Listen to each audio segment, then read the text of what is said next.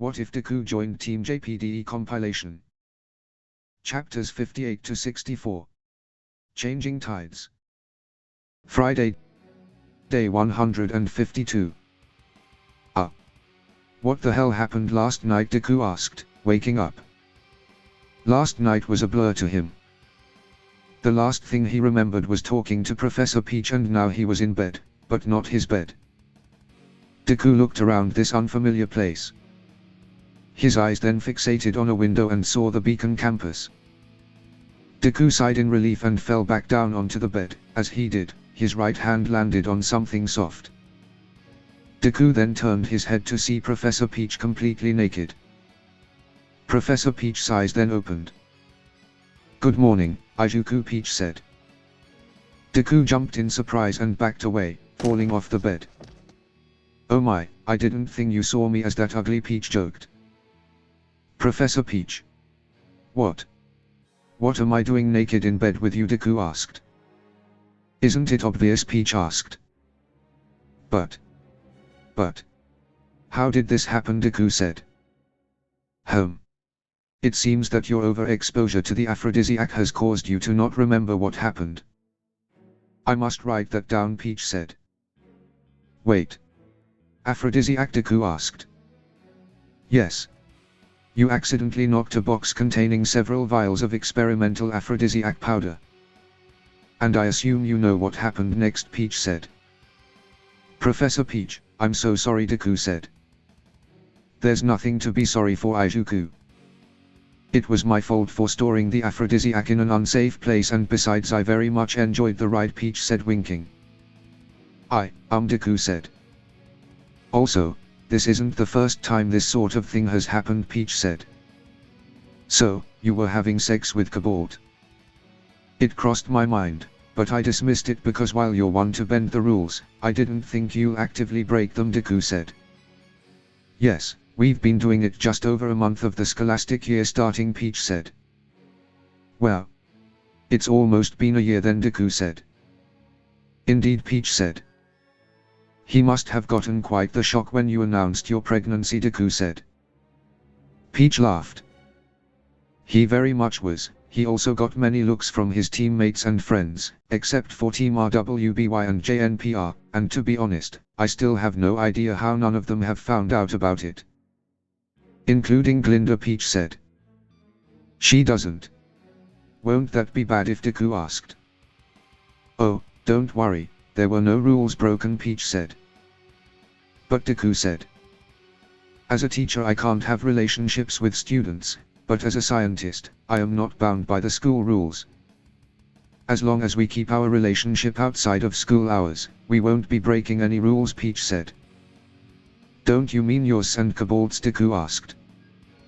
"Nope," Peach said, licking her lips. "How?" Deku said. "My relationship with Cobalt is going well, but it won't last forever. Cobalt and Blaze will leave the school in 3 years and their extra relationships will end as well, which they did make clear." "But your relationship isn't like that, is it?" Peach asked. "Of course not. I plan to marry anyone who I end up in a relationship with, no matter what," Deku said. "As I thought. It's about time I found a husband," Peach said. "But it's not up to me. You need the others' approval," Deku said. "Oh, I doubt that would be any trouble. I've already got Miss Damarot's approval," Peach said. "Huh? Since when?" Deku asked. "Since I caught her watching us as you rocked my world," Peach said. "Of course she was watching. But still, being able to exploit that loophole seems like a massive oversight on Glinda's part not to close that loophole," Deku said. "Oh, that's because as strict as Glinda is, she does not like being a hypocrite," Peach said. "Excuse me? Miss Goodwitch has been in a relationship with a student?" Deku asked. "Not with a student. She was the student in her relationships," Peach said. Deku's eyes went wide. Glinda wasn't the uptight rule follower when she was a student. And since she did those things, she feels like she can't close that loophole, and to be honest, I think she's been looking for a student herself," Peach said. "I didn't think Miss Goodwitch could ever be like that," Deku said. We all have our secrets, Izuku Peach said. Indeed we do. Now, we have a few hours before classes start, so do you want to have breakfast, or take a shower, or... Do you want me? Peach asked, striking a pose on the bed. Deku stood and moved towards her. Why not all three? Deku said. Peach and Deku then fell to the bed kissing each other. Hours later, Deku and Professor Peach were finished and had gotten ready for the school day to start. All of the other teachers had already left to prepare for the day. I'll talk to them about it, but I can't guarantee this will go any further, Professor Peach. Deku said. Oh, please, call me Violet when in private, you've seen and fucked my privates. And I understand, but I'm not worried. But you should be, Violet said. What do you mean by that? Deku asked. None of the windows were open in my classroom, so the only place the aphrodisiac could go was out the open door into Miss Damarot. Now the reason I started experimenting with this aphrodisiac was in the hopes to induce a heat-like effect into non-fawny in the hopes of bridging the gap in relationships between the two species in the reproductive department. Now I haven't got any data on the effect it has on fawny, but I'm sure you can imagine what I'm thinking, Violet said. Oh. I hope David's okay, Deku said. I hope so too. I also don't have any data in only one person being affected, Violet said. I should hurry along then, Deku said. You should, but allow me to give you a gift, Violet said. Violet then presented a vial of aphrodisiac. Thanks, and before I go, may I suggest you dissolve the aphrodisiac in water when you make a new batch? It may weaken the potency, but there'll be a much lower risk of accidentally being affected by it, Deku said. That's a brilliant idea. I'll get right on that. Now get going, Peach said, kissing Deku. I will. See you around, Violet, Deku said, kissing her back. Deku then left for the student dorms. Mind explaining what I just saw, Violet? Glinda sternly asked. Meet, Violet said. Deku arrived outside his dorm room to see the rest of Team JPDE, minus Evelyn, just leaving their room. Hey guys, Deku said. Izuku. What the fuck did you do? Jack yelled. And where have you been? Penny asked. The answer to both questions is Professor Peach, Deku said. So you were with Professor Peach, and she caused Evelyn to? David asked. Yep, Deku said. But what exactly did she do to Evelyn? And why were you with her all night? Penny asked. Well, there's a type of flower that induces a certain effect Professor Peach has been studying and extracting said effect, Deku said. You've got to be shitting me. Professor Peach has an aphrodisiac? Jack asked. Yeah. I have a vial to prove it, Deku said. Nope. Keep that thing away from me, Jack said, leaving. That bad, huh? Deku asked. You have no idea. If it wasn't for Penny providing tons of lubrication, I'd, David said. Yeah, no thanks, I don't want to have that. But it still wasn't enough. I had to take over halfway through the night, but that also still wasn't enough, Penny said. Then. Why is it so quiet? Deku said. To allow David and Jack to get some sleep while it took care of her, I bounded and gagged her, and that is the current state she remains in, Penny said. Seems like the aphrodisiac have a stronger effect on faunus, Deku said. Or more specifically because she a rabbit faunus, David said. And perhaps her high libido also played and affect, Penny said. Well, we'll only find out if we continue experimenting with Violet. Only if you want to, Deku said. We'll need to talk with her first, Penny said. I understand. Now you two should get going, Deku said. Hold on. What are you going to do? David asked. Well, I'm sure you remember what Evelyn told us about her heat cycle and how an unsatisfied heat isn't pleasant. Well, there's a possibility the aphrodisiac endued her into a heat, Deku said. Oh, my, Penny said. What should we tell the teachers about your two absences? David asked. Tell them, Evelyn inhaled the pollen of the aphrodisiac flower. It's a rare flower, but it's not unknown to many hunters due to many requests for it on hunter boards. I'll see you guys on the other side, Deku said. If you survive, David said. I've endured worse, Deku said. But Penny is always in control, David said, getting Penny to blush. Look at that, David, you got Penny all flustered, Deku said. Yes, finally, David said. We should get going, don't want to miss breakfast, Penny said. True that. See you after school, David said. See you, Deku said. David and Penny then headed to the mess hall, while Deku entered their dorm room to take care of Evelyn. A short while later, 4 girls from a second-year team were walking past and heard Deku and Evelyn. They all blushed. However, only 3 of them were blushing in embarrassment.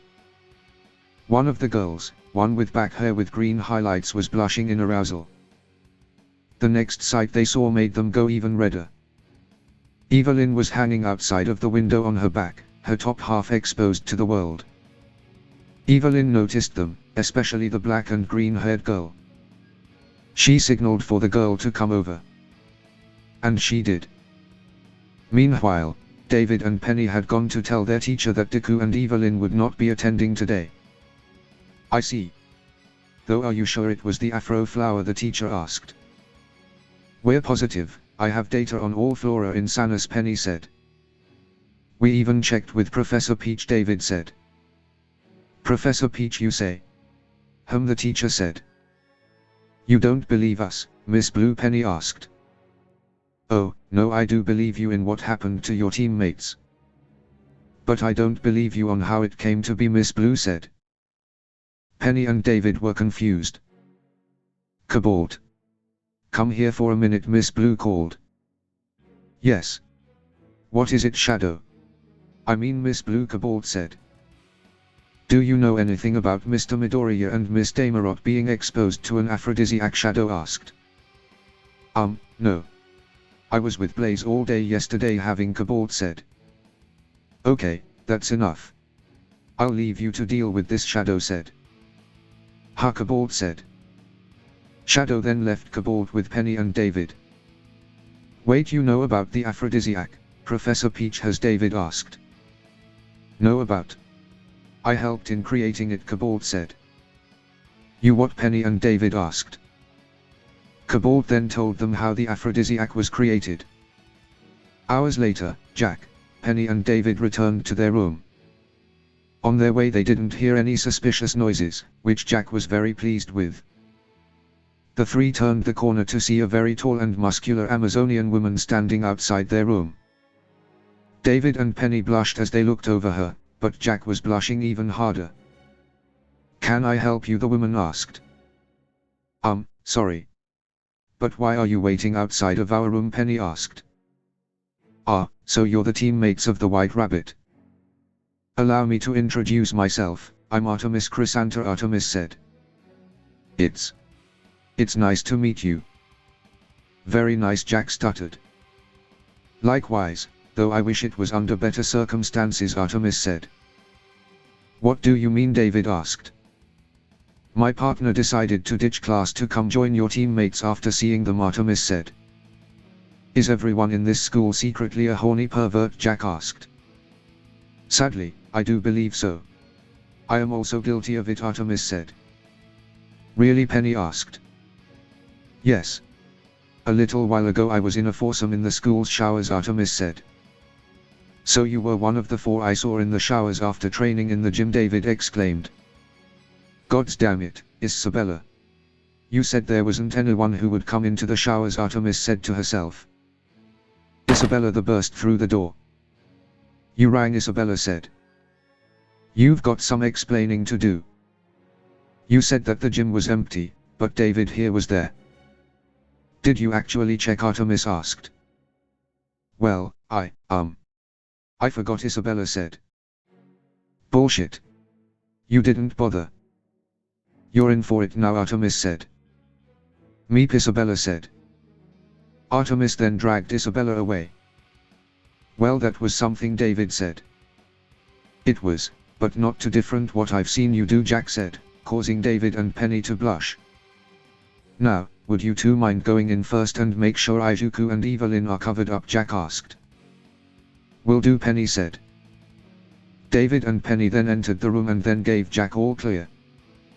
Meanwhile, "Now, before I punish you, tell me, were they worth it?" Artemis asked. "They're more than worth it. Even after only experiencing those two, I can tell that the other two are more than worth it as well. They are perfect for our team," Isabella said.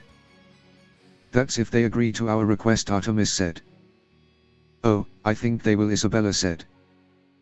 Deku had now gotten ready for his date with Blake. "All right, I'm going on that date with Blake," Deku said. "The hell you ain't," Evelyn yelled. "Hold on. This whole operation was your idea," Deku said. "You didn't let me finish. You're not going out dressed like that," Evelyn said. "Huh? What wrong with my combat gear?" "We all go out in our combat outfits," Deku said. "And that's the problem," Penny said. Deku said. "Izuku. This is supposed to be a nice little date with Blake. Wearing your combat gear would remind her of her past, which is also why Blake won't be wearing hers." "It was her idea," Penny said. "I see. I'll go change then," Deku said. Deku then went to change, and afterwards headed to the Bullhead landing to wait for Blake. A short while later Blake arrived. "Hello, Izuku." "Hey, Blake," Deku said. Deku then got a good look at Blake and continued to look. Izuku," Blake questioned. "Oh, sorry Blake," Deku said. "Cat got your tongue?" Blake asked. "Huh? I thought I was going on a date with Blake Belladonna, not young Xiaolong," Deku said. Blake gave a small laugh. "Young said I should use that. Said you wouldn't have any words to say when you saw me," Blake said. "She was definitely right there. But enough about her, this date is about to be for us," Deku said. "Yes," Blake said. "So, where are we going first?" Deku asked. "Sun suggested a place with great Sundays," Blake said. "But it's Friday," Deku said. "And here I thought I was going on a date with Izuku Midoriya, not young Xiaolong," Blake said. The two laughed as they boarded the Bullhead. "Oh wow. When you told me us said these were the best Sundays in Vale, I wasn't expecting them to be this good," Deku said. "Yeah, but he neglected to mention the size of the portions." "I've eaten too much," Blake said, hiccuping. "Pardon me," Blake said. "If I didn't know Sun any better, I'd say he was trying to get us out half shape so he could beat us," Deku said. "He's not that tactical. His guns out first and smarts last," Blake said. "His guns or his muscles?" Deku asked. "Both," Blake said. Blake then blushed. I mean," Blake said. Deku laughed. "It's okay, Blake. You can be attracted to Sun," Deku said. "But," Blake said, "we haven't talked about it, but I'm sure that they'd agree, that it would be unfair to not allow any of our new lovers to pursue someone else whilst we do that exact thing. If you like Sun that way, then go for it," Deku said. Blake said, extremely flustered. Many of her books had a similar situation which she very much enjoyed reading. But she never thought she would end up in something from her books. "I'll leave you to think about it. I need to go the bathroom, so if you'll excuse me," Deku said. Deku then headed to the bathroom, leaving Blake alone to think and fantasize. Deku had just finished washing his hands, when all of a sudden, danger sense went off. Unfortunately, due to the confined area of the bathroom, his attacker was quickly able to knock him out. Blake waited and waited for Deku to return, but he never did.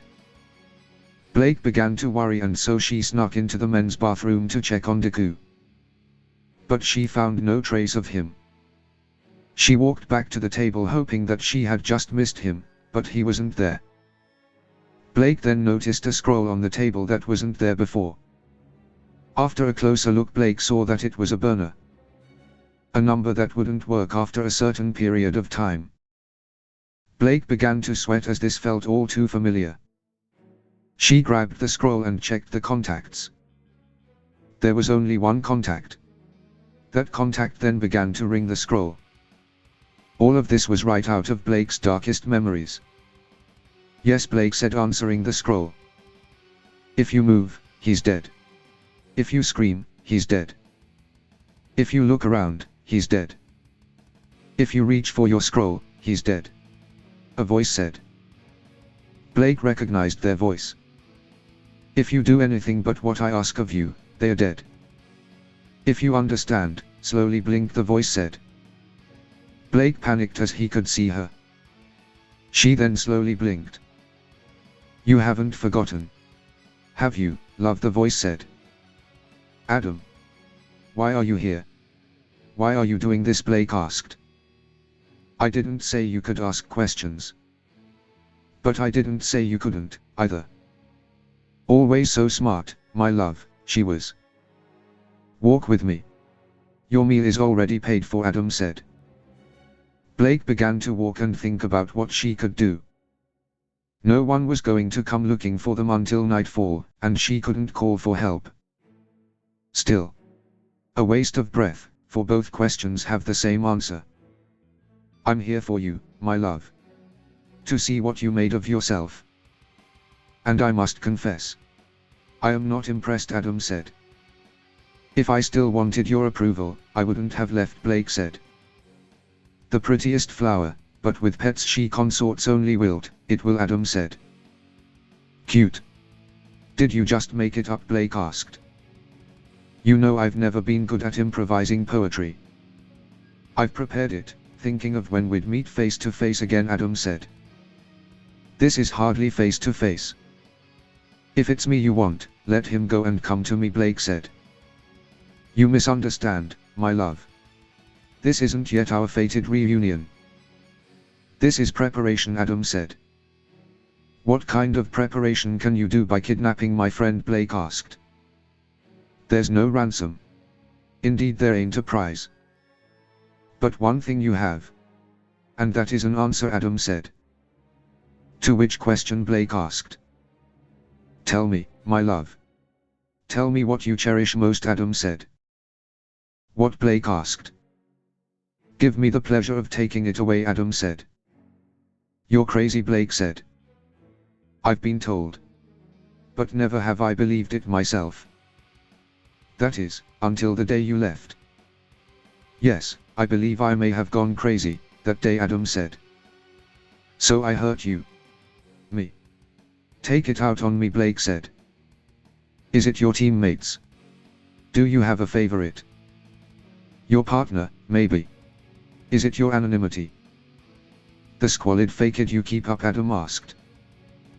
Blake felt something cut through her ribbon and ear. A trickle of blood wets her hair. Is it trying to fit in with these humans that gives you the greatest joy, Adam asked. Adam, Blake yelled. Blake then noticed something in a park nearby. There was a silhouette hanging from a tree. Ijuku, Blake yelled. Or is it him, HM? I'll have my answer, Blake, Adam said. Adam, please, Blake yelled. Tell me, Blake. Make your choice or he dies right now, Adam said. Teammates, partner. Friends, humanity, Adam yelled. Blake sees a knife planted in the ground below where Ijuku was hanging upside down. Now you choose, my love. Choose what you cherish the most. Choose what will be lost, Adam said. Adam, no. No, Blake yelled. Choose, Blake, Adam yelled. Blake made her decision. She kissed Deku on the lips. So this is your answer, Adam said. Blake then cut Deku down. You just don't get it, Adam. Your answer is meaningless. Because I can't put the things I love into a hierarchy. You never understood that. The mentality of a slave, of ladders, of masters and subservient, of a top and a bottom. It never left you, even as you left the chains. The concept of equality. It never, ever crossed your mind, in no aspect of your life. Be it the Fang, or me, Blake said. You always came first to me, Adam said. But it never occurred to you that I didn't want to come before the entire world.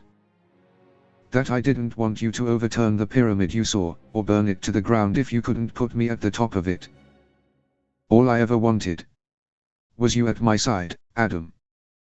For all to stand the same, Blake said. One syllable too many, Adam said. One life too many, Adam. I'm sorry you ever met me. And, even if I could tell you what I cherish the most. Even if I could. You're no longer in the running, Blake said. You will lose everything, Adam said. Adam then hung up. Blake then went to attend to Deku. He had been given a sedative, a common practice when the White Fang kidnapped someone. Having been part of several kidnappings herself, Blake knew that it would still be a while before Deku woke up. So she got down by Deku to make it look like they were sleeping to not draw any attention to them, and waited for Deku to wake up. What the Deku said, stirring awake. Ijuku, Blake said. Blake. Where are we? What happened? And where's your bow, Deku asked. My ex-boyfriend kidnapped and drugged you. As for my bow, he cut it, Blake said. The ex-boyfriend Evelyn mentioned. Who exactly is he, Deku said. Not now. I don't want to talk about him right now, Blake said. Okay then. Let's head back. It's getting quite late, Deku said. Yes, Blake said. Deku and Blake then stood up. Blake. Could you maybe let go of my arm, Deku asked. I can't. I can't bring myself to let go of you. Not after what happened. I won't let you leave my sight, Blake said. Fair enough, Deku said. Blake and Deku then returned to Beacon and went to Team JPDDE's room. Alright, Blake. I'm home safe, you can let go, Deku said. Blake shook her head. She still couldn't bring herself to leave Deku. Alright. I guess you can stay the night, Deku said. The two then entered the room. Hey. I'm back, Deku said. Hey. You're back late. And what's with Blake latching onto you like a leech, Jack asked. Wait, what? Evelyn yelled. Evelyn came charging out of the bathroom, only wearing a towel and still wet. Deku also saw that David and Penny were also in the bathroom drying off. Evelyn. For fuck's sake, you're dripping water everywhere. Go back into the bathroom, Jack yelled. This is more important than some water. I thought I was clear, you dead to me and starting from zero, did you forget that, you Evelyn yelled. Evelyn, Deku yelled. Oh, don't you start. Why are you, Evelyn yelled. But her ex came back, Deku said. Oh, Evelyn said, now feeling guilty about her outburst. Blake, I'm so sorry, Evelyn said. It's alright, Blake said. Are you alright with her staying then night, Deku said. I'm more than willing to allow that. David, Penny, clear out of the bathroom, we're going in together, Evelyn said. Wait, what? Deku said. Hold on, it's Jack said. Jack, go get her nightwear, Evelyn said. Evelyn then dragged Deku, and by proxy Blake, into the bathroom as David and Penny left, thankfully having been able to dry off properly. Jack sighed. Guess I'll have to have a shower later, Jack said. A while later, Jack had gotten Blake's nightwear and had returned to see Evelyn was now out of the bathroom. Oh good. You're out. Now I can have my shower, Jack said. Not so fast there, Jackie. Only I'm out. Those two are still in there and will be a little while, Evelyn said. Jack sighed. I guess I can wait a bit longer, Jack said. I don't think that'll be a good idea. You might want to fall asleep before they come out, Evelyn said. Jack sighed once more. Stupid horny teammates, Jack said. Jack then put on her ear defenders and went to sleep as quickly as possible. and was able to remain asleep as Deku and Blake come out of the bathroom and make a lot of noise as the bodies slapped together. Late at night in Vale. I feel my hands shaking, if I focus on them. I'm like a pressure cooker. Close to bursting out, or leaking, Bella said. Bella, are you sure this isn't putting any strain on you? Thriller asked. Well, it is, but not in a bad way. It's more like the strain you'd put on muscle to exercise. While I don't have an aura pool limit, I've never had to shoulder so much aura all at one time, Bella said. Not even when you destroyed the Guardian? Thriller asked. No. Not even then, Bella said. I'm sure Weza must felt it. And he genuinely didn't care about it, Thriller said. Sometimes I fear we will only be aware of his plans when it's too late, Bella said. Hello again, Titania said. Evening, Janora said. Once again, thanks for your time and sorry for all the trouble, Titania said. Hello, Titania. Janora, Bella said. It's fine by me. Repetition is important for memorization, after all, Thriller said. If you feel so bad about it, why are we doing it to begin with? And multiple times a day, Janora said. Because a little birdie got herself in a pickle and I want to make sure everybody remembers the route she's gonna have to stick to during her playdate. If we didn't need our rest, I'd do it even tomorrow, Titania said. Stop treating me like a kid. I'm older than you, Janora said. Maybe when you start acting like it. Now, Vamoose. One more time, Titania said. Titania and Janora began to walk the route one last time. Remind you of anyone? Bella asked. Hardly. You're never been that cute when throwing a tantrum, Thriller said. Meanwhile in the lab ship. It's done. I've transferred the entire source code into your databases. Remember, you have only one use, Seal said. It will be enough. Thank you, Seal, Penny said. Well, I'm officially an accomplice, now, Seal said. Not really, Seal. Just technically. To be official, that's necessitate us to be caught and your role in all of this to be discovered, and I'm now 82% sure that is not going to happen, Penny said. You have considerably changed from your last personality evaluation, Penny, Seal said. As it was expected. No one had any valid projections of how my personality would develop once I started interacting with people in an uncontrolled environment. Your situation is certainly similar, no? Penny asked. Not really, no, Seal said. Ha, Penny said.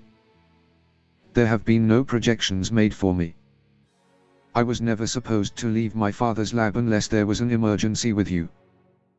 Then you became an emergency. And even then, there were people in the Atlas army who would have preferred to just recall you and wipe your data banks. There still are, Seal said. I see. So you weren't even the first option to deal with my possible rogueness? Penny asked. No. No, I wasn't, Seal said.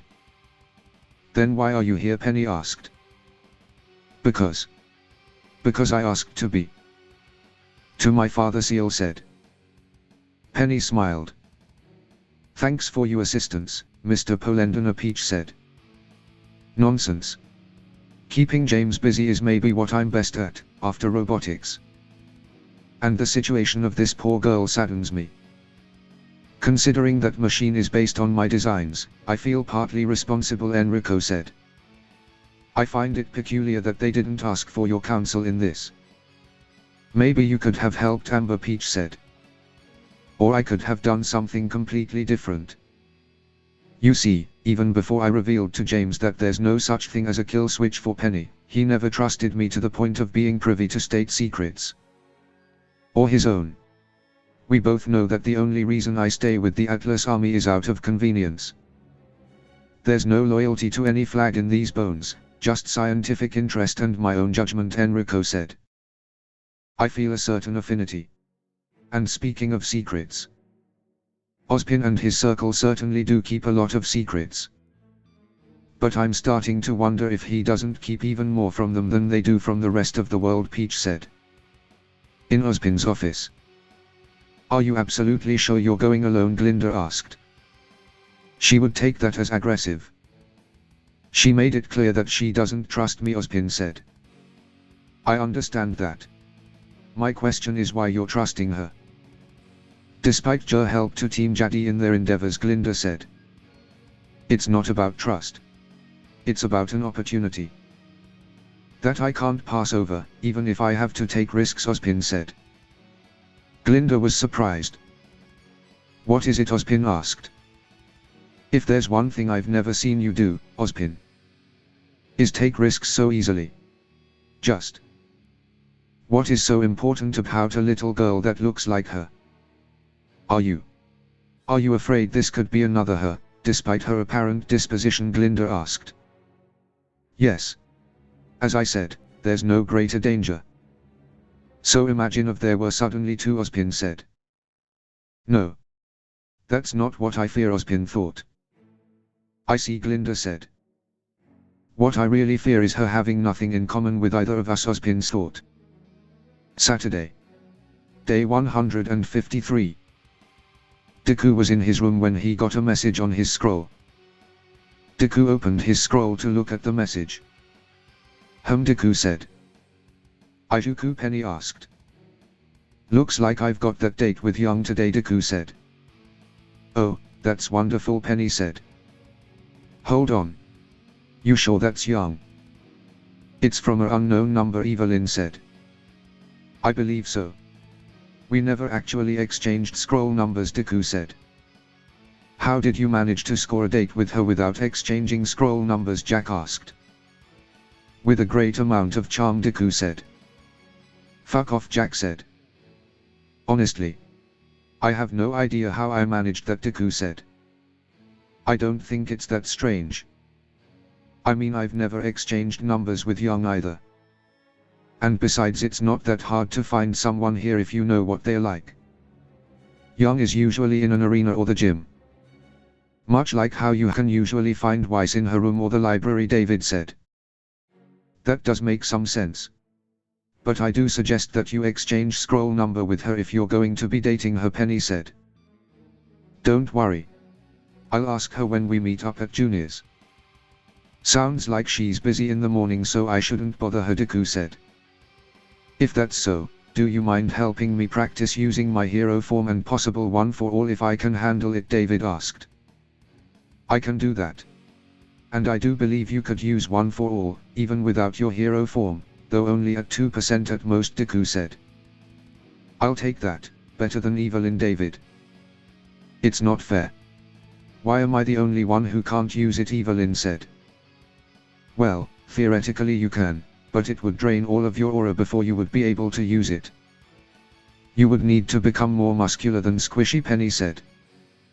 I suppose you're right. And anyways, my squishiness can bring all of you down to your knees, Evelyn said, getting the three of them to blush. Until you set them off and they put you in your place, Jack said. Hey, Evelyn said. I think we should go before this escalates into a fight, Deku said. Or sex, David said. Deku and David then left. As Deku and David were walking to the school, they ran into Pira and Jan. Morning, Ijuku. David, Pira said. Hey you two, Jan said. A good morning to you too, Deku said. Morning, David said. So where are you two off to this morning? Pira asked. We're heading to an arena. David wants help in training his semblance, and I agreed to help, Deku said. Killing time before your date with Yang? Pira asked. Oh, Yang told you guys? Deku asked. More like we overheard them talking earlier. We are right across the corridor from them, Pira said. Ruby forgets the concept of an indoor voice when she's excited very often. She was very loud when she screamed Team RWBY Harem, Jan said. Did she really? I know that's exactly what has happened, but still it's embarrassing to hear, David said. You think it's embarrassing? How do you think I feel? When she yelled that, everyone who heard were definitely thinking of me, Deku said. Your name did cross our minds, Pira admitted. But you did bring this on yourself, Jan said. I was just being who I am. I've done nothing special, Deku said. That might seem so to you, but clearly not to others, Pira said. What's you guys' secret? Jaun asked. Being kind and caring. That's all we've really been. No secret to speak of, David said. Moving on. We should hurry and nab an arena. Don't want to waste the time I have before meeting Young at Juniors, Deku said. Oh, sorry for keeping you then, Pira said. It's alright, Deku said. See you later, Harem Kings, Jaun teased. Please don't call us that, Deku said. We'll see you later, David said. Deku and David then carried on their way. As Pira and Jaun also began to carry on, Jaun stopped. Huh. Wait a minute. Did he just? Jaun said. Is something wrong? Jaun, Pira asked. Jaun began to think. Something didn't add up. Hours later, Deku had gone to Juniors to meet up with Young. He was expecting to meet her at the entrance, but she wasn't there. Deku assumed she was inside, which wasn't ideal as it would be much harder to find her. But just as he was about to go on the hunt, he got a message on his scroll. Saw you enter. Now, can you find me? Might be hard, I did something with my hair, Young texted. Did she cut her hair? No, she couldn't have. She's probably just tied her hair up or something like that, Deku thought. Deku then began to hunt for Young, checking all over the place. Deku then found her, but her hair was completely different. She dyed her hair. I did not expect that, but I kind of like it. It goes well with her new clothes, Deku thought. Deku then walked up to her, but... Hold on, that's not Young, Deku thought. The woman he thought was Young did have a resemblance to her, but this woman was older and far more imposing. Been staring an awful lot there, boy. See something you like? Raven asked. She was playing with a scroll, holding it up for him to see. Jury is out on that decision, for now, Deku said. Good answer. That's a proper first step, Raven said. First step into what? Deku asked. The rest of your life. Come sit with me, Izuku, Raven said. Whilst Deku didn't trust Raven one bit, Danger Sense did not show any hostility. He also remembered something that Young had said about her family. So he decided to follow. Or, stop making that scary face, already. A hot older woman is buying you a drink. You should be proud, that's like every teenager's fantasy, Raven said. Unfortunately for you, I don't have a fantasy for older women, Deku said. But you do have a thing for multiple women. Why not add a smoking hot MILF to it? Raven asked. So you've been spying on me, Deku said. Oh, by accident, I swear. At first, Raven said. So you were spying on Young first and then you happened to see us together. When was this? Deku said. I'd say. When getting up after falling down suddenly became the hardest thing in the world for you.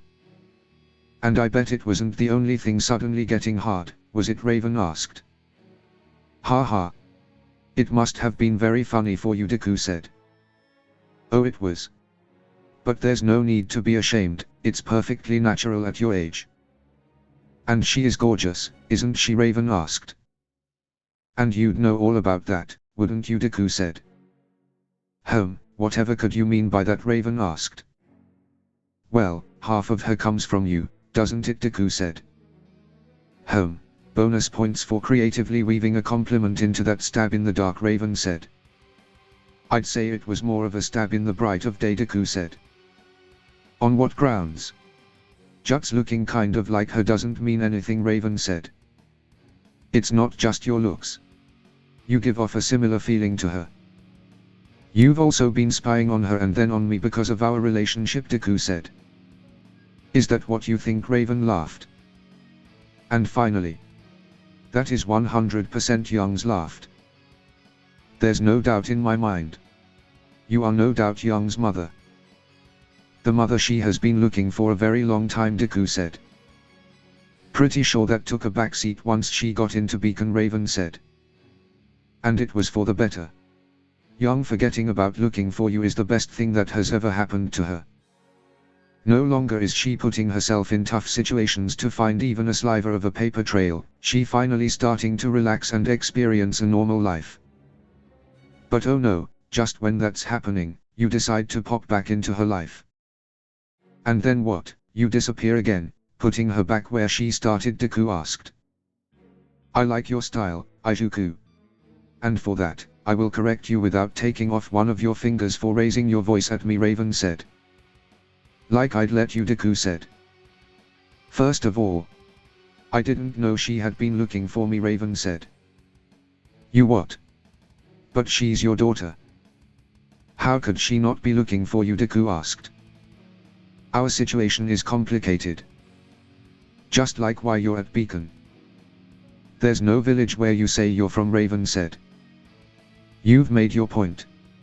What do you want, Deku asked. What do you think I want, Raven asked. You want to get in touch with Yang. After all this time, Deku said. That was the plan, yes. But now, Raven said. Raven then disappeared before Deku's eyes. What the Deku said. Deku saw that she turned into something, but he couldn't see what she had shapeshifted into. Deku quickly moved to look for her. This is just to show you how easy it'd be, Raven said.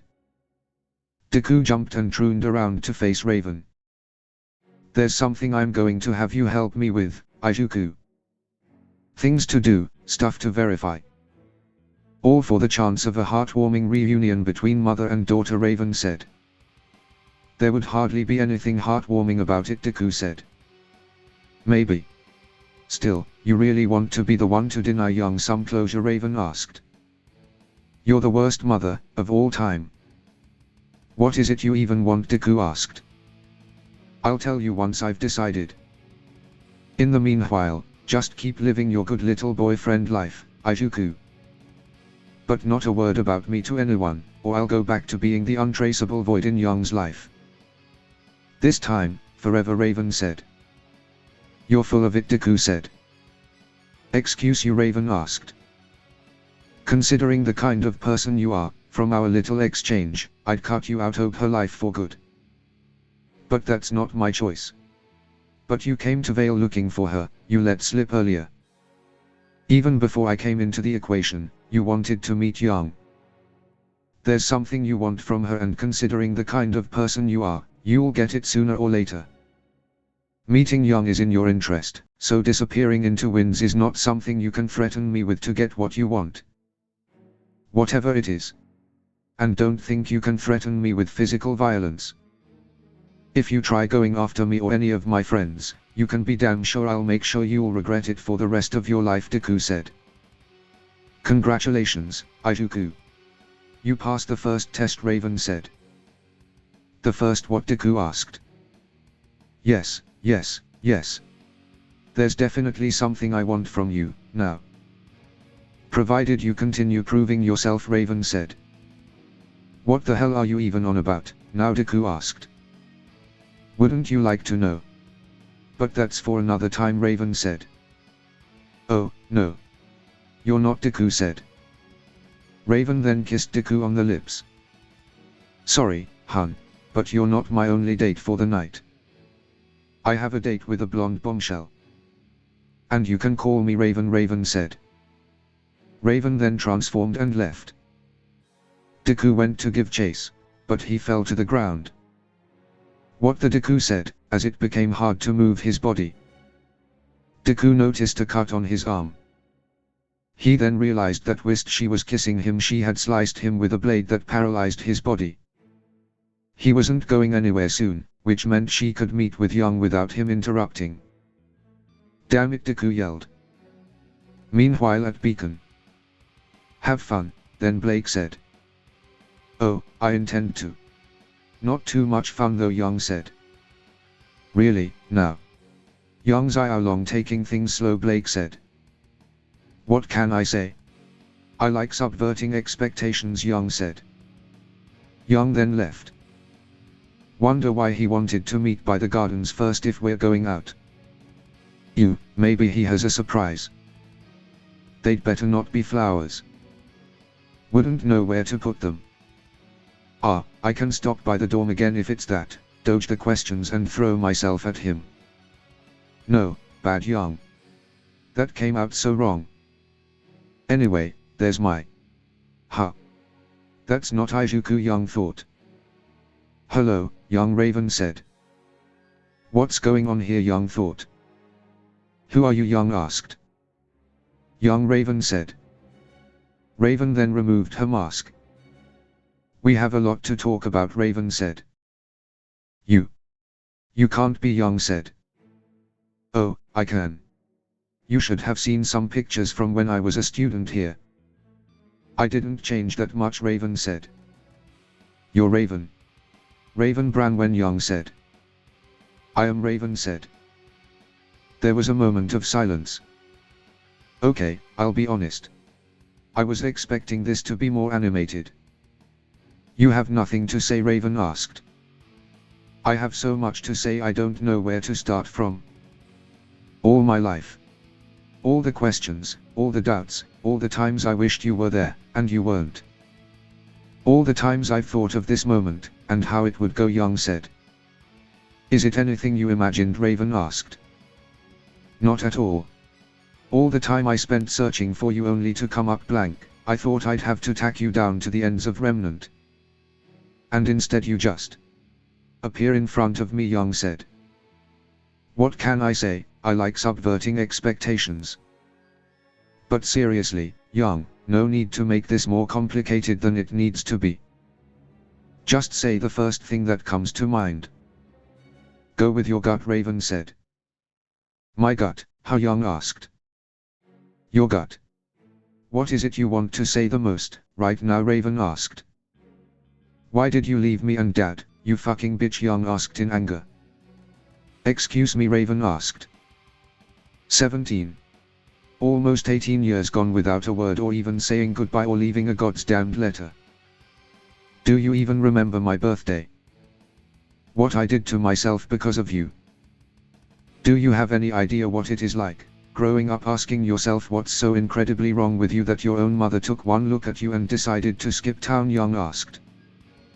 But I, Raven said. But that wasn't the case. I know better now. I taught myself so many things without you, starting with fighting and ending with self-esteem. And now that I have you here before me, more than rage, more than sadness, all I'm left with is morbid curiosity. Why did you leave? Yang yelled. So that's what he told you, Raven said. What? Yang said. No, worse. He didn't offer you any explanation whatsoever. You really have no idea. You really think that I'm going to kill him, Raven said. What? Who are you talking about? Yang asked. Tai Xiao Long. Your father, for lack of a better word. He will pay in blood for this, Raven yelled. Raven went to leave, but Yang stood in her path. Move, Raven said. Not a chance, Yang said. I said move, young Raven yelled. You haven't answered me and you're threatening to kill my dad. Who would move? Yang asked. Do not call him that. He doesn't deserve it, Raven yelled. And you deserve to be called Mom, Yang asked. Raven then slashed her sword at Yang. Can really feel the motherly love, here, Yang said. Oh, please, you get hit harder in sparring, Raven said. Then why am I bleeding? Yang asked. And how did she cut through my aura? Yang thought. Aura will heal a cut that shallow in minutes. Same can't be said about the poison, Raven said.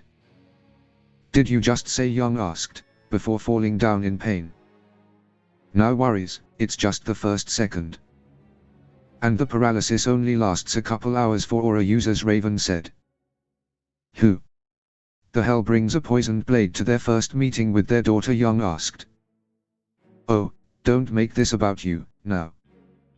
I always carry around poisoned blade, Raven said. I feel pretty involved, right now, Yang yelled. Teenagers. Anyway, where was I?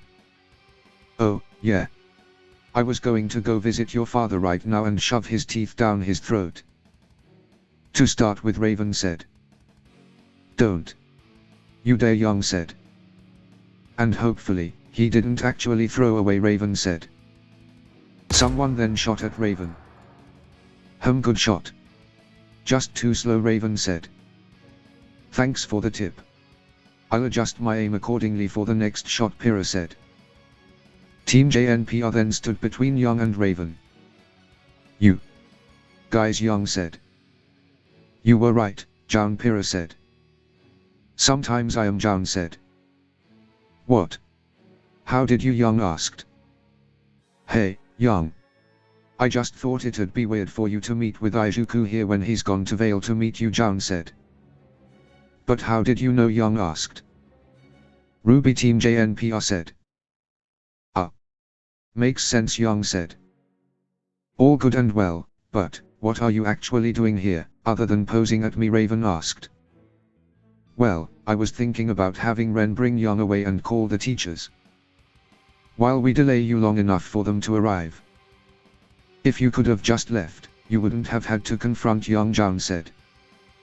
Well, aren't you precious? Very well then, let's play a little. But warning. I feel like venting some foos, Raven said. Smash, Deku yelled, charging in a blink of an eye. The force from the impact pushed Young and Team JNPR away. Holy, Nora said. When the dust cleared, they saw a large crater where Raven once stood, and standing there now was Deku, surrounded by Black Whip. Izuku, Young yelled. I must say, I'm impressed, Raven said, standing on a light pole. The poison on the blade I cut you with would paralysis an aura user for a few hours. But you seem to not be affected. Is that another power of your semblance, Raven asked. No. Just my will. And that paralysis was far weaker than what I've experienced before, Deku said. Deku then fell to one knee. But it does last longer. So, I'll give you that, you bitch, Deku said. And here I thought you were a gentleman, Raven said. Jaun. I'll hold her with Black Whip, whilst your team give her the JNPR special, Deku said. Right, Jaun stuttered, a bit afraid of this side of Deku. Don't bother. As much as I'd like to stay and chat some more, it seems like the adults are starting to move. So we'll pick this up at a later date. One last thing. Young, I'm not as inclined to murder anymore. Still, you'd better ask some questions of your father, Raven said. What, Young said. Raven then vanished. She disappeared, Pira questioned. Where did she, Jaun asked. Oh no you don't, Deku said. Deku then shot several Air Force bullets in the direction of a Raven flying away. However, due to the darkness, he couldn't see if he hit her. I guess you do, Deku said. Why are you shooting at that bird, Nora asked. Because it's a Raven, Deku said. How, Nora said. Doesn't matter. There are more important things, Deku said. Just over an hour later, Jack, David, Penny and Weiss were waiting outside of Team RWBY's room. Why aren't you inside as well, Weiss, David asked. I don't think crowding her too much is advisable, right now, Weiss said. I see, David said. Is Young going to be alright, Penny asked. She's shocked, obviously, but right now, she's mostly confused, Weiss said. Think this Raven woman played some kind of mind game with her, Jack asked. Maybe. But until Young decides to share all the details of the conversation with us, Weiss said. Hey, guys, Evelyn said.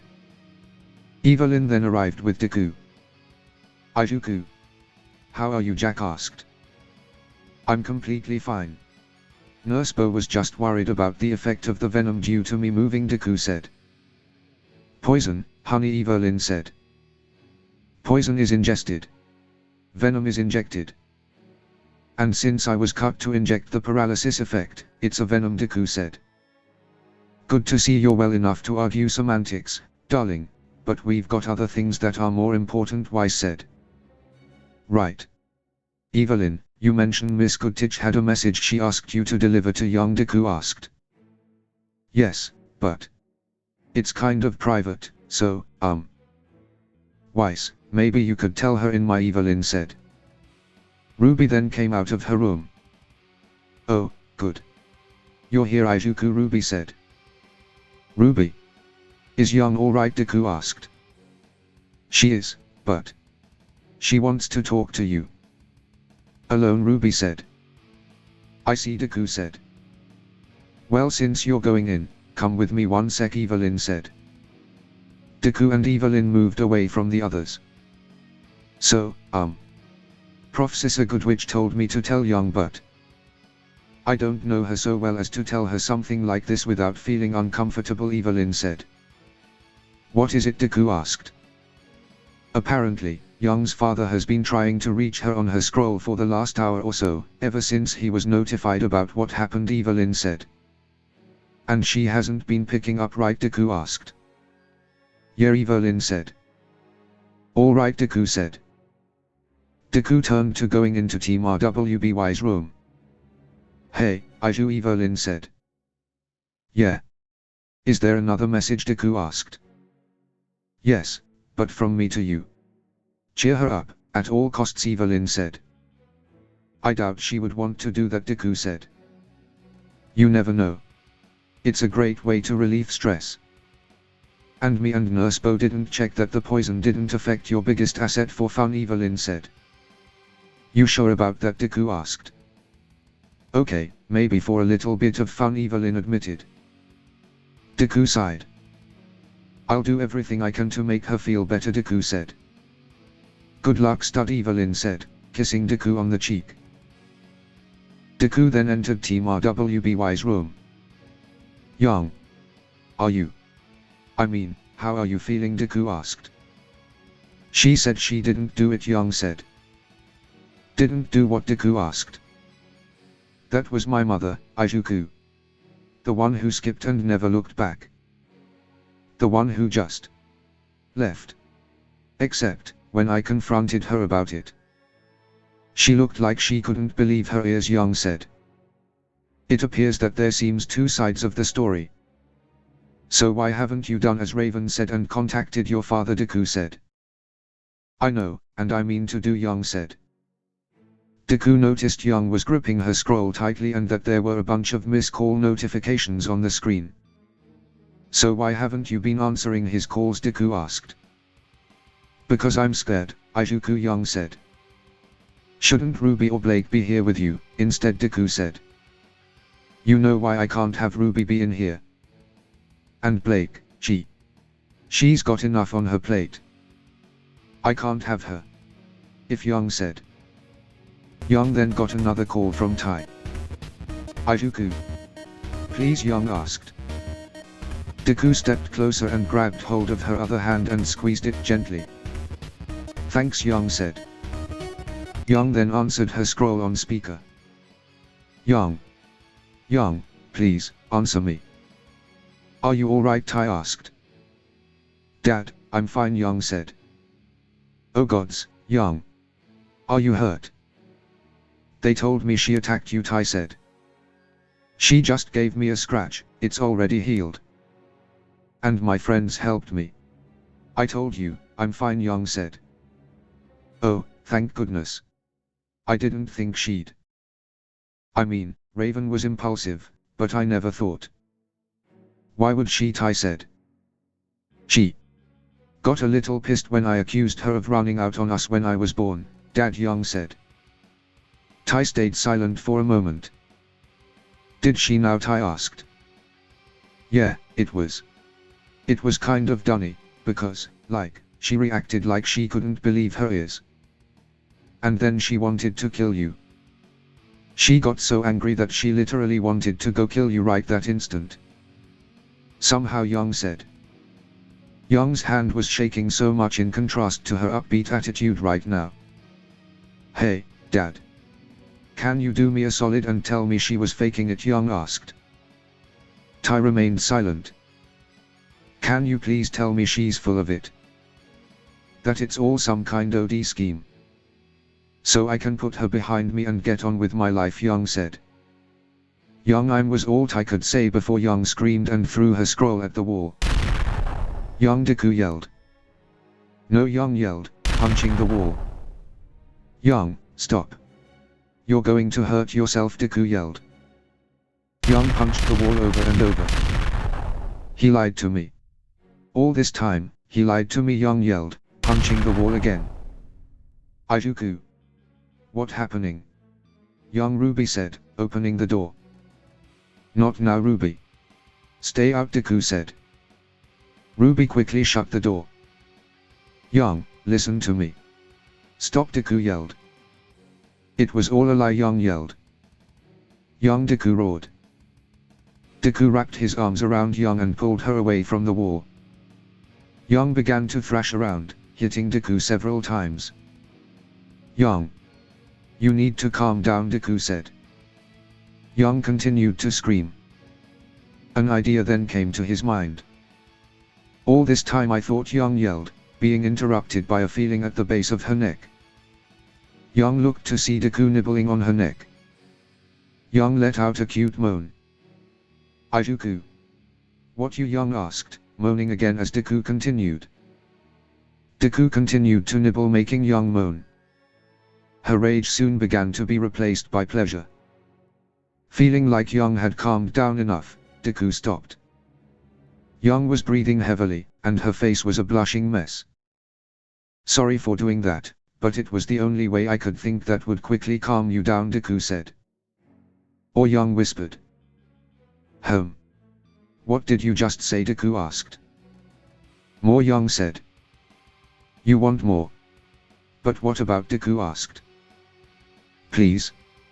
This was supposed to be our first date and it all went tits up. Instead of a nice little date, my mother showed up, dropped a bombshell, and then left, Young said. Isn't that the story of how you were born, Deku asked. Huh. I guess it is, Young chuckled. Funny how history repeats itself, Deku said. Yeah, but I'm not going to allow that to happen. I'm not going to get all worked up and bear this one my own. Deku, could you please stay with me, Young asked. Of course. I won't ever abandon you, Deku said. Even tonight, Young asked, with a small blush, making her look very cute. This time, it was Deku's turn to blush. Outside of the room. Come on. Go for it, Evelyn said. Go, Deku, Ruby said.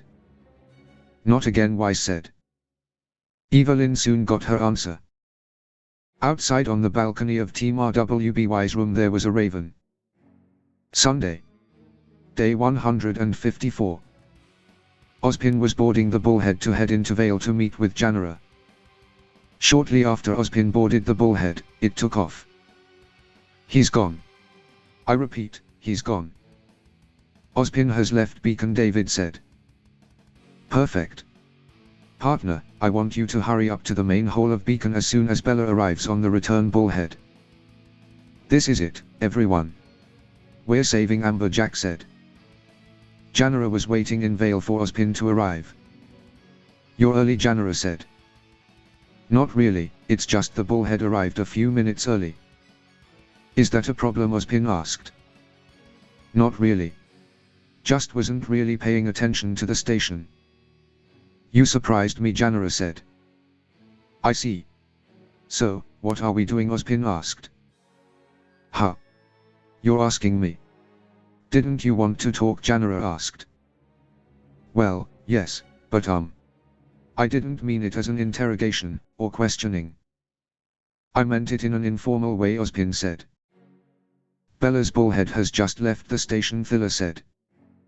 And our little agent of distraction has engaged Ospin, who looks, Evelyn said. Surprisingly. Like a fish out of water, Titania said. So you want to hang out or something, Janora asked. I guess that would be one way to put it, yes, Ospin said. Alright, then. I can show you my favorite places while we walk, Janora said. Janora then walked off. Could you please slow down? I haven't been in Main Street in a while and, I don't know, Ospin said. Oh, for the love of... Janera already veered off the path we rehearsed, Titania said. We didn't expect Ospin to want to hang out. Wouldn't have suited our needs, anyway, Thilla said. We're in pursuit. Good luck, Beacon Team, Evelyn said. Meanwhile in Beacon's mess hall. So, why are we in the mess hall, again, Glinda asked. Because I refuse to keep you in your office on such a nice day, and this is the closest thing the school has to a bar with seats in the open. And come on, seeing a more informal side to you won't make the students fear you any less, I assure you. But it may make you appear as human to their eyes, Peach said. What would I do without you, Violet, Glinda asked. Be a vampire, most probably you're already outfitted for it, Peach said. What's wrong with my clothes, Glinda asked.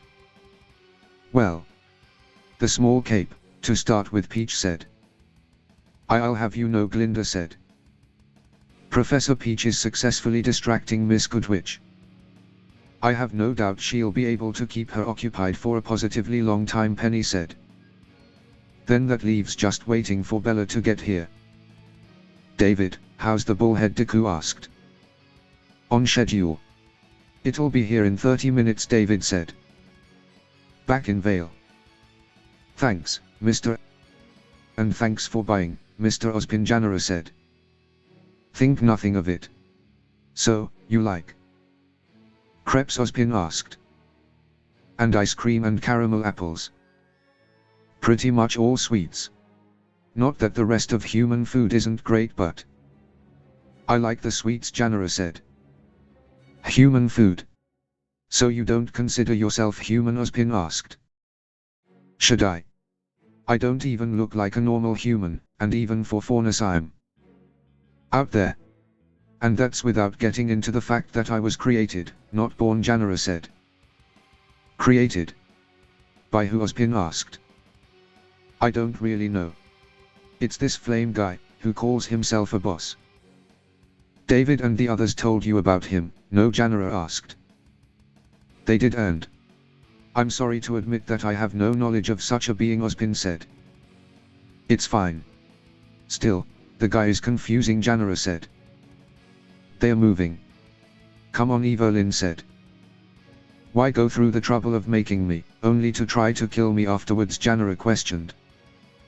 Try to what, Ospin exclaimed.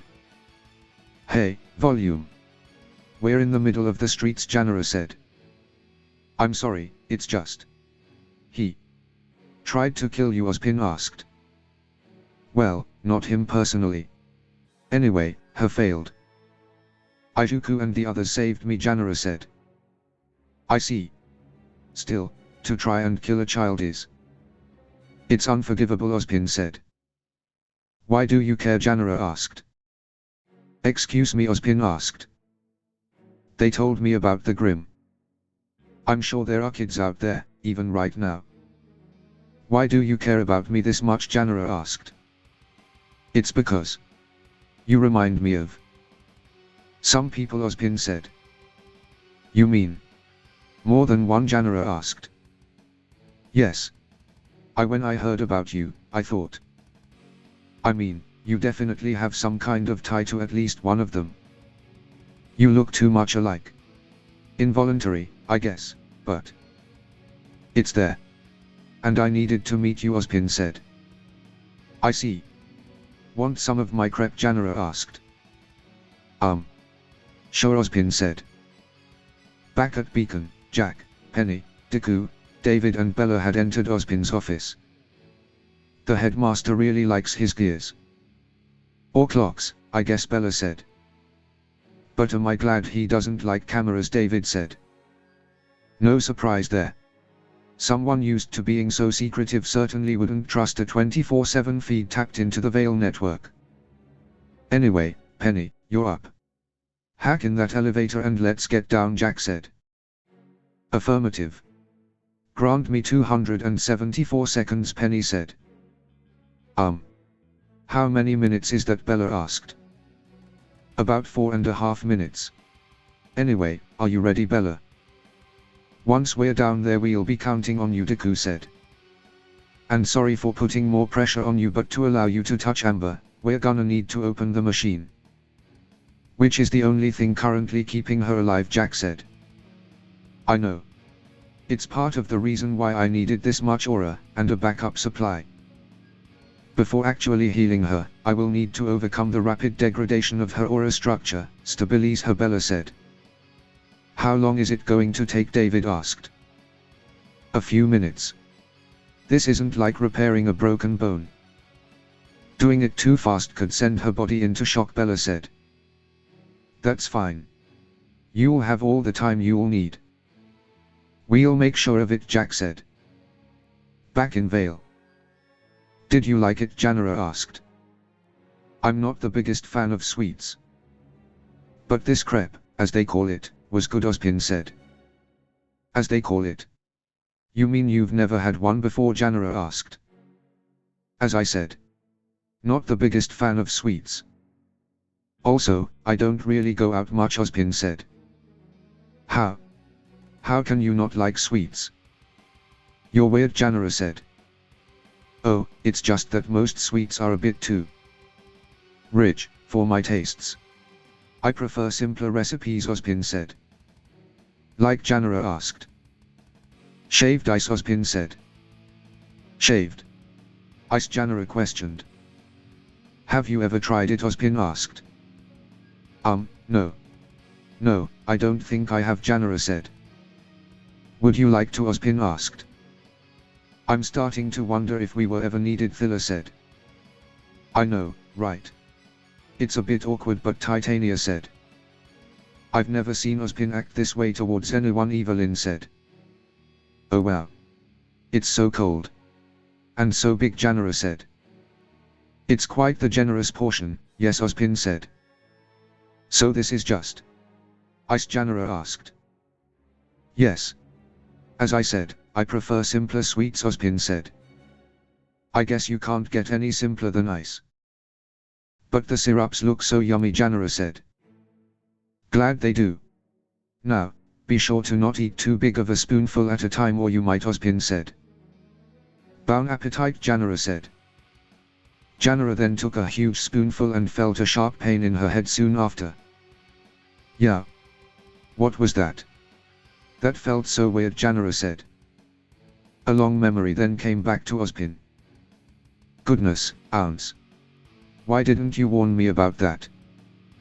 Ow ow ow ow ow ow ow ow, Salem said. I was trying to, Ospin said. That was brain freeze, Ospin said.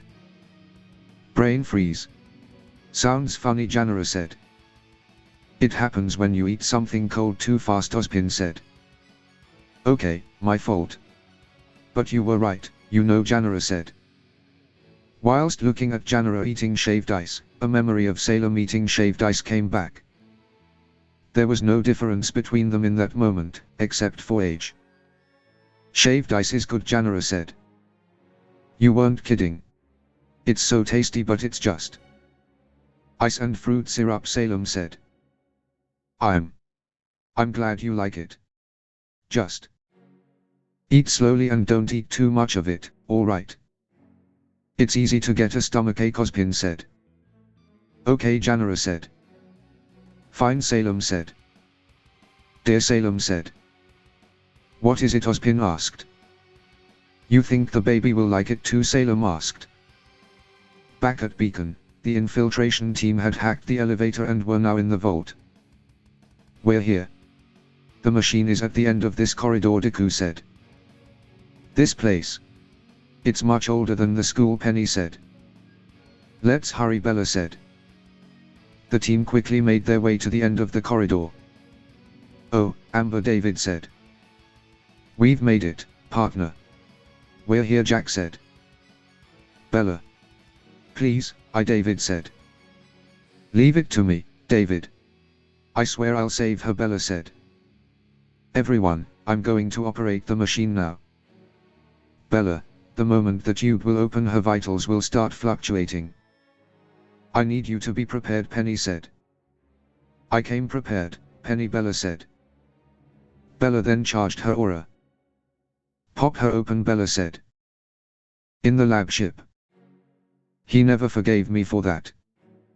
Not that I blame him, Enrico said. Of all the... So that's why you and Professor Helheim never, Ironwood said. An alarm then went off. This alarm, Ironwood said. James. What's wrong, Enrico asked. Enrico. I've got to. Actually, no. You need to follow me, Ironwood said. Excuse me. James, what is Enrico asked. There's no time to explain. Grab your tools and meet me at the shuttles, we need to go to Beacon's tower, Ironwood yelled. Ironwood then left the lab. Penny, you have triggered some kind of alarm. James has just ran out of my lab after asking for my assistance. I have no doubt he knows you've touched the machine. You need to be done and get out of there as soon as possible. Ironwood is coming, Enrico texted. Oh. Oh no. We've been discovered, Penny said. We what? Jack asked. Papa sent me a message. General Ironwood is coming here. We have minutes, Penny said. Son of a Bella, how much longer do you need? David asked. Few more minutes. And we can't interrupt, Bella said. And we won't, Jack said. In the mess hall. So that's the story behind your cape, Peach said. It's not much of a story, really. I just liked the idea. Anyway, speaking of ideas. About Mr. Dik Begis and Mr. Midoriya, Violet, Glinda said. David and Izuku. What about them? Peach asked. There's a way for them to not be expelled, Glinda said. The goddess of loopholes. What's on your mind? Peach asked. It will be difficult, to say the least. But that's not something Team Jade is unfamiliar with by now, is it? Also, they'll have your direct help, Glinda said. Ospin wants to use their half a year of missing credits against them, right? How exactly can I help with that? Peach asked. Indeed. As the headmaster, he can decide whether to consider mitigating circumstances or not. He won't, so, without full credits, they won't be able to progress to the next year. And there's no repeating in Beacon. And normally, not even the most difficult mission in the final exam would give a team so many credits as to make up for half a year of school. But there's nothing in the rules, that Glinda said. Glinda then got a call on her scroll. James. Sorry Violet, I got to take this, Glinda said. Oh, go right ahead, Peach said. Please tell me he just wants to ask her out on a date, Peach thought. It. What? How? How do you know? Glinda asked. Oh, damn it, Peach thought. Sure, more about that. What do you mean you'll take another entrance? Violet, I got to go, Glinda said. Do you really have to? I'm sure it's not that, Peach said. James, don't do anything. Is that wind? James, Glinda yelled. Students, I hope you're done, because if you aren't, Peach thought. In Ospin's tower, Ironwood had jumped through the clock window from a shuttle, with Enrico. James, for the love of science, slow down. I can't believe we just jumped through a window from one of the shuttles. What the hell is going on here? Enrico asked. I don't know yet, exactly. But it's a matter of life and death for Remnant, Ironwood said. What? Enrico asked. Curses. Why won't this elevator go faster? Ironwood asked. How can a single girl, no matter how powerful, be this important? Enrico thought. Bella's aura was fully drained, and she fell to the ground.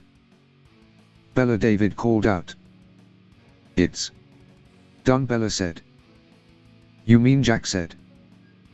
Those voices. Who are they? A person thought. It's incredible. Amber's vitals are stable. Bella, you did it, Penny said. I promised, Bella said. Amber. That name sounds familiar, they thought. Bella, you did.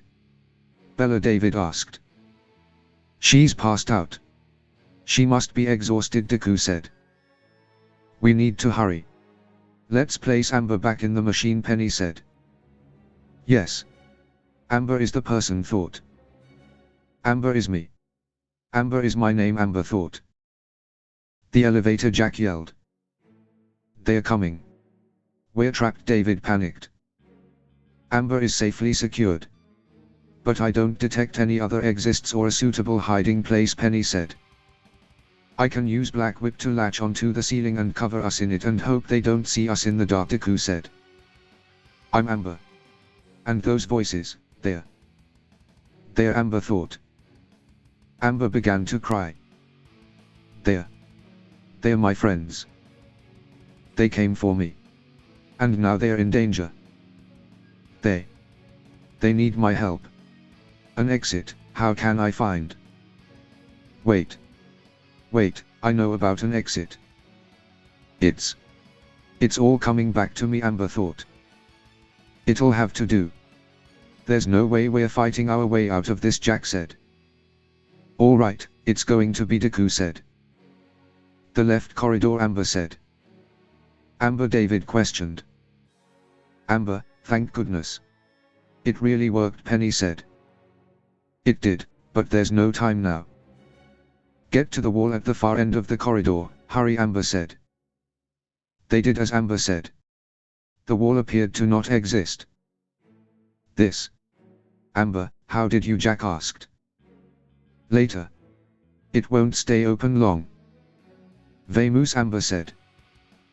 They quickly went through the wall just before then elevator doors opened.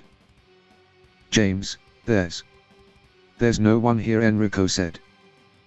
So it would seem, Ironwood said. James. Now that we seem to have a moment of peace, will you please start explaining what in tarnation is going on? What is this place and is that a person in there? And I think I recognize the design of that machine, Enrico said. If you could please check on her vitals and the state of the machine, Enrico. I was instructed on it, but you're certainly more familiar with its workings. Then you'll have your explanation, Ironwood said. After stepping through the wall, the infiltration team were now in the ballroom. Oh my gods, I can't believe we got out of there, David said. Amber, how did you know about that secret passage, Deku asked. Long story. Suffice to say, though, Ospin doesn't know about it and would have also made the perfect secret entrance. If only my condition hadn't made me so scatterbrained, you could have planned this earlier and much safer. I'm sorry, Amber said. Hey, now. None of that talk. What's important is that you're back. You're safe, David said. Well, technically my body is still trapped down there. But I'm no longer slowly slipping into the cold abyss of death, and I can soul project again, which make me not defenseless. I'd say it's 2 steps forward and some, Amber said. The 4 were surprised. Oh my, those faces. Is something wrong with my projection? Maybe my skin tone is off, Amber asked.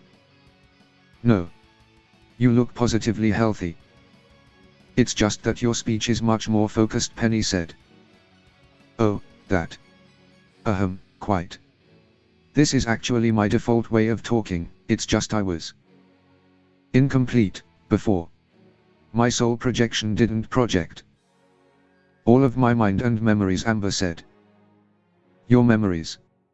You mean, Deku asked. Yes. But there will be time for that later. Now you should go, Amber said.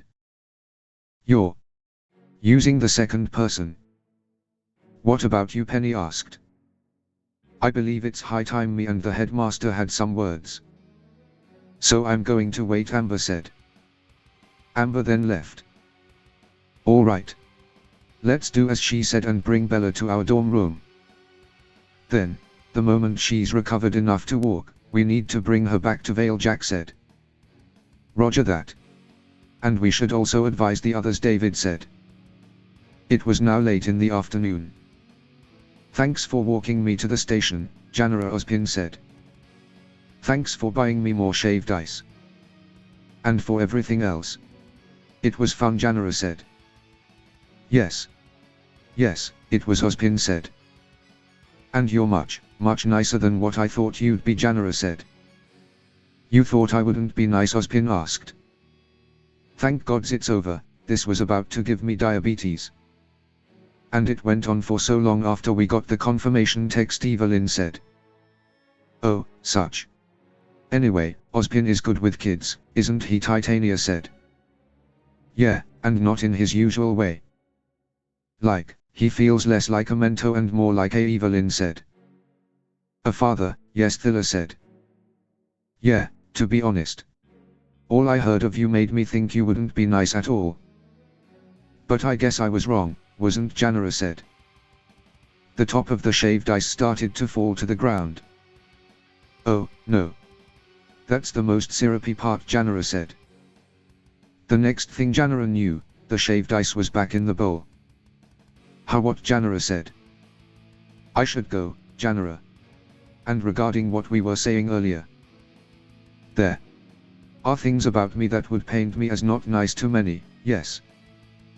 But I think you're mature enough to understand that. Sometimes, to do the right thing, you have to be not nice, Ospin said. Yes. I understand that, Janera said. Ospin then left. Janera, are you alright, Titania asked. Yes, I'm fine, big sis, Janera said. Alright, cool. Do you have any idea what the hell happened? One moment your shaved ice was plummeting and the next, Titania asked. I have no idea, but maybe it's that semblance thing, Janera suggested. Night had now fallen and Professor Peach had come to Team JPDDE's room. Students, I'm way too young and fit to have a heart attack. What the hell happened down there? Did you make a mistake, Peach asked. Not really. Everything went according to plan, but we had no way to foresee something like a silent alarm connected directly to General Ironwood's scroll, Penny said. I can't believe Ospin would allow a system that connects into the network when he doesn't even have security cameras down there, Jack said. Well, maybe he didn't, Evelyn questioned. Yes, that makes complete sense, Ospin would never allow a system like that, Deku said. You mean that General Ironwood put this system in the machine without Ospin knowing about it, Penny asked. Most likely. He may not understand the network, but he knows it has its vulnerabilities, David said. Vulnerabilities he can't personally account for. So, no surveillance. But the General obviously disagreed, Evelyn said. Yes, General Ironwood definitely has quite the strong personality. Especially for something so important, I doubt he would comply with less options just because Ospin didn't trust it, Peach said. I wonder if the headmaster was aware of the General's feelings, Penny said. Towards him, you mean? Who knows, Jack said. Up in Ospin's office. You had no right, James, Ospin said. You cannot be serious. You should be thanking me right now, Ospin. If it weren't for that technology you mistrust so much, we wouldn't even have known someone had entered the vault and operated on the machine, Ironwood said. And if it weren't for that technology, they wouldn't have gotten inside to begin with, Ospin said. Excuse me, Ironwood asked. They didn't force their way inside, James. The elevator operated normally. Someone cracked the password system your subordinates designed, Ospin said. But that's impossible. It would take, Ironwood said. A genius, I imagine. Because no one in Atlas with that kind of skill ever defected to her side, did they, Ospin asked. If I may, Headmaster. Unless you would have liked to climb up and down a hole every time you needed to get to a secret vault buried meters underground, a certain level of technology is expected. And despite what happened, a randomly generated code still remains the safest access deterrent. Even biometrics aren't as safe, since they can be replicated with certain semblances. Or acquired, Enrico said. Professor Polendina, anything you may learn from us needs to remain a secret, Ospin said. Headmaster Ospin, what to do with acquired knowledge is not something that I will let any man or organization dictate for me. Unless you have a very good argument for that, Enrico said. All right, that's quite enough. The most important matter at hand, right now, is Amber. How is she? What happened? Glinda asked. Nothing short of a miracle, Miss Goodwitch. At least according to her last readings before the capsule was open and the newest ones, Enrico said. What do you mean? Glinda asked. I mean that all of the damage done to her aura structure and body has been healed, Enrico said. She's healed. But at the state she was in, Ironwood said. Yes, there's no semblance, medicine or operation I know that could have done this. But the proof is downstairs, unconsciously floating in a capsule. Miss Amber gets a clean bill of health from me, and I believe that once the damage to her soul is fixed, she will wake up, Enrico said. They snuck in the vault to heal Amber? Glinda asked. Why would they? Ospin asked. Indeed, a mystery, a fifth voice said. Amber then appeared before them. But as of right now, I can't bring myself to care, Amber said. Amber? Ospin asked. Lady Amber to you, Headmaster Ospin. You, of all people, are not allowed to address me by my first name, Amber said. This is soul projection. I didn't know it was possible for a comatose state, Ospin said. That makes it two of us, then. Still quite the fortuitous circumstance, Amber said. I won't have to wait until I'm back on my feet to throw my contempt at yours, Amber said. Contempt? You can't possibly be blaming us for what happened to you, Ospin said. We tried to protect you, Amber. The only reason you're still here is because Crow, Glinda said. Don't be ridiculous. I obviously don't. It was my decision to leave the sanctuary, knowing of the dangers. As such, the responsibility of anything that transpired falls on my shoulders alone. What I would like to know is, why am I still alive? Amber asked. James. Seriously, who is this young woman? Enrico asked. Ironwood stayed silent. Amber, what? What are you saying? Glinda asked. A particularly logically challenged monkey could understand. You have no idea how I was healed, which implies you didn't know how to earlier, either. So, all that awaited me was weeks of agony, wasting away in a tube like a rotten vegetable in brine. Why wasn't I given an honorable death and a proper burial? Was my family even told what has transpired? Amber asked. You must understand, Lady Amber, that there are bigger things at stake here than just your life, or your honor, Ospin said. Your death would have caused what was left of your power to transfer to your attacker. And that would have shifted the balance in favor of the enemy, Glinda said. Explain, Amber said. The enemy already has 2 maidens on her side, Glinda said. You mean that Spring and Summer? Amber asked. This is an unprecedented situation, which takes unprecedented actions to be taken.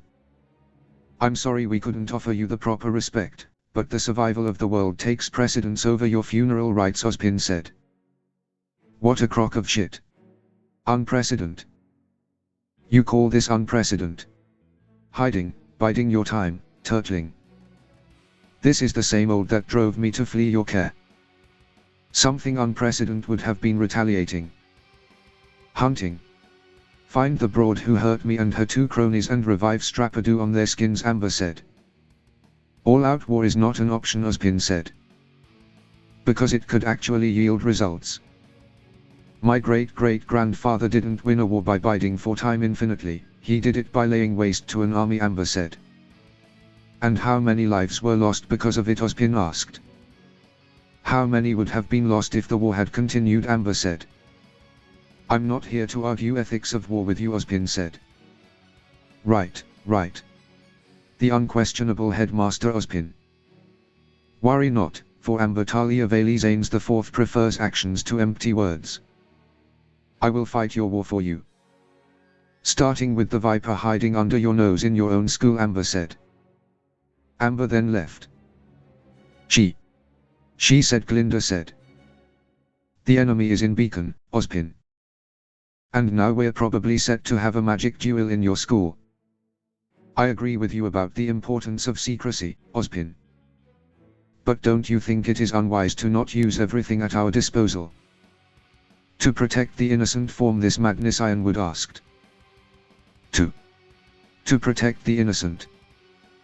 What do you suggest? James Ospin asked. Penny, my dear. You are definitely involved with some peculiar characters, Enrico thought. Down in the vault. That was so liberating. Their faces and reactions, and the verbal joust. After months spent as a barely half-functioning mess, that was catharsis. Now, though, I should gather some magic and think about how I'm going to explain everything to them. So much to tell, so little time, Amber said. Monday. Day 155. Deku was currently looking for Mina before class started. There was something he needed to talk to her about. He found her with her team. Hello Mina. Can I talk to you for a moment? Deku asked. Hey Izuku. You want to have some kinky time after school? Mina asked. Mina. Not when we're around, Irina said. And not in our room again, Garland said. Deku laughed. No, not today, sorry. There's something important I need to talk to you about, Deku said. Oh, fine.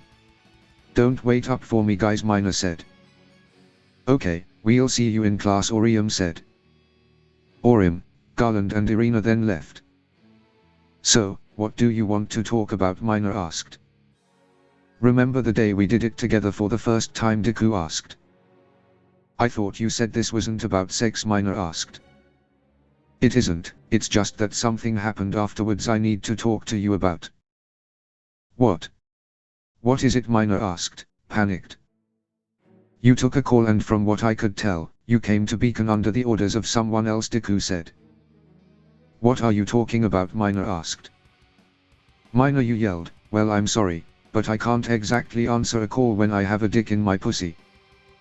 Or would you have liked to hear us and for him to find out? Deku said. Mina then pinned Deku to the wall. You better not have told anyone. Or you're dead, Mina said. Don't worry. I haven't told anyone. In fact, I have some information that may be useful to you, Deku said. You do? Mina asked. Yes. From what I overheard, you're here for a good reason. So I think you should know that. Hold on, Deku said, looking past Mina.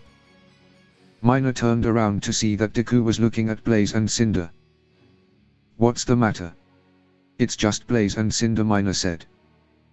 That's what worries me, Deku said. Why would them talking to each other be a bad thing? They are sisters after all, Mina said.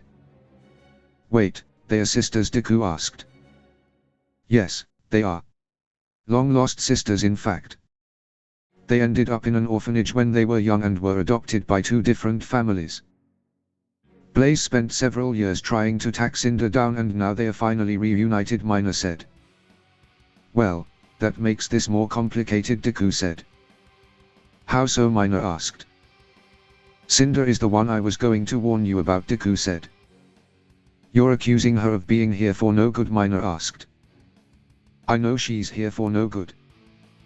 I just don't know what exactly she has planned, Deku said. Then we best find out, Mina said. Sadly, I can't help with that.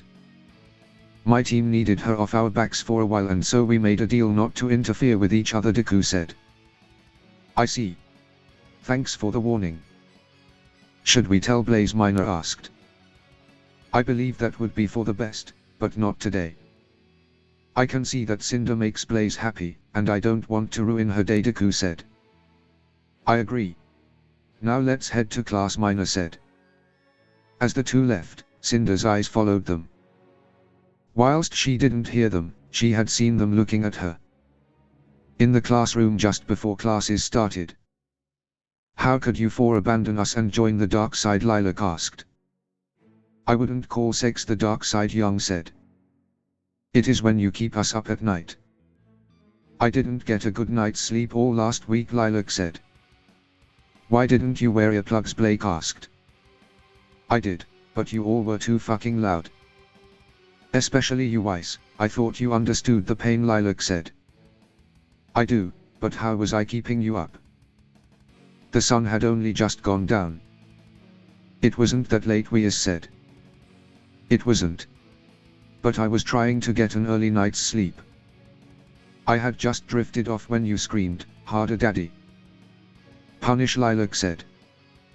Stop. I'm sorry. I'm sorry, alright. Just please don't say anymore, Weiss yelled. Who knew the Ice Queen could be melted so easily, Ruby said. Oh, don't you start. You might have not been as loud, but you were certainly more lewd. How could such an innocent girl be so dirty, Lilac said. That's Young's fault, Ruby said. Hey. Don't blame that on me, Young said. Oh, yeah. Who's the one who brought boys home almost every night, Ruby asked. Young said. Wow, you guys are loud. And here I thought these kinds of things were taboo to talk about in public, Deku said. Oh, hey Deku, Young said.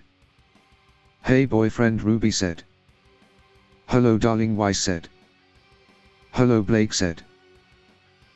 Stay away from me. I will not fall victim to your charms, Lilac yelled. Deku laughed. Don't worry, Lilac, I won't use my so-called charms on you, Deku said. Thank you, Lilac said. This year, Deku said. Lilac blushed. You better not, or I'll rip your dick off, Lilac yelled. Good luck. Evelyn and Penny have already tried, Deku said. It took Lilac a moment to understand what Deku meant. Too much information, thank you. And now I'm going to go before you say anything else, Lilac said. Deny it as much as you want, Lilac, you'll fall for Deku one day, Young said. I'd rather die. Good day everyone, Lilac said. Lilac then left. You know. I have a feeling she doesn't like me, Deku said. I wouldn't say that. She's more in a bad mood due to a lack of sleep, Weiss said. Which I caused, Deku said. Well, technically we caused it. We wanted to do it and couldn't keep our voices down, Blake said. But you were loud because of me, Deku said. Potato. Let's just say it was all our faults and move on, Young said. Right. Class is about to start. We'll see you later, Izuku, Ruby said. See you girls, Deku said. At the safe house. So. How did it feel, Thriller asked.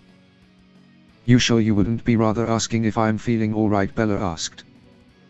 Oh, please, you've had a 1.21 gigawatt smile plastered on your face ever since you came back.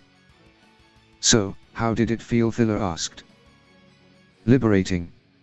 I've only ever used so much power once before, against the Guardian. And I wasn't in the best states, then.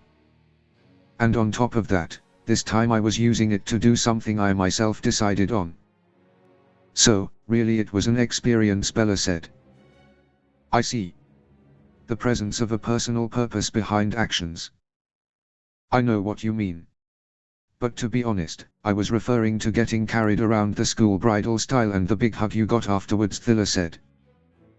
Bella blushed. It felt, Bella said, remembering what happened yesterday.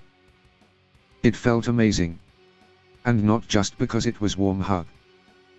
He actually touched me himself, I don't think he could stand being in my immediate vicinity not too long ago, and now, Bella said. Well, sounds like you're back to the starting point, then. What's the next step, Thriller asked. Inhale.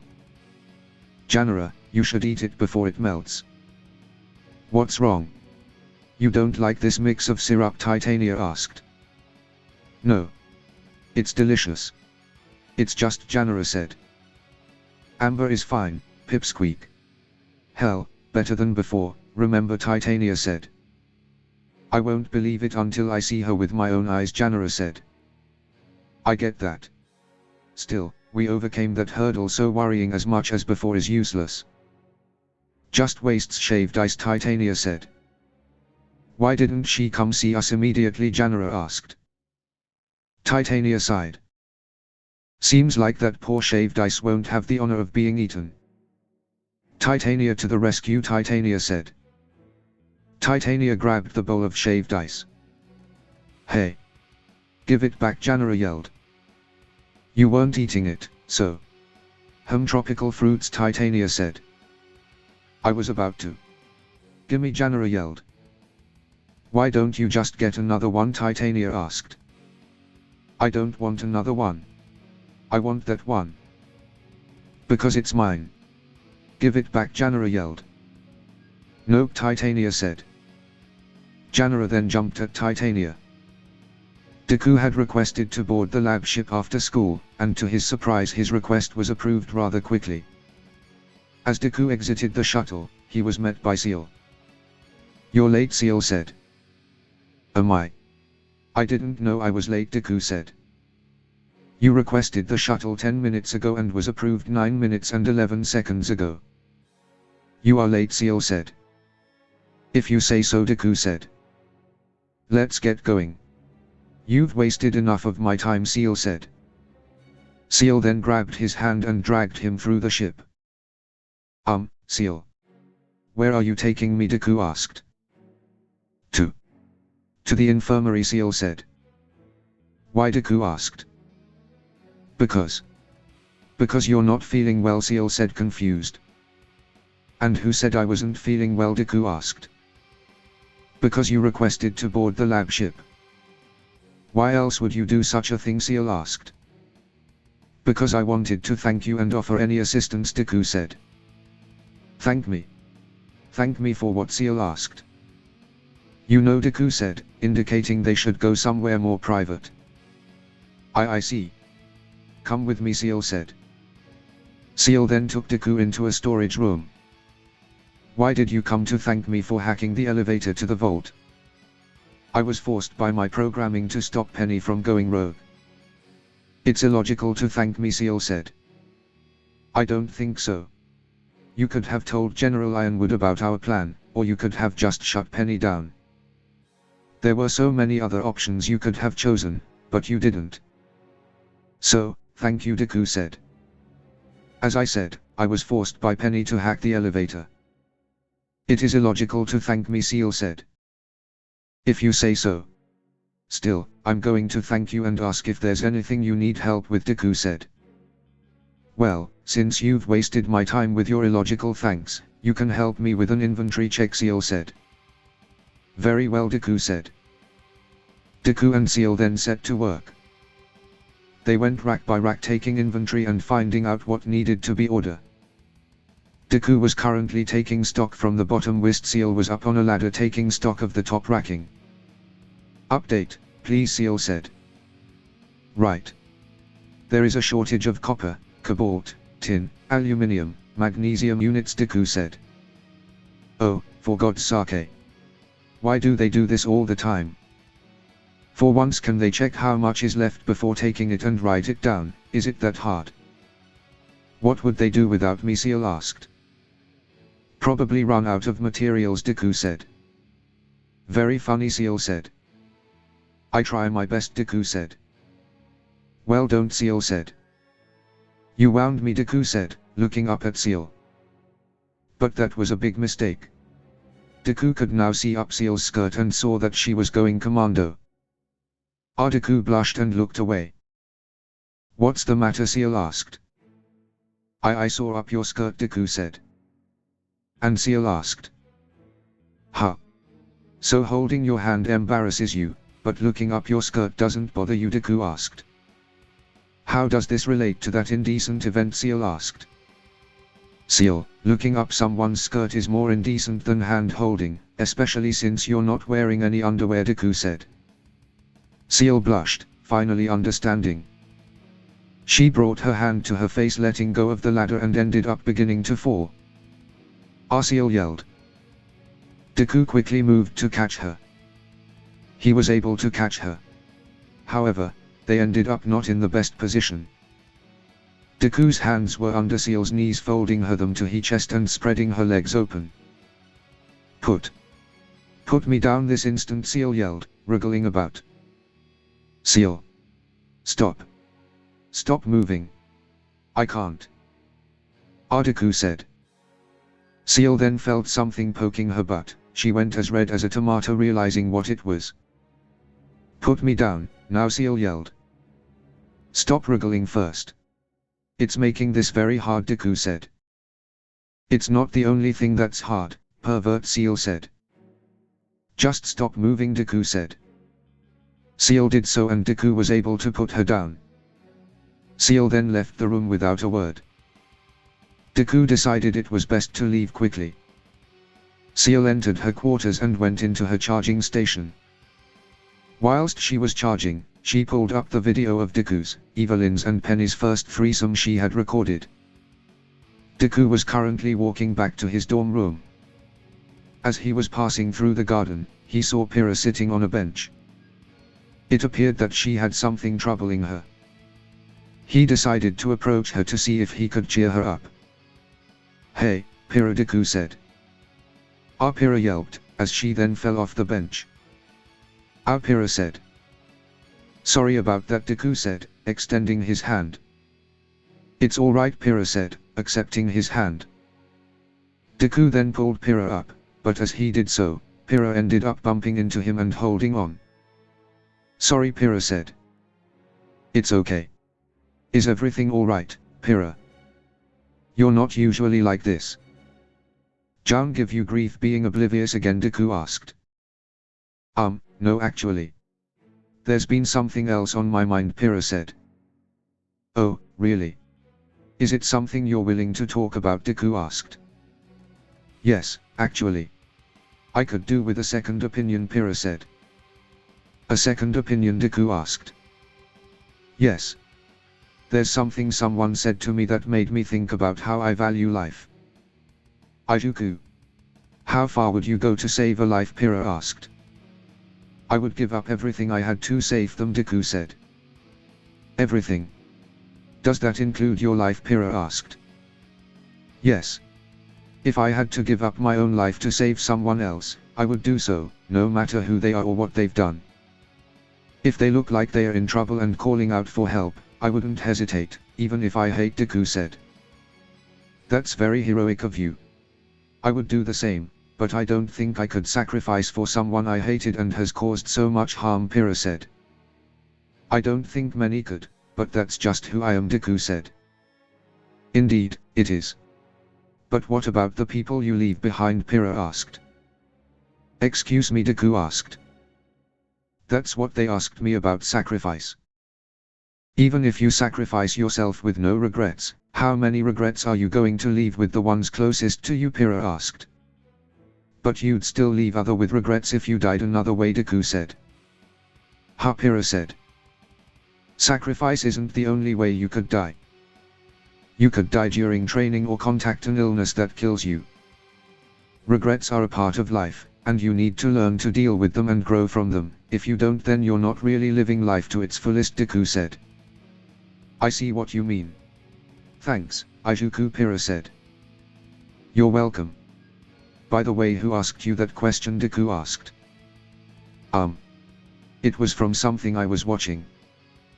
They asked the question and it just got me thinking, Pira said. I see. Good night, Pira, and make the most of your life, Deku said, with a smile. Pira blushed. Good night, Deku. Make the most out of your life as well, Pira said. Already, Deku said. Deku then left, leaving Pira to think about sacrifice, and something else. Tuesday. Day 156. Deku was currently thinking of Nora and what happened in the gym with her. He had seen her this morning whilst having breakfast in the mess hall. She was once again wearing her gym clothes, and once she noticed Deku, she became very bouncy, and so did her chest, helped by the fact she once again wasn't wearing a bra underneath. Deku did his best to look away, but Nora just kept creeping into his view. He was glad when he and Penny left early to grab some seats in class. Izuku, are you okay? Penny asked. I am, Deku said. Hey, Deku. Hi, Nora said. Nora had followed after them. Wow, it's been a while. Well, not really since we see each other every day in class, but it's been a while since we talked like this. Also, hi, Penny. You're looking good, Nora said. Hello, Nora. You're looking positively healthy and glowing, too, Penny said. Hello, Nora, Deku said. Huh? What's wrong, Deku? Nora asked. I asked him the same question. His complexion is veritably flushed, Penny said. Just the heat, I'm fine, Deku said. I see. So we could say that you're a bit hot under the collar, Nora asked. But Izuku doesn't have a collar, Penny said. It's just a figure of speech, Ginger sister, Nora said. Oh, I see. And what does it mean? Penny asked. It means that Izuku is a bit worked up, Nora said. Deku stuttered. I don't know that one either, Penny said. What about turned on, then? Nora asked. What? Izuku has an external power source, Penny asked. Well, Penny, technically Anyway, no. Shut up, Deku yelled. In want. Burning. Aching. Hot to trot. Rambunctious. Concupiscent, Nora asked. I'm afraid I still fail to, Penny said. Thirstier than a Black and his thermos, Nora asked. Oh, now I get it. Izuku, if you're that thirsty, you should replenish your liquids, Penny said. Yeah, Deku, you should drink of the fountain of Nora said. A drink sounds wonderful. Go on ahead, Penny, I'll be back shortly, Deku yelled. Deku then quickly left. Nora, are you sure he's thirsty? It appears that something else is bothering him, Penny said. Oh, don't worry, sister. He is thirsty. Very, very thirsty, Nora said. Team JPDE were heading to the mess hall for lunch. Hey boy toy, Coco yelled, slapping Deku on the butt. Deku yelped. Glad to see you up and about. Last thing I heard about you is that you were significantly injured before going on a mission, Coco said. Thanks for the concern, but that was quite a while ago. Was your mission supposed to last that long? Deku said. It wasn't. There were so many Grim, more than the last time, and more than the time before that. But I was able to manage. Nothing can beat Coco Adele, Coco said. Only if you discount the fact that you went into a panic about not being able to shower for a week, Velvet said. Velvet, Coco yelled. Hello Velvet, David said. Hey, Bun Bun, Evelyn said. Hey guys, Velvet said. Velvet. I did not enter a panic, Coco said. Yes, you did. You cried for an hour when we found out that we would be out there for longer than before, Velvet said. But you didn't have to tell them, Coco said. Then you shouldn't have acted all high and mighty, Velvet said. Seems like you two have to discuss some things, so we'll take our leave, Penny said. See you two around, Jack said. See you later, Bun Bun, Evelyn said. See you, Velvet, Coco, David said. See you later guys, Velvet said. And I'll see you later, boy toy, Coco said. And I'll see you later, hot Coco, Deku said, then slapping Coco on her butt like she did. Coco blushed as Deku walked away. Everyone else was surprised for a moment. The rest of Team JPDE then followed after Deku. Got a taste of your own medicine, Velvet said. Shut up, Coco said. Come on, let's go for lunch, Velvet said. You go on ahead. Nature is calling, Coco said. Alright. I'll see you in a bit, Velvet said. A short while later, Team JPDE had gotten their lunch. They were having a pleasant conversation when... Ow. That hurts. Please, stop, Velvet said. The five looked to see Velvet being surrounded by four boys and having her ear pulled by one of them with brown hair and in armor. "What's the matter? Can't handle a bit of roughhousing?" the armored boy asked. "Yeah, we're hunters. If you can't handle this, you shouldn't be here," a boy with a green mohawk said. Tears began to form in Velvet's eyes. "Those little Evelyn," said. Deku then stood up.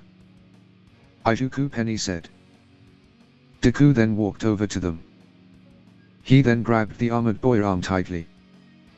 "Oh, the fuck you want, shrimp?" the armored boy asked. "Oh good, you speak Balinese. The next 2 minutes are going to be really important for you," Deku said. Everyone's attention was now on Deku. "What?" the armored boy asked. "You have some really critical decisions to make, and the first decision that you should consider is stopping what you're doing." "But I'm not going to hold back if you continue," Deku said.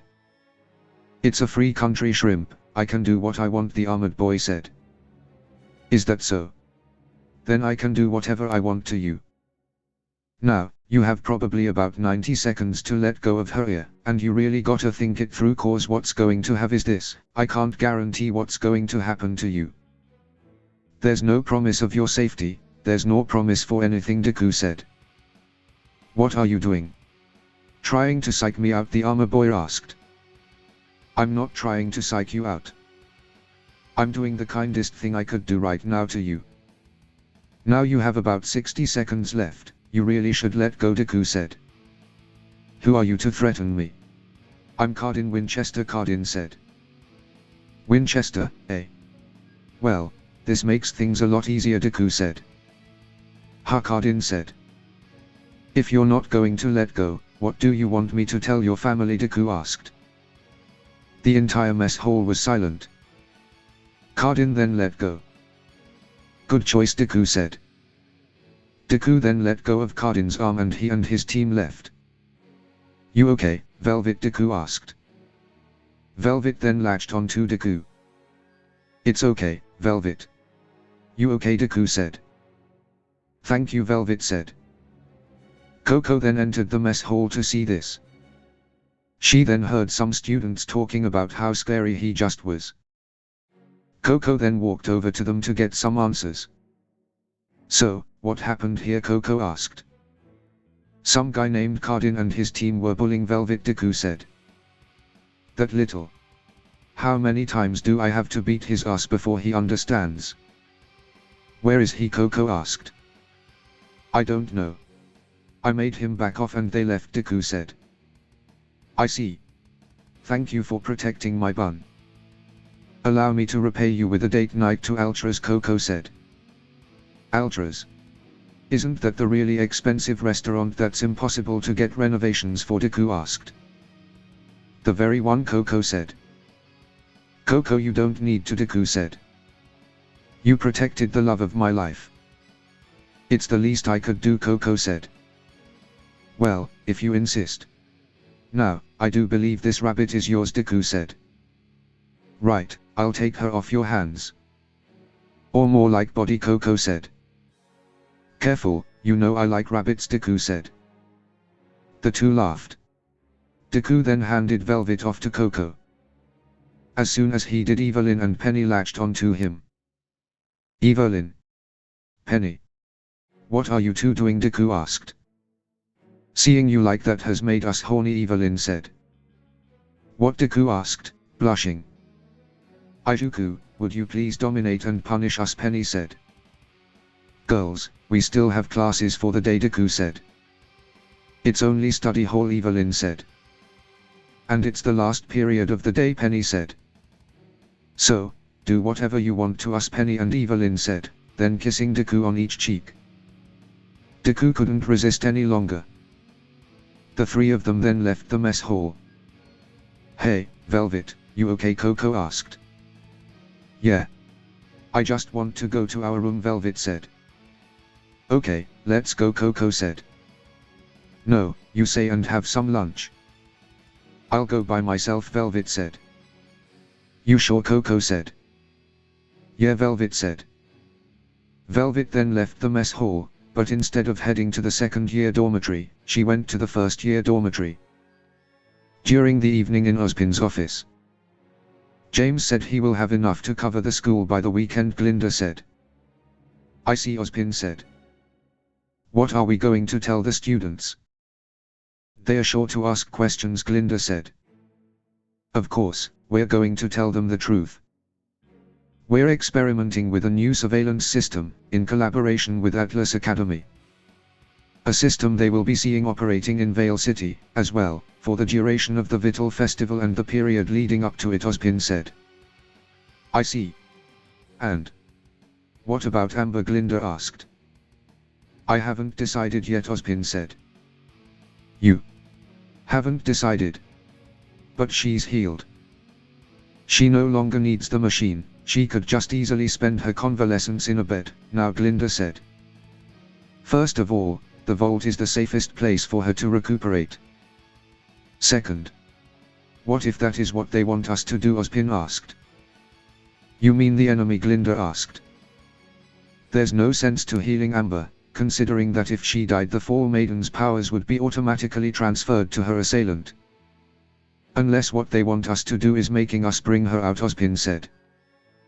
But they were alone with her for at least a few minutes. They could have easily killed Amber. This can't be about her powers, Glinda said. No. So we have to consider that there might be something else they're aiming for.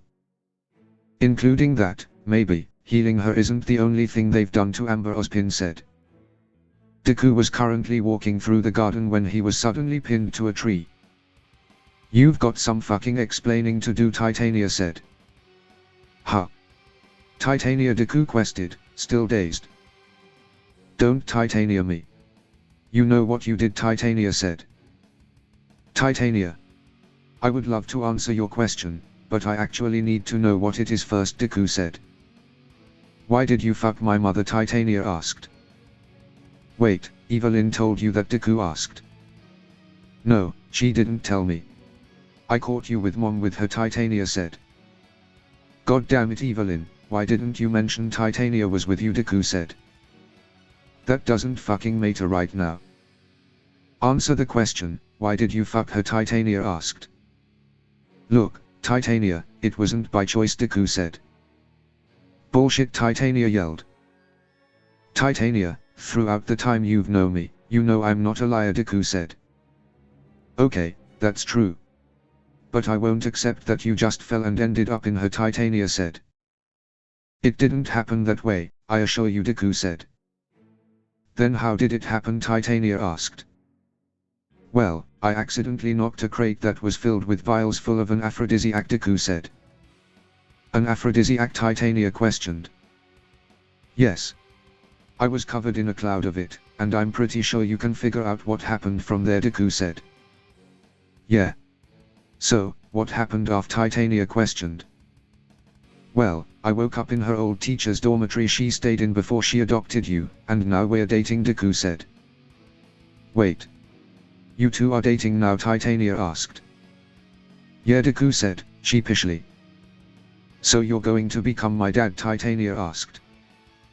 I guess so, Deku said. Absolutely not. You weren't supposed to become my dad. I wanted you to be my boyfriend, Titania yelled. Deku blushed, followed by Titania blushing and covering her mouth. Ignore that, Titania yelled. Oh, I see. You're jealous, Deku said. No, I'm not, Titania yelled. Don't worry, Titania. I'm sure the others would accept you, Deku said. I don't know, Titania said. Come on, you've come a long way from our first meeting. I'm sure they'd at least be receptive to the idea, Deku said. You really think so, Titania asked. I do. So why don't we go into Vale for a date, Deku said. Okay. Yeah, I'd like that. But what are we going to do, Titania asked. Whatever you want. Apart from sex, Deku said. I wasn't thinking that, Titania said. So, what were you thinking, Deku asked. Anything but that. What about just going into Vale and doing whatever we come across, Titania said. That works for me.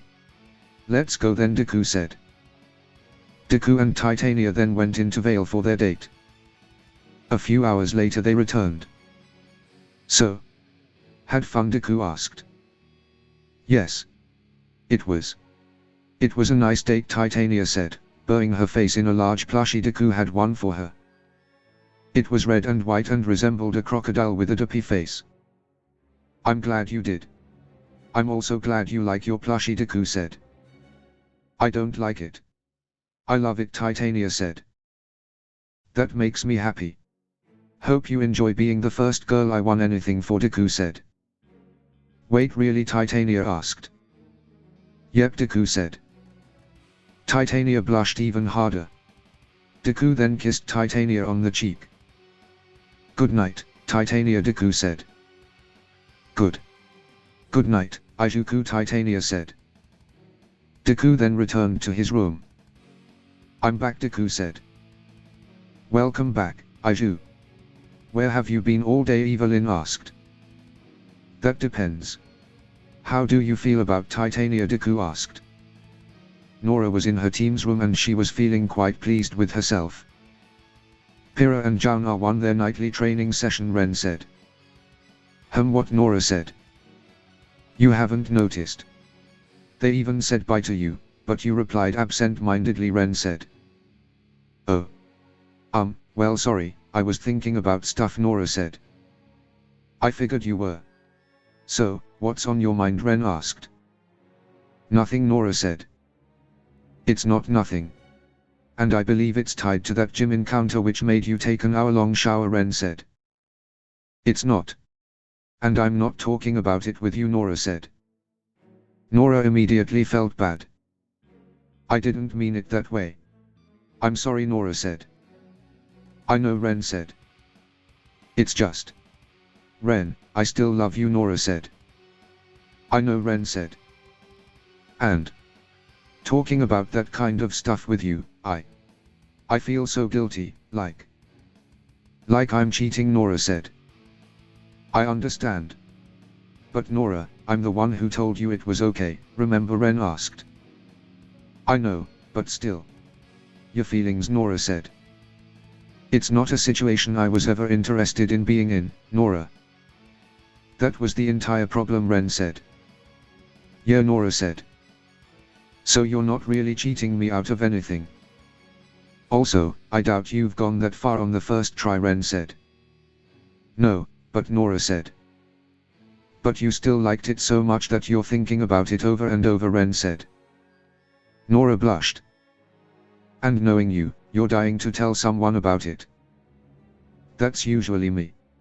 And there's still no reason to restrain yourself on my part. So, Nora. How did it go? Ren asked. Nora said. Yes, Ren asked. Ren, it was amazing, Nora said. So I guess I saw right? Ren asked. Yes. He was all shy and awkward and trying to look away and not to acknowledge his face, Nora excitedly said. What about his face? Ren asked. Ren, I barely touched him. I grasped his wrists. I've done nothing but exercise and hover above him without a bra, and he was so many shades of red, Nora said. I see. Is that all? Ren asked. No, then I was helping him with reverse crunches, and when he started staring, I couldn't help myself. I started prodding him, teasing him, trying to get him to admit that he was staring, that he was undressing me with his eyes. And the more I prodded him, the redder he got, and the more he stared, the more he turned on he got, until Nora said. Until Ren asked. Nora's face fell. He pushed me off and ran out of there, Nora said. Home. I'm sorry, Ren said. Oh, don't be. You picked the perfect guy, Ren. Sure, right now he's avoiding me like the plague, but he can't do that forever. I'm going to corner him again and tease him and torment him and get into his head until he jizz in, Nora said. Meanwhile in Team JPDDE's room, Deku had just told Evelyn and Penny about what happened with Nora. There, Iju. It's alright, Evelyn said. I'm so sorry, I didn't mean to, Deku said. Shush, it's alright. The evil ginger boobies can't hurt you anymore, Evelyn said. What? Her boobies aren't evil, Deku said. You sure are acting like they are, Ijuku, Penny said. No, wait, I'm not afraid of ginger boobies, Deku said. Then what are you afraid of, Evelyn asked.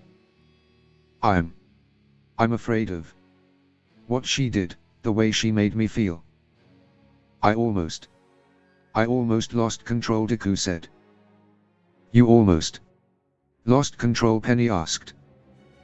You were about to, Evelyn asked. Yes. I know you two like to tease me, but you two have never pushed it that far. Left me in agony for so long, Deku said. Oh my, you poor thing. We best help you. Penny, mind making sure the door is locked, Evelyn asked. Of course, partner, Penny said. Penny then went to lock the door. Wait, what? What, Deku asked. Now, Iju, that's a very nice sentiment and all, but you see, the reason why I never made you feel that way. It's because I haven't been really trying to, Evelyn said. Evelyn, time out. Can I get a timeout, Deku asked. Only if you can make a tea with your hands tied behind your back, Evelyn said. Meanwhile Jack and David were in the kitchen. Wait, what, Deku asked. So I guess we'll be needing this, Penny asked. Where did you even, Deku asked. You gonna join in? Probably going to be much better than being stuck here for hours, Jack asked. Hell no. I'm not going to allow them to make me more submissive, David said. So you admit to being a sub, Jack asked. It's become very hard to deny it, David said. David and Jack then prepared to wait it out. Alright Jack, 100 Leon says Ijuku is finally beaten, David asked. Alright then, 100 Leon says Ijuku loses it and take charge, Jack said. In the end, Jack won the bet, but they both lost a good night's sleep. Wednesday. Day 157. Team JPDDE were getting ready for school, but before they left, Deku had something to tell them. Evelyn, Penny, there's something I need to talk to you two about, Deku said. Sure, Ijuku. But shouldn't you inform David and Jack as well, Penny asked. They already know about it, Deku said. Okay, then. What is it, Evelyn asked. Let's head out to the balcony, Deku said. The three did so. Ijuku, I can see that whatever is on your mind is bothering you. You don't have to tell us if you're not ready, Penny said.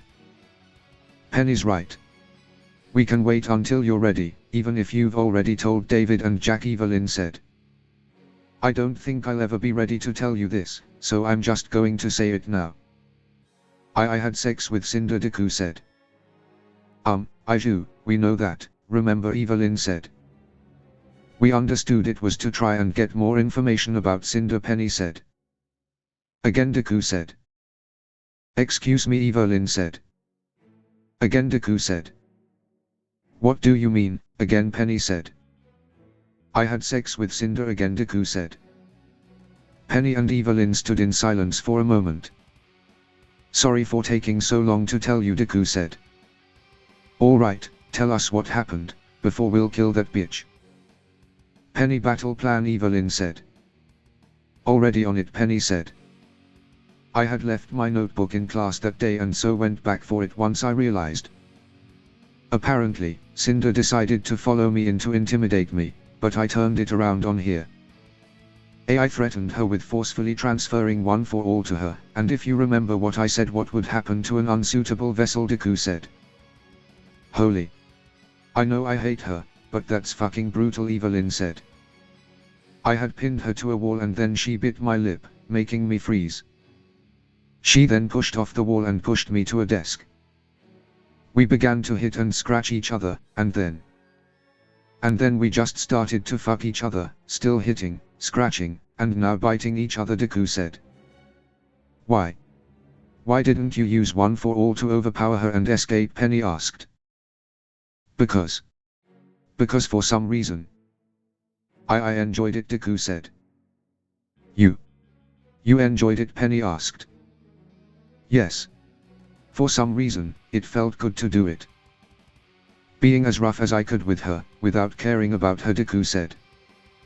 It sounds like you had a hate fuck, Evelyn said. A hate fuck? What is that? Penny asked. It's pretty self-explanatory, it's when you have sex with someone you hate.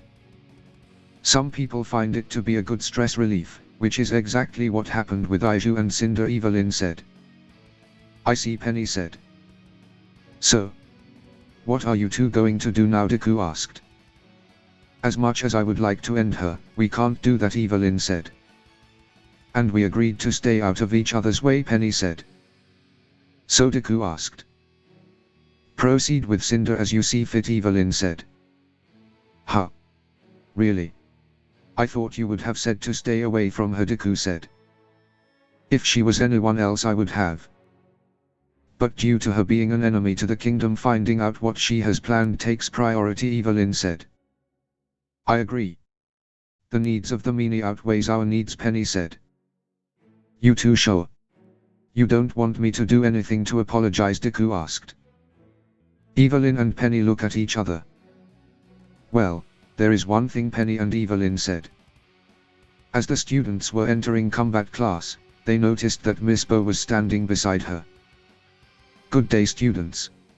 Now, I'm sure some of you may be wondering why Miss Bo is here, Glinda said. I'm pretty sure all of us wondering that, Miss Goodwitch said. Yeah, do you expect us to get hurt during this combat class? More so that previous classes, John asked. I do, Glinda said. The students began to murmur. It has come to my attention that hunters may come across an obstacle that can only be passed by not using aura. So today, you will be fighting each other without aura, Glinda said. Team JPDE and Team CMSN knew the reason why Glinda was doing this.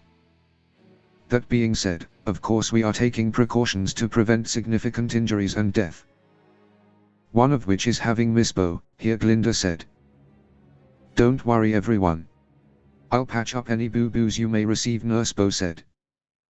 Also, you shall be fighting without your weapons, obviously. You shall be doing hand-to-hand combat with your partner, except you Mr. Midoriya, you shall be partnered with Miss Glasses, Glinda said. Very well, Miss Goodwitch, Deku said. Oh, no, Lilac said. Oh, no. Why the oh no, Deku asked. The person you're going to be sparring with is Rie Glasses, Lilac said. I know, I heard, Miss Goodwitch. But what's so bad about her, Deku asked. She's quite the zealotry, Lilac said. Zealotry, Deku questioned. Yes. She's a history zealot for Mantle. She has an intense admiration of the old kingdom of Mantle. She wears the uniform of the army from over 80 years ago and fighting with a musket, Lilac said. Sounds like she's more into LARPing than being a hunter, Deku said. Oh, you best hope she didn't hear that, otherwise you're in for a world of hurt, especially during today's combat class, Lilac said. Don't worry, I've been hurt worse, Deku said. Still, be warned. She's also the protege of my father, he's an admiral in the Atlas military and she's a special student at Beacon. Since she's not on a team, she's a solo operative, Lilac said. Alright, students, leave your weapons behind and make your way down to the field, Glinda said. Thanks for the warning, Lilac. It's appreciated, Deku said. The students then made their way down to the field. Deku was soon approached by a woman in a red and white uniform with black hair and blue eyes. You must be Rie. It's nice to meet you. I'm Ijuku, Deku said, extending his hand. It's Miss Glasses to you. I do not permit you to call me Rie after you insulted Mantle's great history, Rie said. Say the girl who wasn't around to see that history, Deku said. Excuse me, Rie asked. History is often written by the ones in charge. How do you know that what the history books say are true? Deku said. What are you saying? Mantle was a perfect kingdom, Rii said. You sure? Every kingdom has skeletons in their closets, you just need to find the right closet, Deku said. Enough of your blasphemy. Let's just get this stupid exercise over with, Rii said. Okay then, Deku said. And since you were so rude about Mantle, I won't be holding back, Rii said. Then I shall return the respect, Deku said. Rii then punched Deku, but he didn't react. Hey! You're not supposed to use aura, Rii said. I didn't. Look at your scroll, Deku said. Rii did and saw that Deku aura pool had not dropped. What? What trick is this, Rii asked. It's no trick, I'm just used to pain. Don't get me wrong, it does hurt, just not as much as I've experienced. Now I believe it's my turn, Deku said. Close by, Teal and Lilac were sparring, though Lilac was having a hard time. Come on Lilac, you need to stop panicking and activating your aura, Teal said. That's easy for you to say when you can easily pick me up like a small child, Lilac said. Well, you won't always be able to fight on fairgrounds, Teal said. I know. Still, I don't want to be hurt. Speaking of which, I wonder how Izuku is doing with Rii. I know he said he could, Lilac said. Miss Bo. Would you please come here, Deku called. Miss Bo quickly made her way over to him. Lilac and Teal looked to see Rii on the ground, passed out and bleeding from her face. Izuku. I thought you of all people would show restraint, Nurse Bo scolded. I did. I only punched her in the face once, Deku said.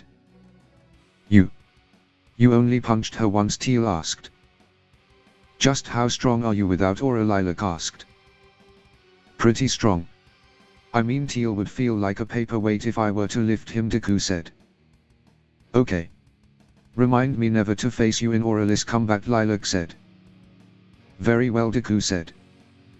Mr. Midoriya, since you've caused this, as punishment you shall carry Miss Glasses to the infirmary, Nurse Bo said. Very well, Deku said. Deku picked Rii up and left for the infirmary with Miss Bo. A short while later, Deku returned and easily defeated anyone in auraless combat. Izuku is really good at this auraless combat training, Young said. He is, but he's had lots of practice due to his semblance in his early days, Jack said. Oh, right. I forgot that his semblance used to drain all his aura in a single use, Young said. Other students then began to talk about Izuku for the rest of the class. Up in the lab ship. You want me to attend, Seal asked. Yes. Everyone else was in agreement. More or less. Your contribution has been invaluable, Seal. So we thought it'd be only fair for you to meet the person you helped save, Penny said. But I've only helped you because you blackmailed me. I've already explained this to Izuku, Seal said. You have, Penny asked. Yes. He came round to thank me, despite my protest. He then offered to help me, to which I accepted since he insisted, and then Seal said, stopping mid-sentence as she blushed. And then Penny asked. It's nothing, forget about it, Seal said, then sneezing. Penny just smiled. Back to the topic at hand. Don't you think that maybe I could get the information laid out to me, and Seal said.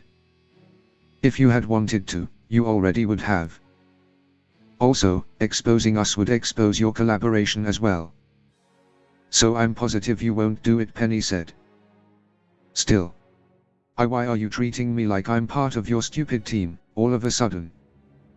I don't understand, Seal said. Seal. Is there something you want to do, Penny asked. Huh. Well, my prime directive, Seal said. That's not what I asked, silly. I have a prime directive too. And saving the world is a great objective my father gave me. I can't wait till I'm able to accomplish it. But it's not something I've come up with myself. Something I want to do just because I do, not because of a prime directive. Don't you have something like that? Penny asked. I want to make my father proud. But that's normal, no? Seal asked. Not really, no, Penny said. What? You mean you don't? Seal asked. No, Penny said. But he's your father. Why wouldn't you want to make him proud? Seal asked. Because he already is. Seal. There's a difference between what you think will make him proud.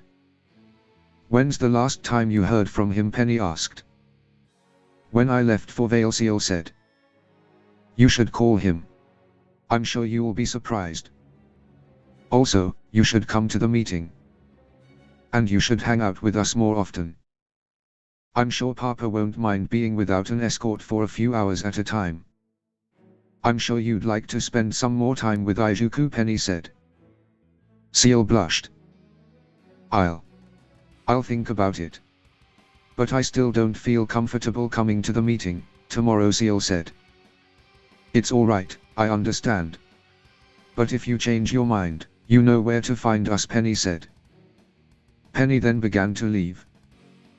Penny, Seal said. Yes. What is it? Penny asked. What is it you want to do? Seal asked. I want to make lots of friends. And live a long, happy life with them by my side, Penny said. Penny then left. Deku was walking through the beacon halls when Mr. Midoriya. You're coming with me, Glinda said. Deku yelped, as he was dragged away by Glinda. Glinda dragged Deku to a classroom. She sat him down on front of her desk and then went around to sit at her desk, and sternly looked at Deku. Miss Goodwitch, I'm sorry for whatever I did to make you drag me here, but could you please tell me what I did wrong? Deku said. You've done nothing wrong, Ijuku. It wasn't your fault, and besides, no rules were technically broken, Glinda said. Well, that's good to hear, but I still don't follow, Deku said. I'm referring to your recent relationship with Violet, Glinda said. She told you? Deku asked. No, I saw the two of you outside her old room. I confronted her after you left, and learned about the aphrodisiac and her relationship with Cobalt, Glinda said. I see, but why did you drag me here? Deku said. I just wanted to make sure you know what you can and cannot do with Violet. I don't want to have to expel you and terminate Violet's role as a teacher, Glinda said. I don't want that either, Deku said. Good. Now before I go over things with you, I have a question, Glinda said. Okay, what is it? Deku asked. You haven't told anyone about what Violet told you about my past? Glinda asked, blushing. Of course not. I would never spread such information around to others, not even my teammates, Deku said. Well, thank you for keeping it a secret. It's a part of my life I'm not proud of, Glinda said. It's alright. We all have a past we're not proud of, Deku said. Very true. Now let us go over what you shouldn't do with Violet, Glinda said. Very well, Deku said. Glinda then gave Deku a rundown on what not to do, like keeping their relationship to out of school hours and to not publicly announce their relationship. And that's everything you need to know to stay out of trouble, Glinda said. Thank you, Miss Goodwitch. Sorry about all the trouble, Deku said. Oh, believe me when I say, this is the least troubling thing I have to deal with in recent times, Glinda said. Still, sorry, Deku said. Apology accepted. You are now free to go, just remember what I told you, Glinda said. I will. I'll see you around, Miss Goodwitch, Deku said. Please, call me Glinda in private, Glinda said. Deku was surprised by this request, but he didn't deny her. Then I'll see you around, Glinda, Deku said. Once Deku had left the classroom, Professor Peach came out of a side room. Alright, phase 1 is complete. Now on to phase 2, Peach said. Are you sure this will work? Glinda asked. Without a shadow of a doubt, Peach said.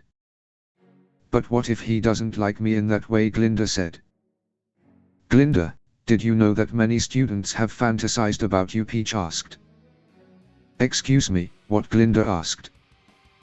I have overheard students, both boys and girls, wanting to be punished by you and suffocated by your. Peach said.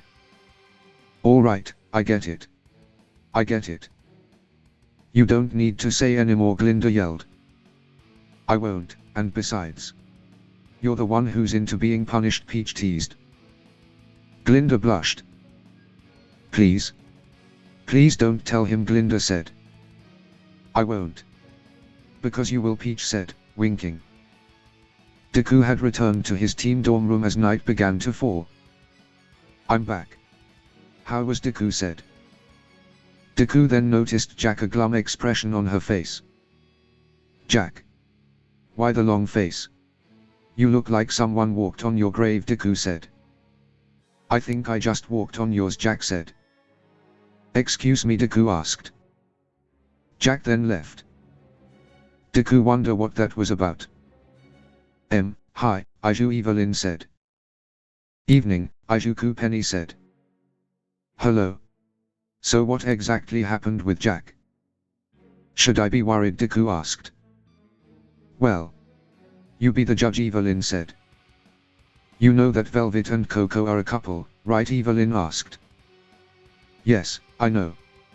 Coco made it quite obvious, Deku said. And Velvet told me. Now, remember her underwear? Evelyn asked. I do, yes, Deku said. Well, the impression we got was right, and more. She's kinda open-minded, Evelyn said. And Deku asked. Look, here's our conversation went, Evelyn said. Earlier that day. The trim is done. All that's left is the modifications you wanted. They're not something I can do myself, sadly. You'll need to find someone in town, Evelyn said. Coco will know someone, I'm sure of it. Thanks for your work so far, Evelyn, Velvet said. Velvet then began to laugh. What's funny, Bun Bun? Evelyn asked. I was just thinking about talking to Coco about it. I can do it so freely, now. And it's all thanks to you guys, Velvet said. I didn't do much other than making a dress and introducing you to David and Aiju. They're the ones who... I guess we call it tough love, Evelyn said. We can. I'm used to it with Coco, anyway. Are they like that in private too? Velvet asked. David is not afraid to speak his mind. Aiju does show a bit of tough love during training, especially to David, but I'd say that's more to help us improve, Evelyn said. Cool. Although, I was honestly referring to another kind of private, Velvet said. Oh, Evelyn said. Sorry, I guess it was a bit too forward, but I've always wanted to be able to talk about this with someone, Velvet said. Oh, don't worry. I'm just surprised you asked. Since you saw Aiju's for yourself, Evelyn said. You saw me, Velvet asked. And heard you. Did you forget about my ears, Bun sister? Evelyn said. Oh, yeah. Sorry for doing that. It was just, Velvet said. Don't sweat about it, you're not the first one to watch, Evelyn said. I'm not, Velvet asked. Nope. And I know how you were feeling. Aiju has the same effect on me, Evelyn said. How long did it take for him to become that dominant? Velvet asked. Who said he was submissive? He's been like that from day one, and if you push the right buttons and then say goodbye to your body and mind, Evelyn said. And David? Velvet asked. He can be the same if you push the right buttons and get him to snap, Evelyn said. Coco's the same way. I wonder how different it feels, Velvet said. How what feels? Evelyn asked. You know, being with a man, Velvet said. Oh. You mean you're? Evelyn asked. Not really. It's just, you know how hard it has been for me to voice my opinions to my girlfriend. Growing up I was even more of a nervous wreck of a wallflower. Boys have always been kinda scary to me. So, I never really tried. I am curious. It's just that now I'm with Coco, Velvet said. I see. Well, you look like you're good for each other, Evelyn said. We are. And now that I got better at speaking my mind, she's helping me catch up on so many things. Which, brings me to the, question, Velvet said. Evelyn asked. How do you feel about swapping, Velvet asked. Well, I'm sure you've heard about our expansion, Evelyn said. I have, both by word of mouth and squeaks of bed, Velvet said. I am up for the idea, but I have to veto the swap. If you want to get to my hunkies, it's going to have to be a free-for-all, Evelyn said. We can work with that. I can't wait, Velvet said. Well, you'll have to hold your horses until I tell the others, Evelyn said. I understand, Velvet said. But I can give you a teaser, if you're up for it. We have many toys that are their size, Evelyn said. That would be wonderful, Velvet said. The two moved closer together, before kissing and falling to the bed. Back to the present. Well, congratulations, Evelyn, you've picked a fine girlfriend, Deku said. I said the same thing to her, when she told me, Penny said. Shut up, you two, Evelyn said. There's no need to be embarrassed, Deku said. Yeah, we agreed to this expansion, so you have nothing to be ashamed about, Penny said. It just feels a bit weird and naughty of me, Evelyn said. You're always naughty, Deku said. You know what I mean. So, this means you two are in favor, Evelyn said. Affirmative, Penny said. Yes, I am. But what about you, Deku asked. Oh, you know I also like to watch, and I want to see what you and David do to her with your filthy paws. It just felt weird being the one to make the first move on this one, Evelyn said. That's 3-4. Now we just have to wait for David to return, Penny said. Well, speak of the devil and he appears, David said, entering the room. So what have you three been talking about, David asked. David was then brought up to speed. Team JPDE were getting ready for bed. But just before they climbed into bed, David had something to tell them. Don't go to bed just yet, guys, I'm calling a team meeting, David said. At this hour? Why didn't you call one earlier, Jack asked. I know it's late, but I recently learned some things about Amber that she'll be discussing tomorrow. And I thought it'd be best to tell you guys now, so she doesn't have to repeat herself, David said. You spoke with Amber. How wonderful. I'm positively happy to hear that she's recovered enough to speak with us once again, Penny said. Same, sister, Evelyn said. So, what did you learn about Amber, Deku asked. Well, as you've probably figured out, Amber is related to royalty, David said. I had a feeling. That secret passageway was clearly meant to be an escape route for the royalty of Vale, Jack said. Indeed, but that's not all. Amber told me that the secret passageway can only be activated by the Fall Maiden, David said. Hold on, why would such a thing exist in a royal palace, Evelyn said. Perhaps the Fall Maiden was the king and queen's personal guard, Deku said. You're close. The Fall Maiden isn't a guard for the queen because the Fall Maiden has always been the queen of Vale, David said. The rest of Team JPDE were stunned. That explains the passageway, Penny said. Well, congratulations on becoming the king consort to Queen Amber, Evelyn said. David chuckled. You wish.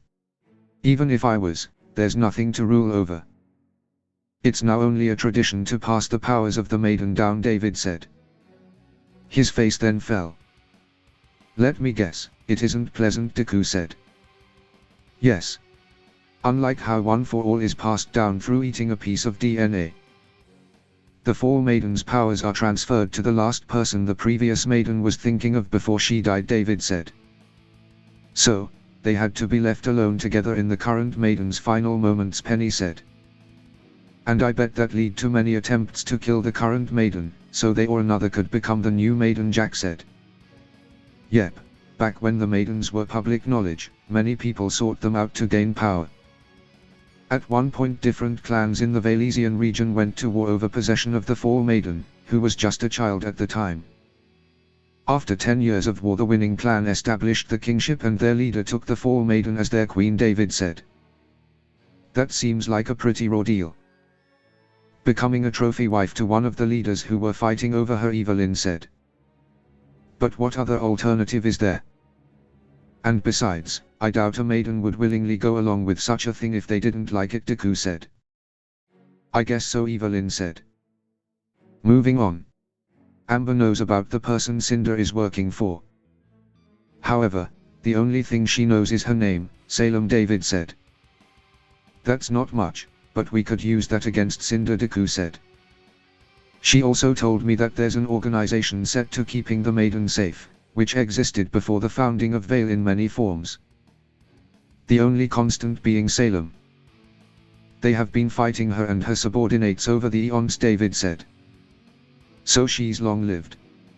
Just like One for All, but for much longer, Deku said. Yeah. Anyway, she has more to tell, but that can wait until our group is all together to avoid repetition, David said. Fair enough. Now let's get to bed, it's getting quite late. Good night, Jack said. Night, Jack. And good night to you three as well, David said. Night, Penny, Deku, and Evelyn said. Thursday.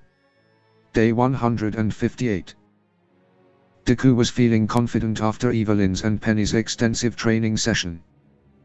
He now had more control over his hormones and could now resist Nora's assault. Oh, Izuku, Nora said. Hello, Nora. How are you, Deku said. Oh. Well. That was not the reaction I was expecting, considering how it went last time, Nora said. Oh, I'm not the same person I was last time, Nora, Deku said. Okay. Anyway, I hope that my presence hasn't been bothering you after our close encounter in the gym, Nora said. It was touch and go for a bit, but I'm over it now, Deku said. Are you, now, Nora asked. Nora then jiggled her breasts to get Deku to blush, but he didn't. Oh my gods, you really are over it, Nora said. Things that happen when you have two beautiful and sexy girlfriends. There's now nothing you could do to tease me that they haven't done. So, if that is all. Good day, Deku said. But. Nora said. Deku then left. Nora was quite miffed that Deku was not susceptible to her anymore. She then called Ren. Nora, Ren asked. Ren, when you go into Vale this afternoon, I'm gonna need you to grab me a box of cherries, Nora said. Sure. Are they for eating or, Ren asked. Of course they are for eating. But also for practice, Nora said. Just before classes were about to start, Deku and Mina told Blaze about the truth of her sister, Cinder. Sorry for dropping this bombshell on you, but we believed it was for the best that we told you Cinder's true intentions, Deku said. I suggest you distance yourself from her, Mina said. Blaze began to cry. I know I should, but Blaze said. Wait. You knew about Cinder's nefarious intentions, Mina asked. No, but I knew that Cinder wasn't a good person. Back when I was searching for her, I heard she was linked to the murders of the owner of the glass unicorn and her two daughters, and a hunter, Rhodes. But I didn't care about that, I just wanted to see my sister again, and now she's soon going to disappear again. But I won't stand idly by. If she's got something in store, I'll take up arms against her, Blaze said. I see. Again, sorry for dropping this on you, Deku said. No, I needed this reality check. It's just hard to accept the truth, Blaze said. Well, if it helps, you don't need to do anything. Me and Izuku will handle this, Mina said. Alright, I'll leave this to the two of you.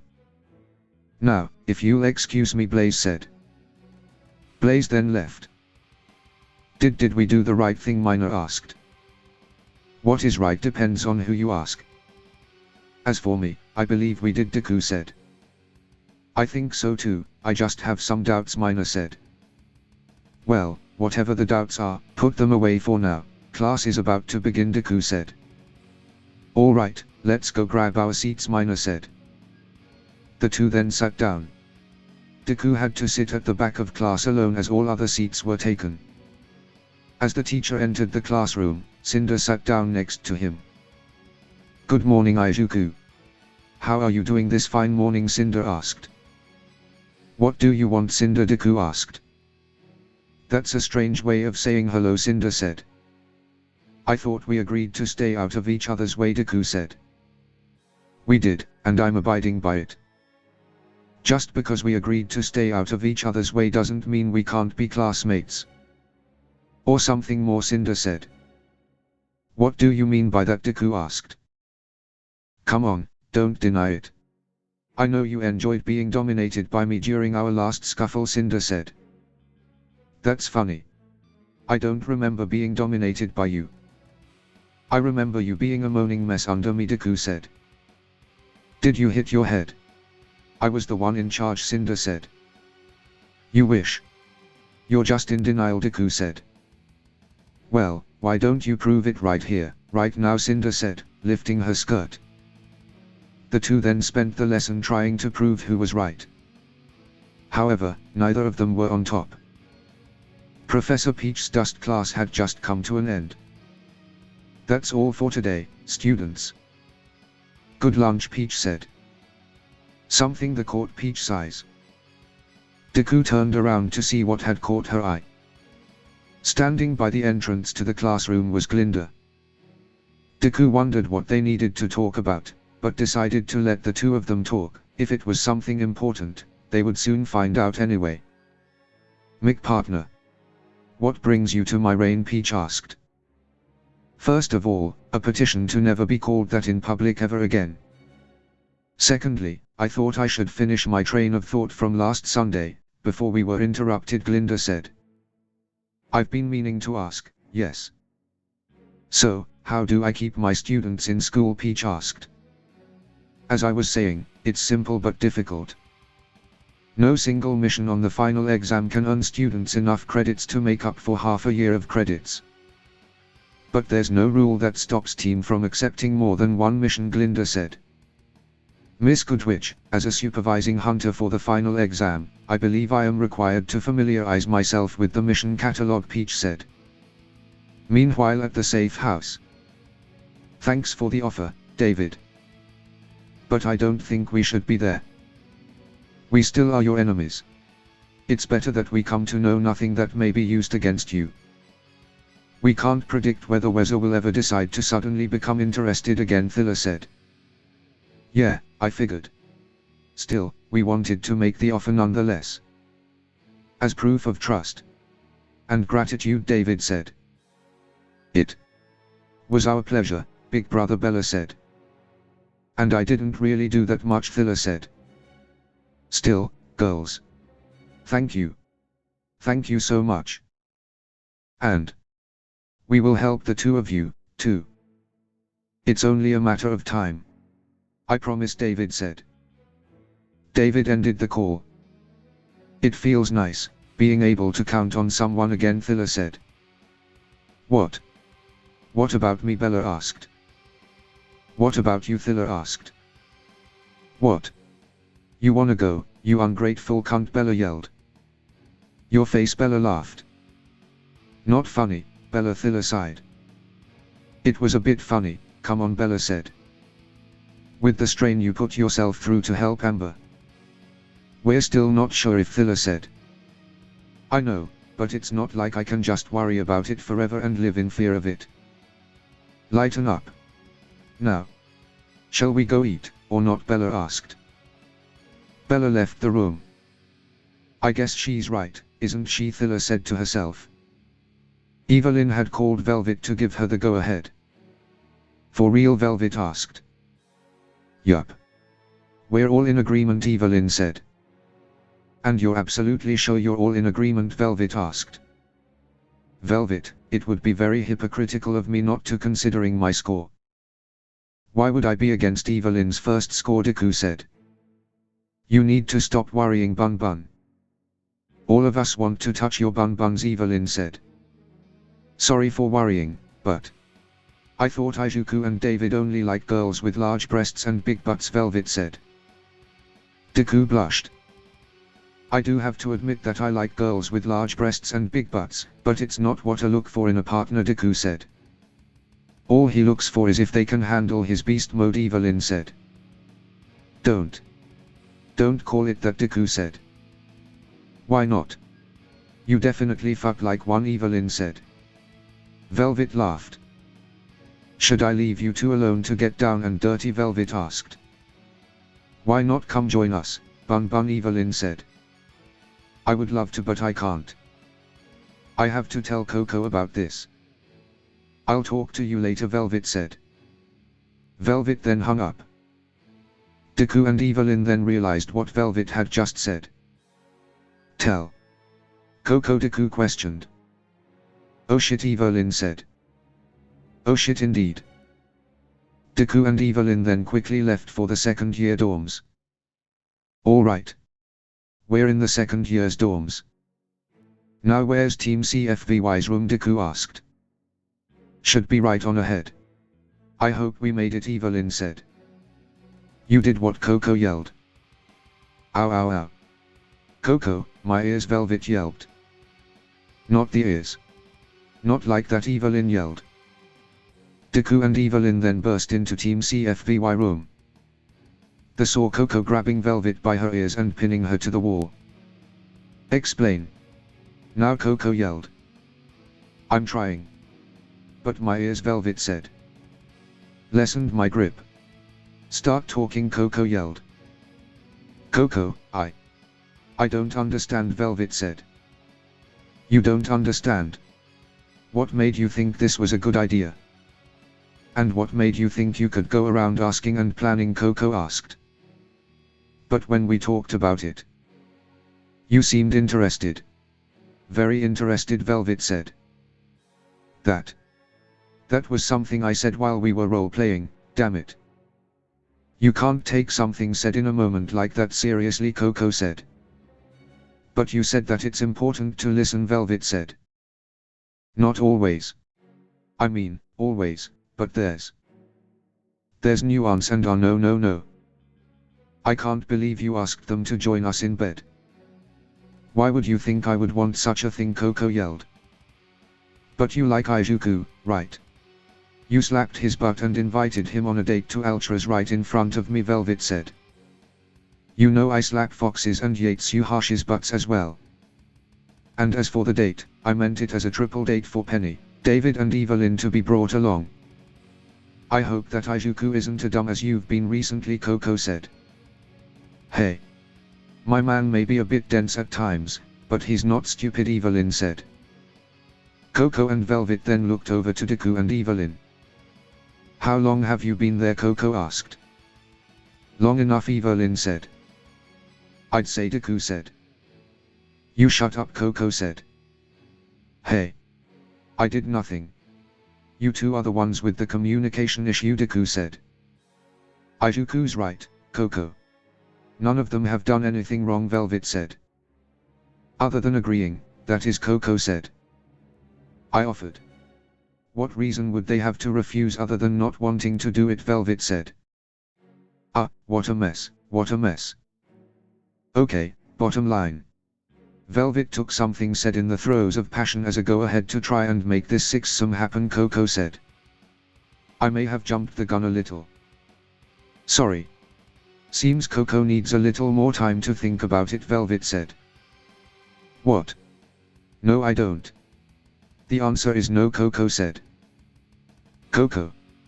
If you can tell me, right now, with 100% certainty, that you find the thought of seeing me surrounded by Deku, David, Evelyn and Penny arousing, I'll drop it forever, Velvet said. You little, Coco said. Coco then entered their room. Talk about a role reversal, Deku said. You go, girl, Evelyn said. Thanks. Really thanks. The me from just a little while ago would have never been able to do that. but it seems that my newfound confidence may have caused me to go a little too fast on certain things. Sorry you had to see that, Velvet said. Hey, it's fine. I'm glad it didn't cause a rift or anything, Deku said. Would a misunderstanding cause a rift between you guys, Velvet asked. Not really, no, Evelyn said. I figured. Anyway, I'll take it more slowly and let you know how it goes. I just have one thing to ask of you, Evelyn, Velvet said. What is it, Evelyn asked. I'm going to need to borrow that dildo for a lot longer, Velvet said. That's fine by me. I have the real thing anyways. But may I ask why, Evelyn asked. I told Coco about what we did when I returned. But she jumped me as I entered and now I believe she may have thought that was roleplay too, Velvet said. I see, Evelyn said. I hope I don't have to hear Coco screaming at you again, Deku said. Oh, don't worry. If anything, I'll be the one screaming. I can be kind of foul-mouthed, Velvet said. Velvet then entered her room. We're going to Vale to shop for a brown wig right now, Evelyn said. Not before this, Deku said. Deku then kissed Evelyn and took her in the hallway. Luckily, they weren't caught by anyone, except for being seen by some crosshairs. Deku had just finished exercising in the gym when he got a call from Pythia. Hey, Pythia. Long time no talk, Deku said. It has indeed been a long time. How ye been, Pythia asked. I've been doing alright. I did go through very rough patch recently, but it's behind me now. How have you been, Deku asked. Been touch and go with some stuff, but I think I'm finally settled in, you know. Now, actually, I rang you up cause I need some life counseling, Pythia said. You mean advice? You know I'm not a professional, right, Deku asked. Geez Louise, way to take all the romanticism out. Yes, I need some advice. So, I think you mentioned having multiple partners, 2 girlfriends and a boyfriend, right, Pythia asked. Yeah, I do. And I have to admit that the number of partners I have has exponentially increased, Deku admitted. Wait, what, Pythia asked. Yeah, I may have charmed the entire female student body, and some of the male student body as well, at least that's what Evelyn says. I just ask that you not ask any questions about it, Deku said. Very well. And actually that makes you the best person I could ask this question. How did they get the message across, Pythia asked. Well, each of them had their own way, but in the end, they were all the same. I'll tell you how Evelyn planned to get the message across, Deku said. Planned? Were you so dense that she had to change tact, Pythia asked. While I do have to admit I had no idea Evelyn fell for me, it wasn't because I was dense, Deku said. Then what did happen, Pythia asked. The TLDR is, she planned to take me to a VIP room in a club and make her feelings very obvious by kissing me and showing me a good time. But she accidentally got us both very drunk and ended up executing her plan onto David. Afterwards she accepted she would have to sleep in the bed she had made, but Penny suggested that we all date each other, before kissing me and David, Deku said. That's quite the interesting story, Pythia said. Yes, it is. Every one of my partners has used the same thing to show me how they feel. A kiss. No matter if it was a peck on the cheek or deep passionate kiss. It's a simple but effective way to display your feeling to the one you love, Deku said. I see. Now, it's getting kinda late, so thanks for the life counseling, sorry for bothering, and have a pleasant tomorrow, Ijuku, Pythia said. You too, good night, Deku said. After the call had ended, Deku was making his way back to the dorms when he got another call. This time, it was from Pira. Pira, good evening. How are you doing, Deku asked. I'm doing fine, Ijuku. Listen, Pira said. Take your time, Pira.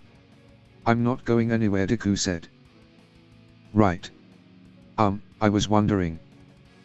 Are you free this Saturday, Pira asked. Yes, I'm free.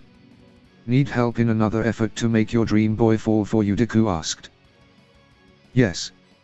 Yes, absolutely. Could you show me some date spots in Vale? The more romantic the better, Pira said. Ah, I see what you're planning. I'll gladly show you the best spots, Deku said.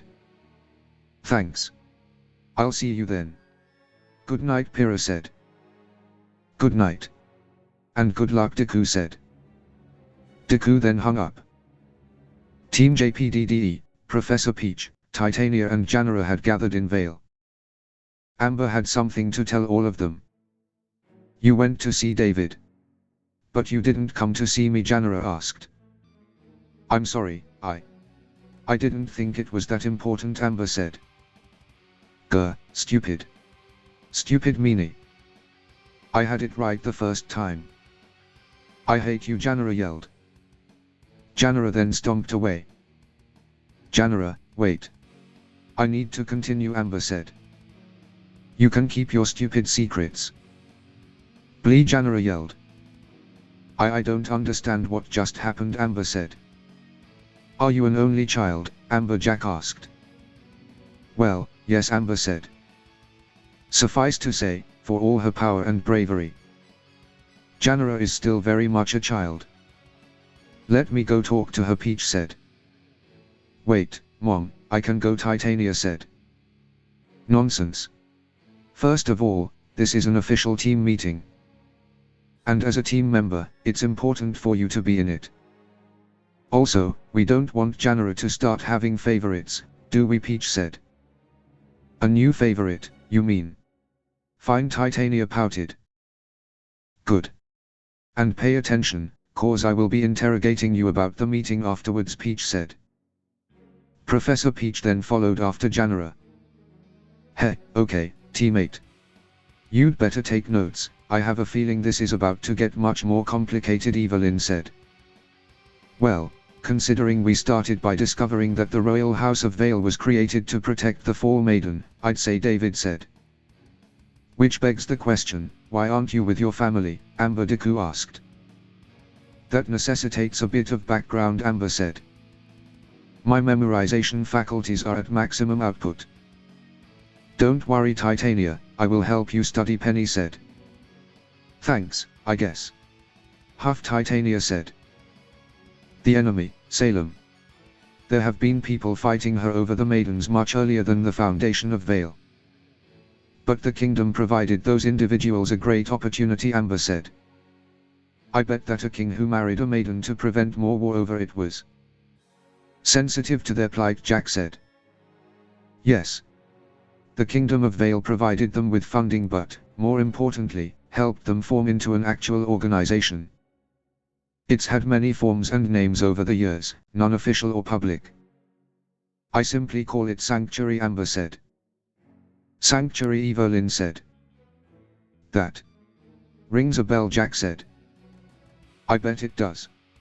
You see, I call it Sanctuary because that's also the name of a place. The place where my family exiled themselves to after abdicating, the place where maidens are sheltered and trained. But it's also the base of operations for Ospin's orphans. You probably heard the name mentioned by some of the senior ones you've encountered, Amber said. Oh. Wait, does that mean that? Penny said. The orphans were originally created as a guard for the maidens, yes. But not only that. Think about it. 4 great academies, 4 headmasters, 4 different groups of orphans. 1 for each maiden, Amber said. You're telling me that the 4 hunter academies were born out of Sanctuary? David asked. The founders were all members, yes. When I said that Sanctuary has had different forms over the eons, it's because even after forming into an organization, it's had to adapt to the changing times. Remnant doesn't know about the enemy or the war over the maidens. Its life continues in spite of such things, and when the time of the kingdoms was over, the one of academies began. The 4 great academies of Remnant are what the Kingdom of Vale has been until the Great War, centers of organization, influence and manpower of Sanctuary, which is ruled by the 4 headmasters. Well, I say that, but, in reality, James Ironwood and Leonardo Leonhardt have almost always deferred to Ospin. Only the headmistress of Vacchio has ever acted as his equal, Amber said. General Ironwood doesn't sound really deferring, though, Evelyn said. If I had to take a guess. I bet that he started doubting Ospin after what happened to you, Amber Titania said. It's possible, yes. He failed to convince me to stay, and he failed to keep me in sanctuary, Amber said. So you left of your own will, Amber? Why, Penny asked. Because I didn't want to live out the rest of my days trapped inside of one single location, without ever seeing the outside world. I wanted to actually live my life. I had completed my training, I thought I could handle the real world on my own, now that maidens were no longer targets for all that lived in it. I was mistaken. Still, I had never been taught there's a way to directly steal a maiden's powers. That completely blindsided me, Amber said. And so was Ospin, too, I bet. Guess Salem found a way to steal the maiden's powers. Just like All for One, Deku said. On that, I almost have to compliment her. Millennia of fighting through proxy, trading maidens back and forth, without ever reaching a resolution. It drives me mad just thinking about it, Amber said. What's up with that, anyway? If this Salem person is, like, the source of all this, why don't they just off her, Titania asked. I don't think it's that easy, Titania.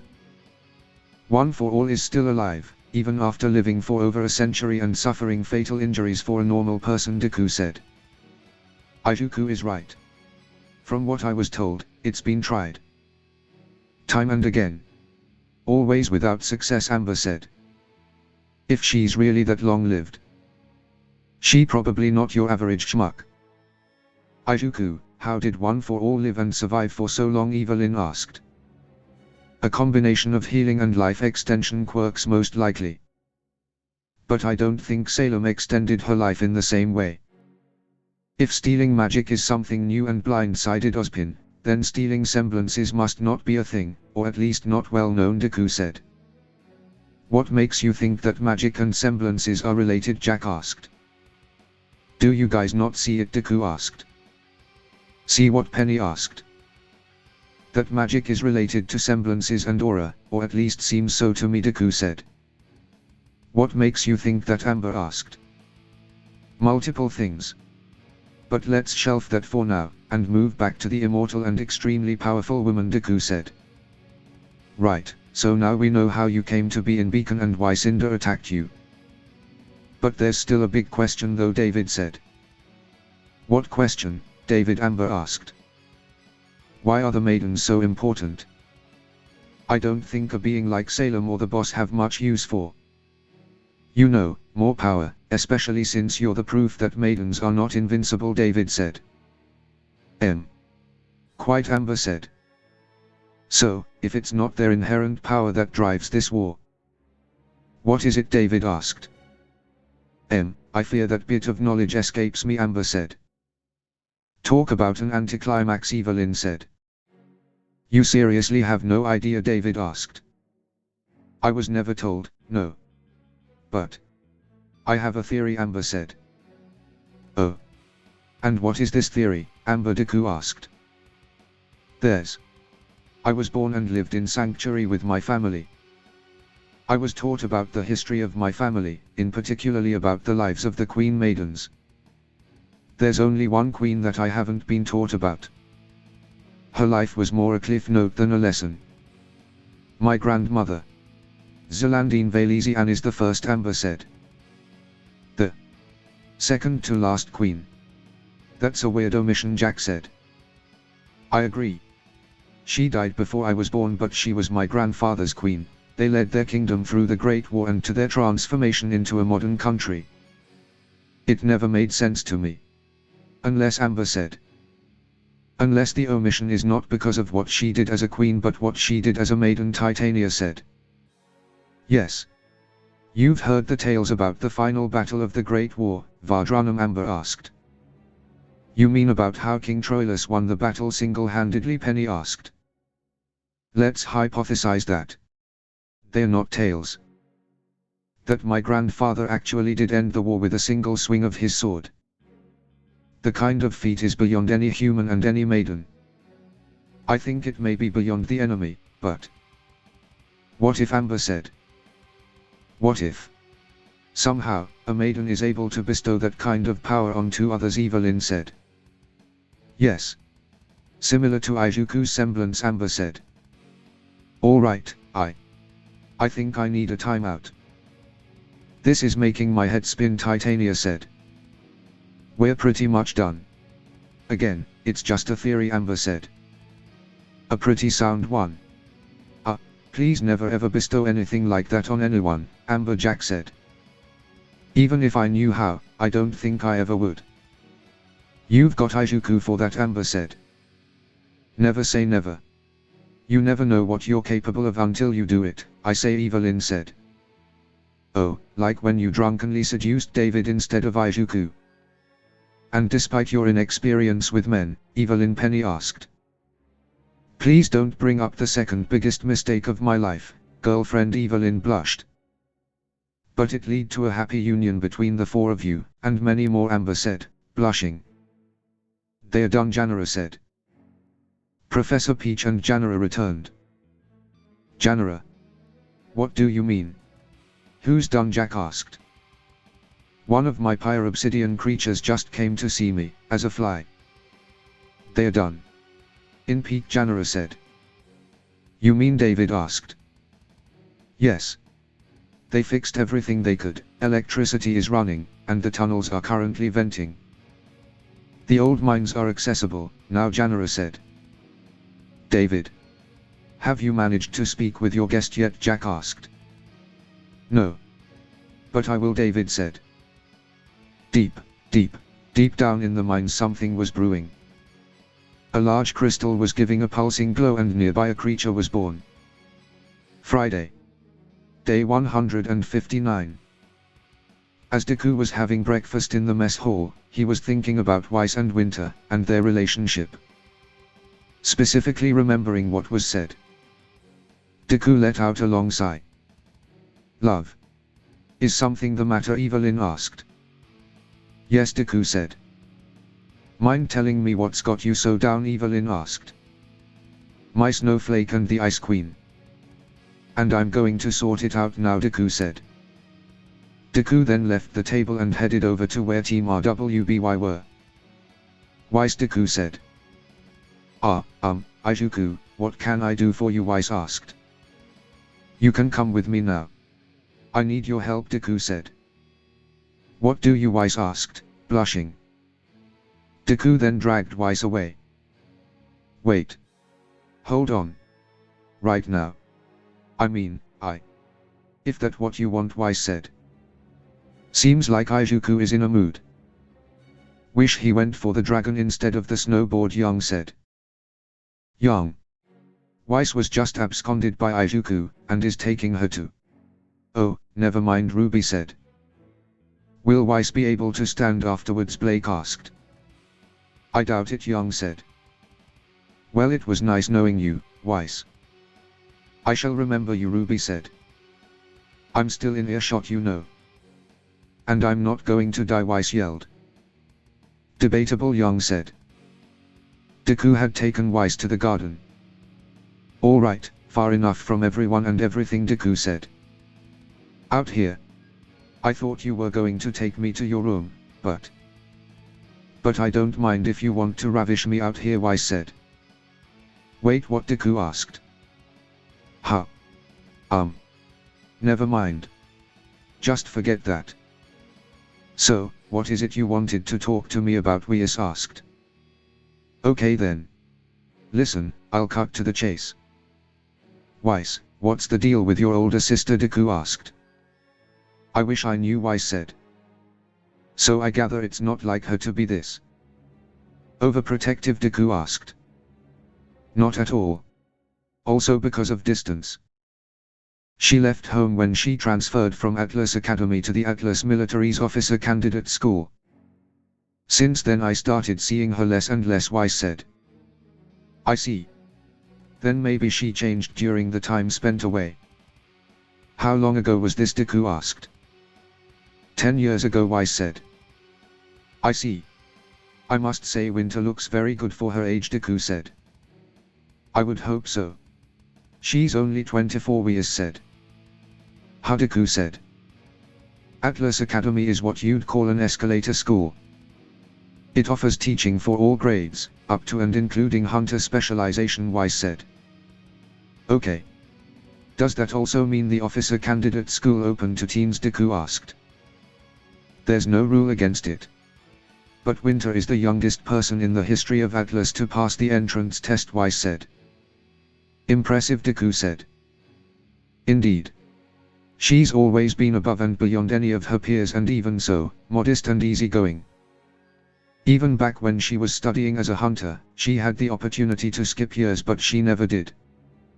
She said that having peers to relate to was also an important part of growth. She had so many friends. The Ice Queen person you're more familiar with came later, Wise said. I bet the changes came about when she decided she wanted a career in the military, Deku said. Yes. I was young, so I don't exactly know what transpired, but Winter suddenly decided to transfer schools. To change her path altogether. And that's also when she decided to distance herself from the Schnee family name and from our family altogether. I'm the only one she still regularly keeps in touch with. Or at least I was, Wise said. You haven't heard from her since? Deku asked. No, and I regret saying those words to her. Not that I didn't mean them, but I miss her, and I want to understand, Wise said. Deku then moved to hug Wise. That's what hurts the most. The realization that, for all that I admire her and want to be like her. Strong, independent, someone to look up to. I don't really know my sister. I only know the image she let me build in my head, Wise said. Meanwhile in Vale. A refill, please, Winter said. Of course, miss. Would you maybe also like something to eat with it? The barman asked. You got anything bitter? Winter asked.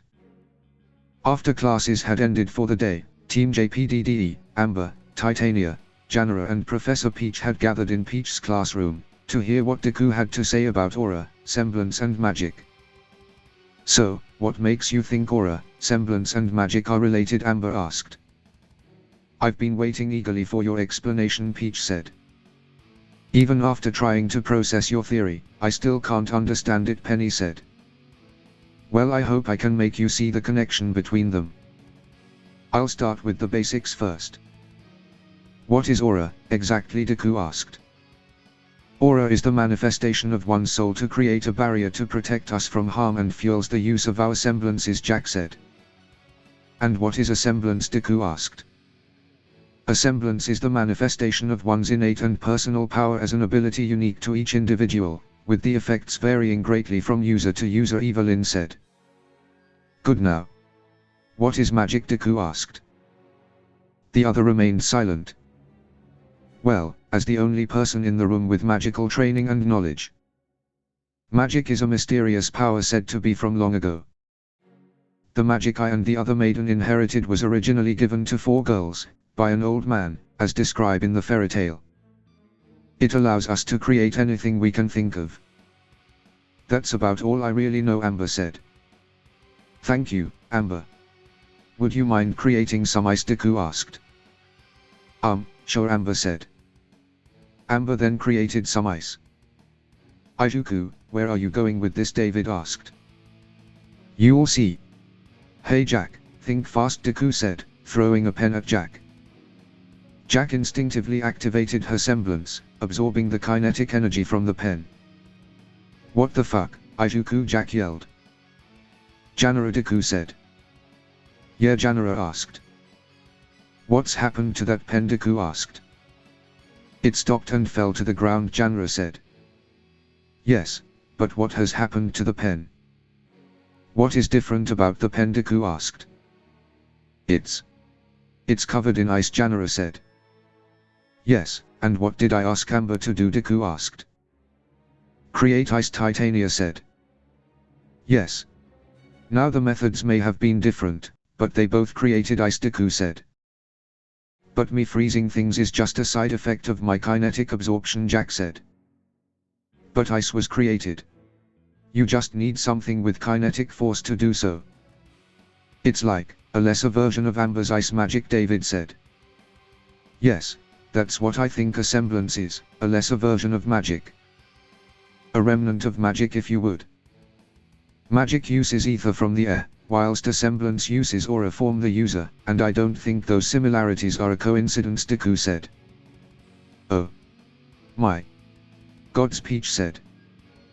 This could change everything, Amber said. Hold on, but why does aura act as force field and ether doesn't, Janara asked. To be honest, I don't really have an explanation. I could be all wrong about this, but my best guess is that aura is a mix of a defense spell and an MP bar. We're in the unknown here, Deku said. We'll have to conduct some more research. But we should probably wait until this whole thing with the boss is over, Penny said. Perhaps at the start of the new school year. We are close to getting down to the mines, David said. I can't wait that long to study a new field of science. I already have so many questions and theories, Peach said.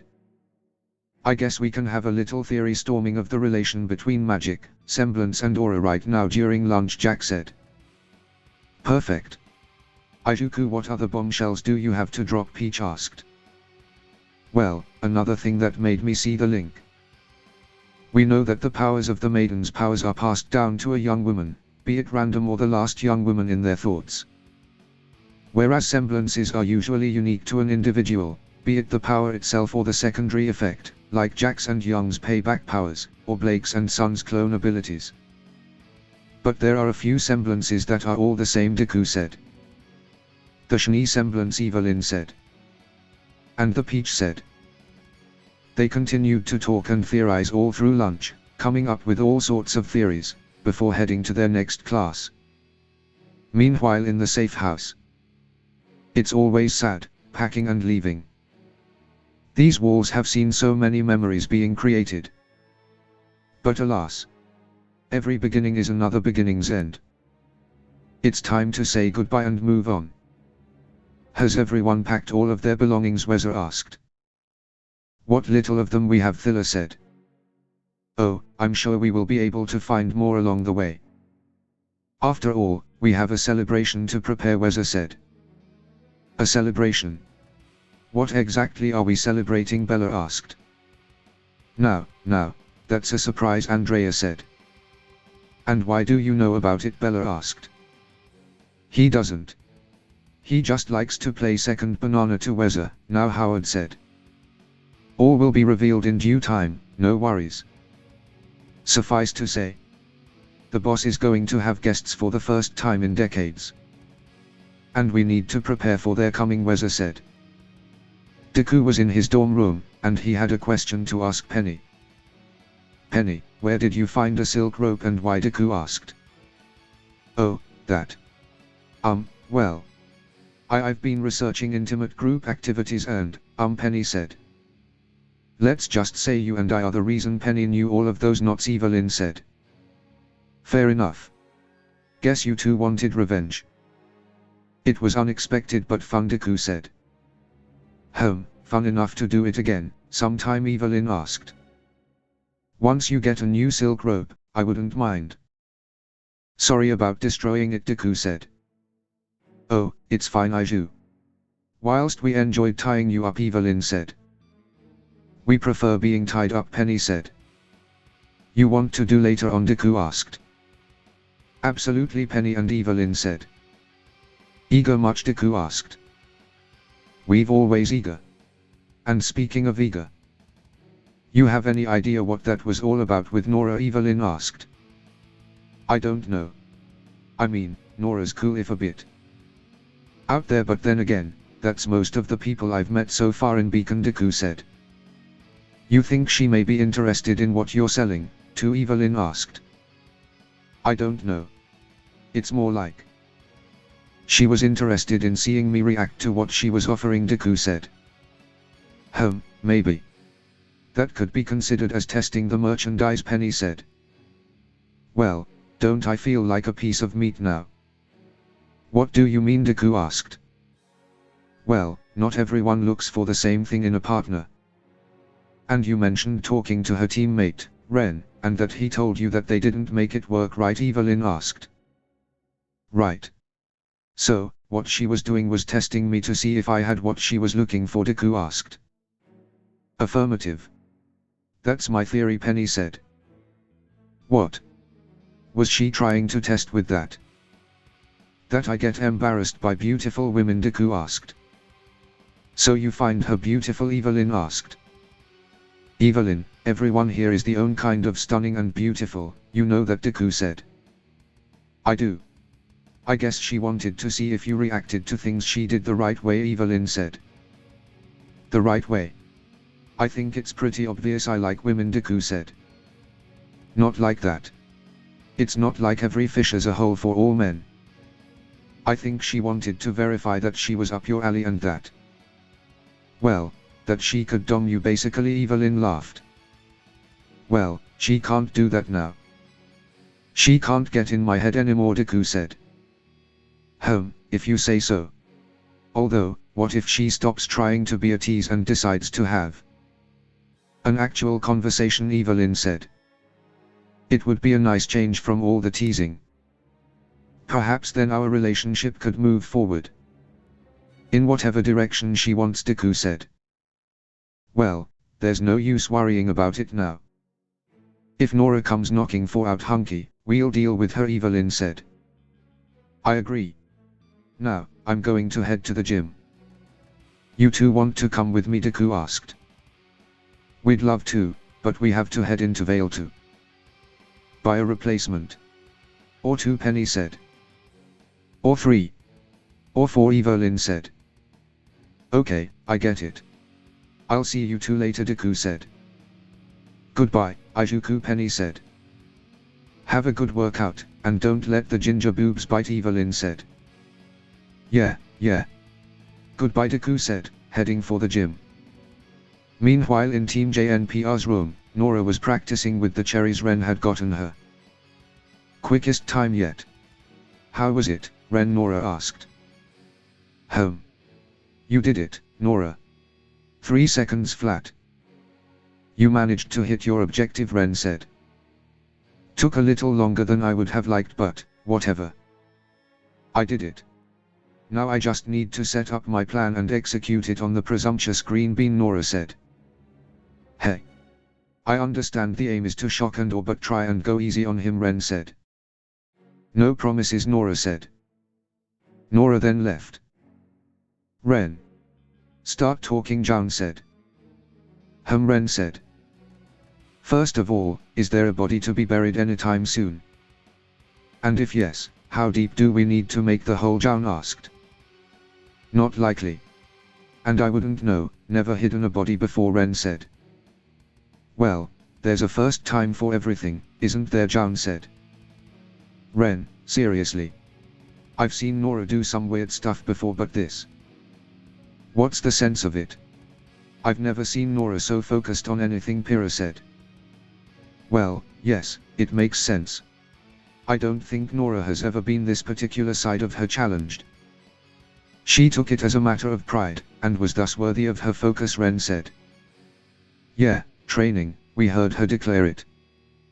What I want to know is what kind of training leaves you with a bucket of chewed up cherry stems, Pira asked.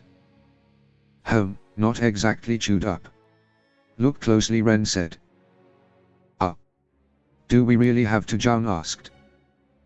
The hint is in the bucket, Jaun. Just take a glance, Ren said. Fine, Jaun said. What kind of hint, Pira asked. Jaun and Pira then looked into the bucket. Oh. You, Jaun said. What is it, Jaun? Pira asked. The stems aren't chewed up. They're in knots, Jaun said. Well, so? Pira asked. So, you and Nora really aren't, Jaun asked. She told you herself that one time. No, it's someone else, Ren said. Stop keeping me out of the loop. What kind of training is that? For what? Pira asked. It's for training dexterity with your tongue. People do it to get better at kissing, Jaun said. Oh my, Pira said. Deku entered the gym to find it empty, which he found odd. He would come here almost every day after school at the same time, and it would usually be packed. Deku didn't dwell on it and continued to his workout. Little did he know, however, that was earlier this morning Nora had put a closed for maintenance sign out front, which she had removed before Deku arrived and had now placed back before entering. Well, if it isn't old Izuku, Nora said. Huh? Nora, Deku asked. Indeed. Little old me. And it appears to just be little old me. Why is the gym so empty? Nora asked. I have no idea, but let's not waste this time alone, Deku said. Yeah. Mind helping me grab some stuff? Nora asked. I don't mind at all, Deku said. Nora and Deku then headed to the gym storage room. Say. I have a question, Nora said. What is it? Nora, Deku asked. I know Ren told you that we're not together. Did he also tell you why? Nora asked. He didn't tell me why exactly. He just told me that you couldn't work something out, Deku said. Yeah.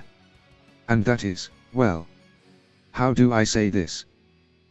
Okay, let's put the term out there. Do you know what an asexual person is? Nora said. Ah, I see now why you two didn't work out. Ren has no desire or need for sex. Whilst you, Deku said. Yeah. I may have a terribly high libido. Puberty hit me hard. Still hasn't relented, who knows if it ever will. And asexual or not, Ren did try to help. And that's when I found out that there's little worse than seeing no trace of satisfaction or reciprocal pleasure in the eyes of the person you love, Nora said. I can't imagine how you must have felt. The person you truly love, not showing any signs of pleasure and enjoyment, just trying to perform and satisfy your libido, Deku said. Yeah, so we called it quits. I've even offered to try and restrain myself, but, considering our lives growing up, Ren couldn't bear the thought of me undergoing more privation on his behalf. But then, he got an idea. An idea which I was pretty skeptical about, at first, but I now think that with the right person, it may work, Nora said. Makes sense, getting your sexual needs satisfied by someone else, you could make it work, Deku said. Bingo. But of course, I can't pick anyone, you know. I need someone who's kind, open-minded, patient with my bullcrap as much as Ren is. On top of finding me absolutely bombastic. And I think we've pretty much checked all those boxes with you, haven't we? Nora asked. Quite. Although Deku said. Yeah, I may have gone a little overboard with the testing, but you have no idea how gratifying those kind of reactions out of you was, after years of blank stares, Nora said. I see. Now I kind of feel bad about bursting your bubble, Deku said. About that. Remember what you said to me? Nora asked. We talking about a specific sentence, here? Deku asked. Yeah. I'm no longer the same person you remember, Nora said. How? Deku said. Think fast, Nora yelled. Nora then jumped at Deku, making him catch her in her arms. Nora. What are? Deku yelled. My hero. You caught me, Nora said. Nora, what are you doing? Deku asked. You deserve a reward, Nora said. Nora then kissed Deku, using the technique she had developed with the cherries. Like the taste of cherries. Fun fact, it's not lip gloss, it's just a side effect of my training, Nora said. Deku remained silent. What's the matter? Bombastic ginger got your? Nora said. Nora wasn't able to finish her sentence, before Deku pinned her to the wall and started kissing her. Nora was taken by surprise but didn't resist at all. Deku then proceeded to satisfy Nora's sexual needs, leading to Nora passing out, but not Deku. Afterwards Deku left the gym. He was walking back to his dorm where he ran into Evelyn and Penny returning from Vale. "Oh, hello Izuku. Just coming back from the gym," Penny said.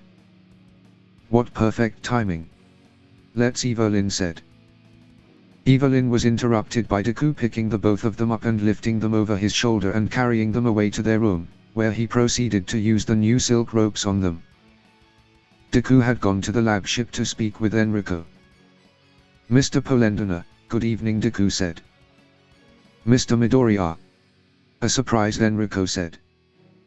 "Yeah, I understand. I've never sought you out on my own, alone," Deku said. "Indeed. And that makes me curious. What can I do for you?" Enrico asked. "Well, it's about Miss Winter," Deku said. "You have a soft spot for women, don't you Izuku?" Enrico said. "Excuse me?" Deku asked. "I've of course heard of what transpired and led to the leave of absence for Winter. Including the pernicious method of interrogation she applied. And even after going through that, here you are trying to understand her side of the equation and using an honorific," Enrico said. "It's not because of that. If this only affected her, I could have maybe let it go," Deku said. "Maybe," Enrico said. "But this whole situation is crushing Weiss, too. And I just can't stand the thought of her like that. And after giving it some time, there's clearly something that happened to Winter to make her act that way. Something made her click when confronted with this whole situation. But Weiss was too young to be privy to something Winter kept secret for more than 10 years. So I was wondering if you could help me with that," Deku asked.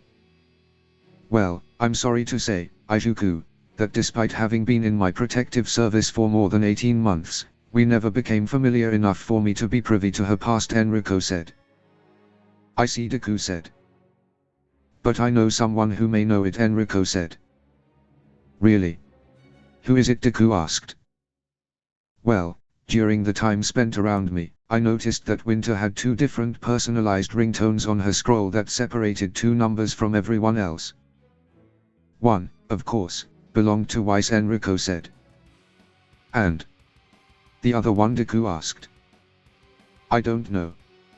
But unlike with Miss Weiss's calls, when receiving this second number's calls, Miss Winter was incredibly secretive. If you'd like, I can find out that number and who it belongs to," Enrico said. "That's a gross invasion of privacy," Deku said. "So is finding out about a past she hasn't revealed to even her sister. In for a penny." "Pun not intended," Enrico laughed. Deku sighed. "I guess you're right. I'd welcome your help, Mr. Polendina," Deku said. "Oh, not mine specifically. I'm not that good at hacking." "Just a moment. Seal, my dear, I need your help in hacking someone's scroll," Enrico said. "What?" Seal asked. Meanwhile in Vale, Winter was still in the same bar she was in the morning. She then got a call from her scroll. "No," Winter said, declining the call. "I can't put this on her shoulders, as well," Winter said. No, this won't do at all," a voice said. A drunken crow then walked up to Winter. "Damn whippersnappers coming here, trying to beat my record for the biggest tab. This is my territory you're invading," young lady Crow said. "First, I'm not a kid. Second, you're not that old. Third, I don't keep a tab, I pay for everything," Winter said.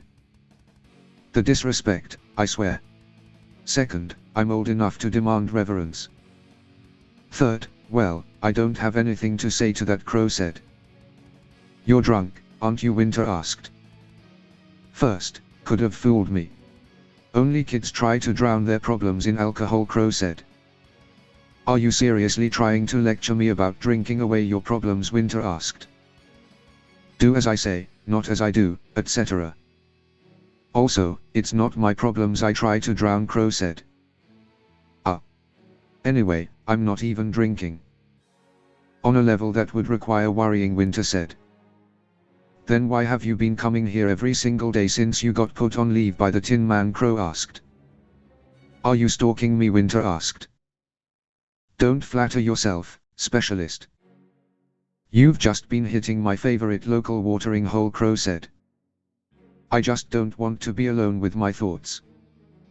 A concept I'm sure you're familiar with, Winter said. Oh, you have no idea. Thing is, that's easier done when you're with someone else, you know. Now, I'm all done and out of options. But I'm sure you have a person or two to speak to, Crow said. I don't have any friends, Winter said. Did you hear me use the word friend in that sentence? Crow asked. No, Winter said. Why? Crow asked. They both got enough on their plate as it is. They don't need my baggage, Winter said. They will come offer you a hand, Crow said. Then I will take a page out of your book and turn them away, Winter said. They may try and find out on their own. What then? Crow asked. I don't know. But the only way for that to happen would be to put their pieces together. And they're not on speaking terms. So, I doubt it's an eventuality I will have to worry about anytime soon, Winter said. Back at Beacon, Deku was on a call. I thank you for your time, and this has been tremendously helpful, Deku said. Remember, you're part of the deal, the person said. Saturday. Day 160. Pira was preparing to go into Vale with Ijuku. She was currently deep in thought. Pira, Joun said, breaking Pira out of her thoughts. You've got this, Joun said. You're right. I do, Pira said. Now go get changed, Joun said. Changed? Pira questioned. Yeah. You can't go out dressed normally. You'll be recognized instantly. You better wear something else unless you want to be interrupted, Joun said. You're right again, Joun. I'll go change, Pira said. Pira then went to change. So, where is Pira going? Nora asked. On a date with Ijuku to tell him she likes him, Joun said. Joun, maybe I'm losing my marbles in my young age, but didn't we verify last time that wasn't the case? Nora asked. It wasn't. But it is now, Joun said. Excuse me, Ren asked. I've figured it out. Pira wasn't trying to get together with Ijuku or David, she was asking for their help in trying to romance someone else, Joun said. They? What? Nora asked.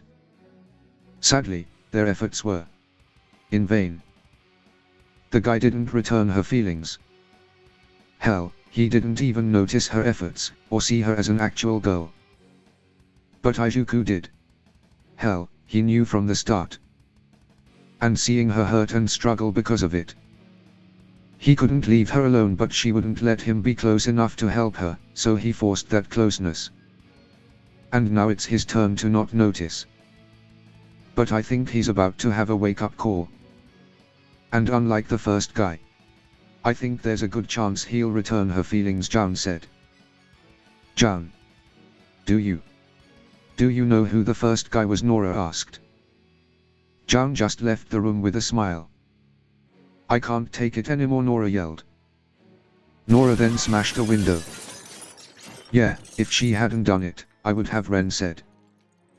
Deku was currently waiting at the Bullhead landing for Pira to arrive. Ijuku, Pira called. Deku turned to see Pira running towards him, but she looked different. Her hair was down and she was wearing what looked like a black with gold lining version of her combat clothes. Sorry I'm late. Had to make a quick wardrobe change, Pira said. I can see that.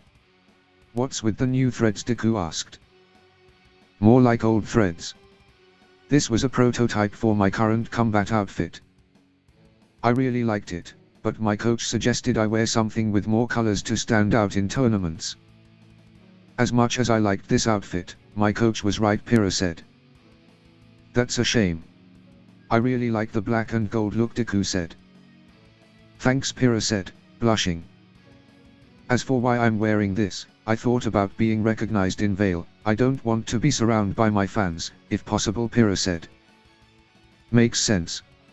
Shall we head to Vale? We've got date spots to find, Deku said. Deku and Pira then headed into Vale. Deku and Pira went to several date spots. So, any date spots catch your eyes? Deku asked. Whilst they were all great spots, I don't think any of them are right for a confession. None of them really speak. Hey, I brought you here because I like you, Pira said. Yeah. Knowing the guy, he'd probably just see it as a fun and cool place to go, Deku said. Yeah, Pira said. Say, how about after lunch, I'll show you show spots I go with Evelyn and Penny. As you can probably guess, they're a lot more romantic, Deku said. Thanks, but I'm not sure even those will work, Pira said. I'm sure he's not that dense, but if so, you may have you use your actions rather than words, Deku said. I don't think I could do that, Pira said. You never know until you try, Deku said. Pira looked at Deku. You're right, Pira said. Pira then moved closer to Deku. Oh my gods. Who's that with Pira? A civilian yelled. Deku and Pira jumped. They began to panic, but then realized the civilian wasn't looking at them. They turned to see what she was looking at. They saw a giant billboard with a picture of the two of them from the photo shoot. Oh my, Pira said. When you asked me to do that shoot with you, I was expecting to be in a magazine, not on a billboard, Deku said. Neither did I, Pira said. Is that her boyfriend? Another girl asked. No way, a boy asked. How long has she had a boyfriend? Another boy asked. I think we should quickly leave, Deku said. I agree, Pira said. Deku and Pira quickly left. Sorry about that. I didn't, Pira said. It's alright, Pira. It was bound to happen eventually, I just didn't expect that to happen, Deku said. I'll have a talk with them and get them to release that statement saying we aren't dating, Pira said. Perhaps wait a few days. You did want John to think you were seeing someone to make him jealous, Deku said. Well, if you're sure, Pira said. But he's not the one anymore, Pira said quietly. What was that? Deku asked. It was nothing. Let's continue, Pira said. Okay. On to Deku said. Deku was then interrupted by thunder. The two looked to see a storm quickly approaching, and before they could do anything, the heaven opened. The two quickly dashed to the nearest open building. Well, I was not expecting that today either, Deku said. Gods. Look at all the rain. The bullheads won't be flying in that. Hopefully, it'll pass soon, Pira said. Unfortunately, that won't be the case. This storm is supposed to last the rest of the day, the receptionist said. Well then, got any free rooms? Deku asked. We have one, the receptionist said. Then we'll take it, Deku said. It's the penthouse, the receptionist said. Fuck, Deku said. We'll take it, Pira said, putting her card down. Py. Pira, Deku said, remembering Pira not wanting to be recognized. Don't worry about it, Ijuku. I have the money to spare. I'll pay for it, Pira said. At least let me pay you back half, Deku said. Not to be rude, but you don't have the line to even pay a quarter, Pira said. Then I'll pay you back later, Deku said. I said not to worry about it, okay? I won't accept even 1 lien from you, Pira said. I can't, Deku said. You can and you will, Pira said. Okay, here's the penthouse key card, penthouse elevator of on your left, the receptionist said. Thank you, Pira said. The two began to walk to the elevator, but the receptionist grabbed Pira. You must really like him if you're willing to spend this much on him, the receptionist whispered. Pira was confused, until the receptionist pointed at a sign behind her. They were in the biggest loved hotel in Vale. Pira's face went as red as her hair. If you need anything, or anyone, just give me a call and I'll be right up, the receptionist winked, letting Pira go. Pira didn't say anything as she left for the elevator. And she remained silent on the lift ride up. Wow. This is nice, Deku said. It is, Pira said. Alright, let's have a shower and hang our clothes to dry. I'll let you have the shower first, could you just pass me a towel before, Deku said. I will, Pira said, before entering the bathroom, giving Deku a towel before entering the shower. Ye better do it, Pythia said. Do what, Pira asked. Confess ye feelings, obviously, Pythia said. But now's not the right time or place to, Pira said. Bullshit. It's now or never. Because if ye don't then I will, Pythia said. But Pira said. No buts. I don't want to see you dance around another boy, I'm taking over, Pythia said. Wait. Don't, Pira yelled. Pythia then took control. Meanwhile, Deku had gotten out of his clothes and had hung them up. Shortly afterwards, a call from Penny had gotten through. Really, Evelyn asked. Yeah. We won't be able to return until tomorrow, Deku said. But I was looking forward to our snuggle time, Evelyn said. Don't worry, Evelyn, you can join mine and David's snuggle time. You alright with that, David? Penny asked. You won't hear me complaining, David said. Lucky you, Deku said. I'd say you're the lucky one. Getting to spend the night with Pira, David said. Ha ha, very funny. You know it's not like that, Deku said. I know, but it's fun to tease you, David said. Deku rolled his eyes. Hey, Ijuku, Pira said. Oh, Pira, all washed up, Deku asked, turning to face Pira. Deku then saw Pira wearing a silk robe that looked quite small on her and was partially see-through. Deku's face went as red as Pira's hair. Yeah. But before you head into the bathroom. There's something I need to say, Pira said. Okay. What? What is it? Deku stuttered. Things didn't go as I had planned today, but... Actions speak louder than words, Pira said. Pira then jumped at Deku, kissing him, and they fell on the bed. Ijuku, Pira said, breaking from the kiss. Pira, Deku said. Deku and Pira then continued kissing. Oh, things are getting good, Evelyn said. Should we be listening? David said. Yes, Penny and Evelyn said. The three then starting hearing moaning, skin pulping, and creaking from the scroll. Deku and Pira went all through the evening and long into the night. Sunday. Day 161. Up in the lab ship. Initiate. Secure channel with. Professor Helheim, Seal said. Please don't answer, this was a bad, Seal thought. Seal. Is this really you? Helheim asked. Father. I mean, Professor Helheim. Sir. Good afternoon, Seal said. And a good day to you. Well, this is a surprise. You had never used this secure channel before and... Wait, is something wrong? Helheim asked. What? Seal asked. Any offset calibrations? Glitches? Or... Did that brute put his hands on you? Helheim asked. That brute?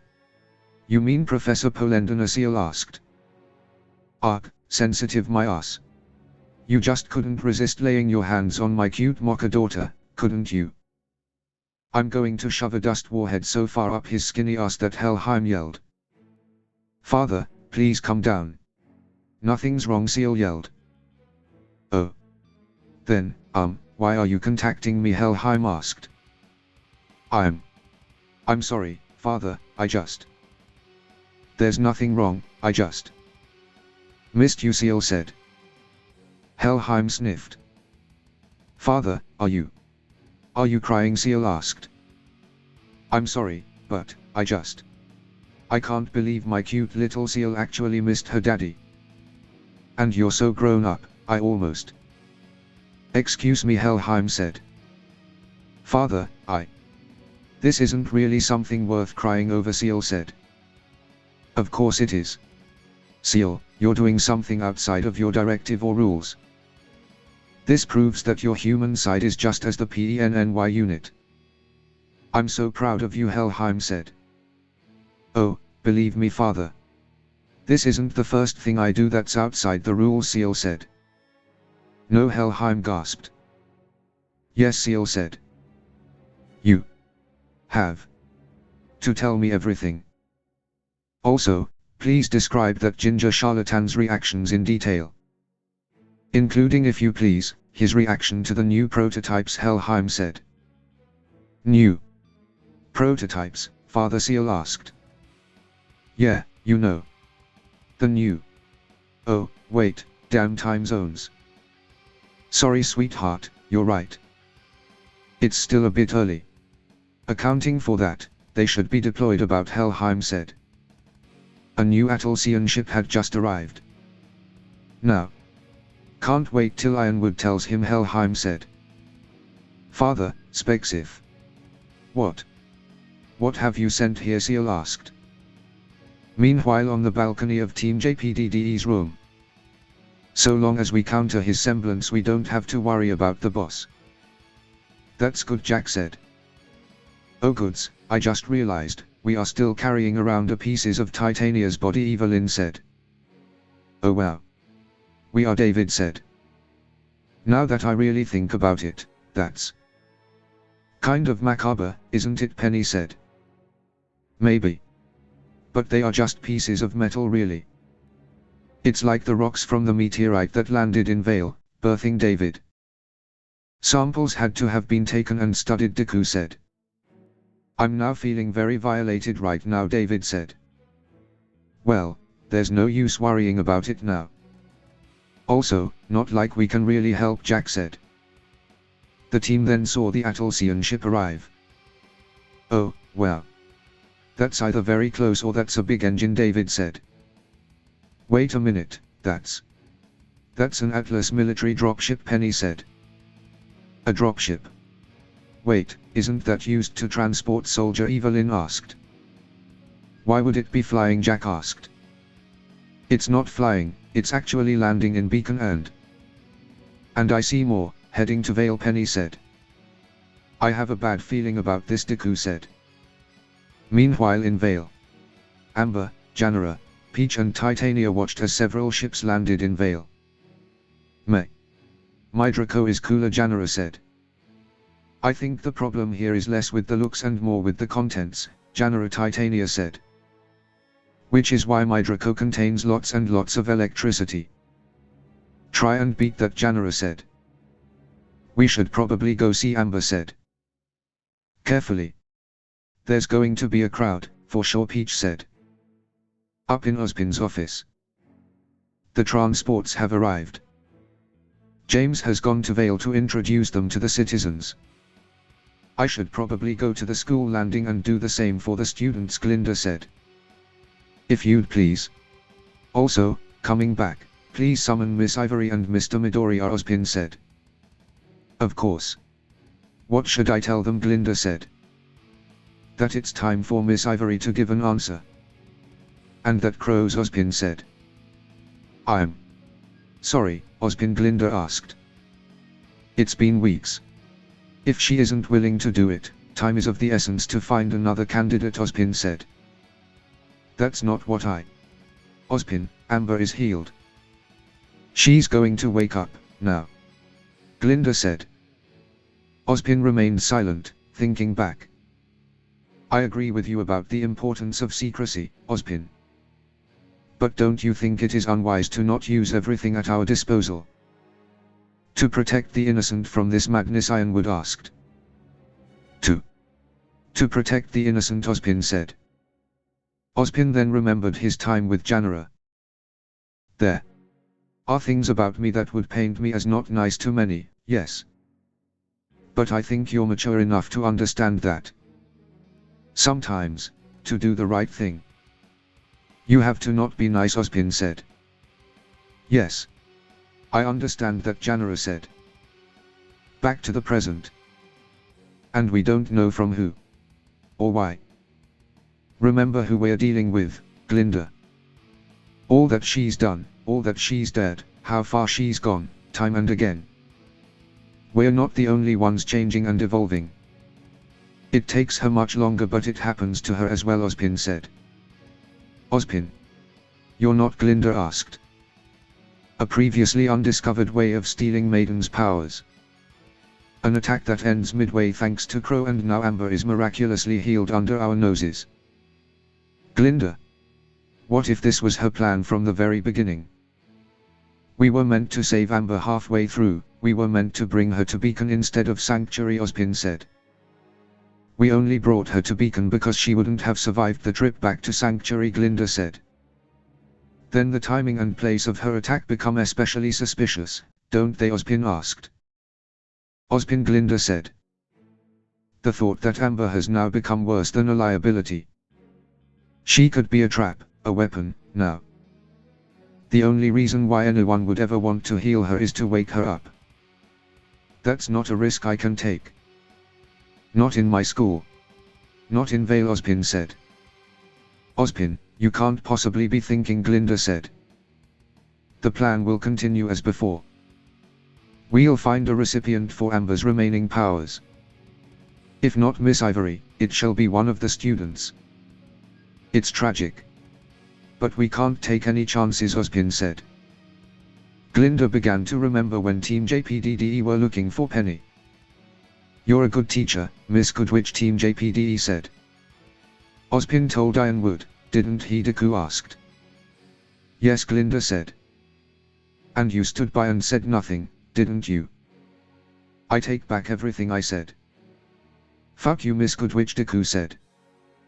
What kind of good teacher am I, lying and going behind the backs of my students? Glinda asked. If she dies, with everything she had to come back to. Most kids do not stand a chance of seeing old age.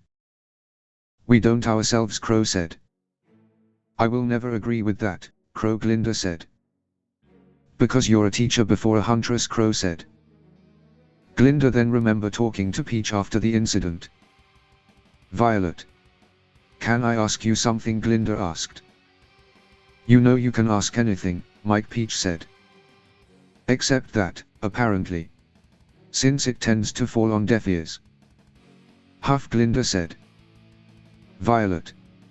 What do you think makes a good teacher? Glinda asked. Well. That's heavy. Where did this come from? Peach asked. Lately, I've been thinking. If I'm as effective a teacher as I could really be. Ever since I started doubting myself. My methods, Glinda said. Well, Glinda. I can only tell you what works for me. I doubt there's a recipe for the perfect teacher, Peach said. I agree still, please, Glinda said. Well. A teacher's role is to pass things on, isn't it? Most begin and end the things to pass on with accumulated knowledge, but there's more. Attitude. Ethos. Principles. Even morals. Children learn and absorb all of these things from adults, merge them with the budding aspects of their personality to create the adult they will become.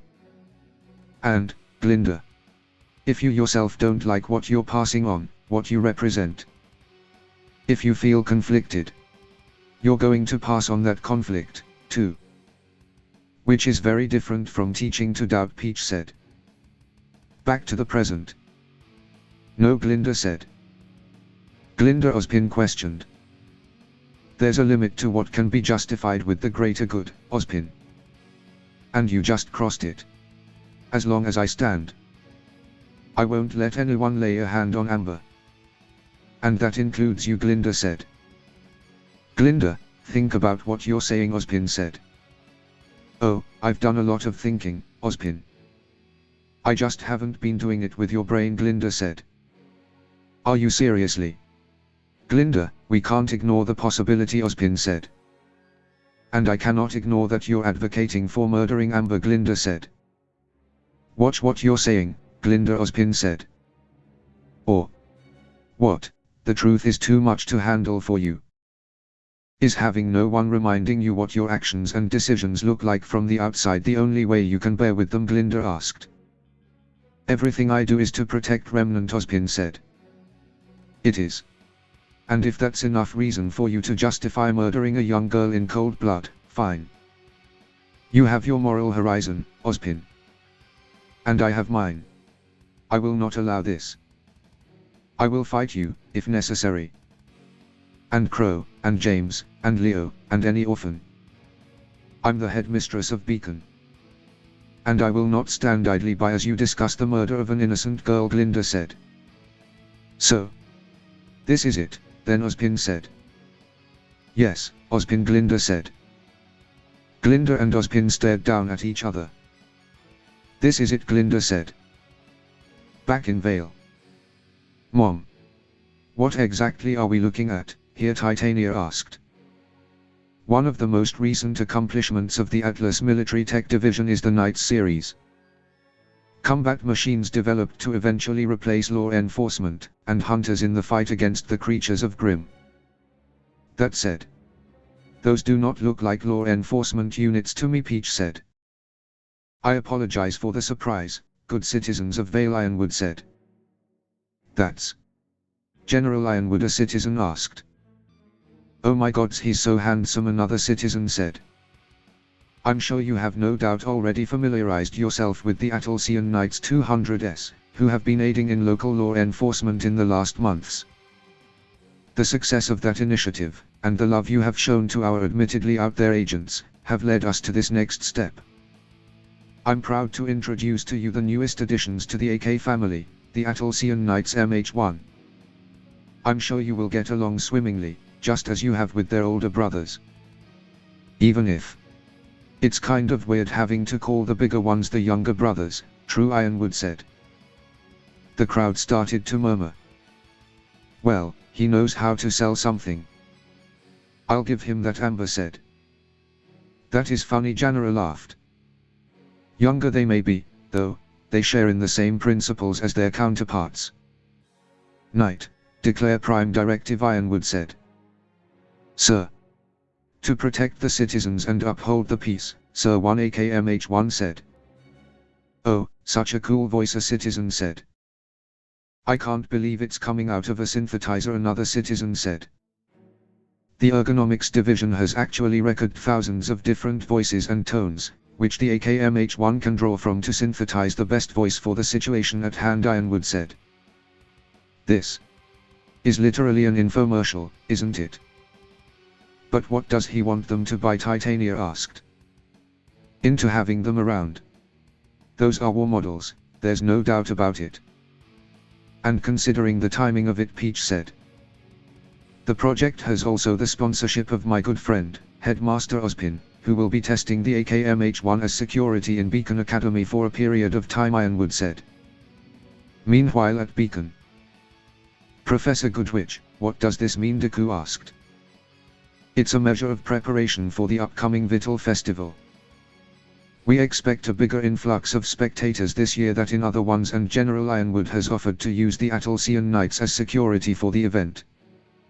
It's certainly better to make you aware of their presence earlier, wouldn't you agree? Glinda asked. Yeah, that makes sense, a student said. Well, that's how it is in Atlas as well. You get used to it pretty quick, no worries, Neon said. That is true, but I don't have any knowledge of these models, Penny said. The timing of this change is very suspicious, Jack thought. They will also help me enforce curfew. Anyone found outside their dormitory after lights out will be escorted there and signaled to me. Now, please disperse, students.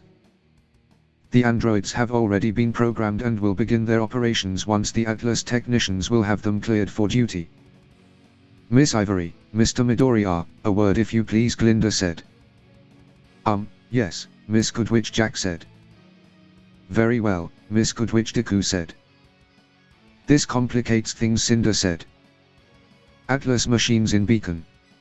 This doesn't fit Ospin at all, does it? Emerald said. No. Something's happened to make him consider other options. He's actually listening to his allies, now Cinder said. Wait, you mean he wasn't earlier? Mercury asked. What do we do? Emerald asked. Emerald. You're going to have to substitute me, Cinder said. Yes. Of course, Emerald said. But before even that, I'll have to seek the counsel of that detestable man, Cinder said. Up in Ospin's office, Jack was speaking with Ospin. Meanwhile Deku was waiting for his turn. Miss Ivory, Ospin asked. I'm sorry, Headmaster, I was just thinking. Sadly, Evelyn's new, or shall we say her real semblance doesn't have anything to do with predicting the future. And without that support, it's not a risk that I feel like taking, Jack said. It's understandable. Thank you for considering it, Ospin said. Think nothing of it. And I will of course keep the secret. But if I may, what are you going to do, now? Jack asked. I will find another candidate, of course. But you don't need to worry about this any longer. You can go, Miss Ivory. Please send Mr. Midoriya up, Ospin said. Very well. A good day to you, Headmaster, Jack said. Jack then left Ospin's office. To protect the innocent, Ospin said. The elevator doors opened, and Jack exited into the lobby. Ospin wants to see you now, Jack said. All right. You go back and inform the others about your talk, Deku said. You don't want to know what he wanted from me? Jack asked. I think it's pretty obvious. He wanted your answer, to which you said no. And now I suspect he's looking for a new candidate, Deku said.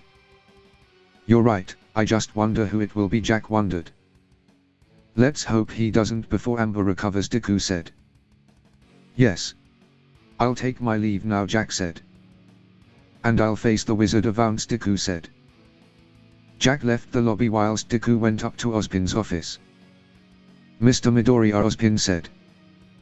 Headmaster Ospin, Deku said. Back at Team JPDDE's room, Jack had informed the others about what occurred. No, this is all wrong. Amber is better.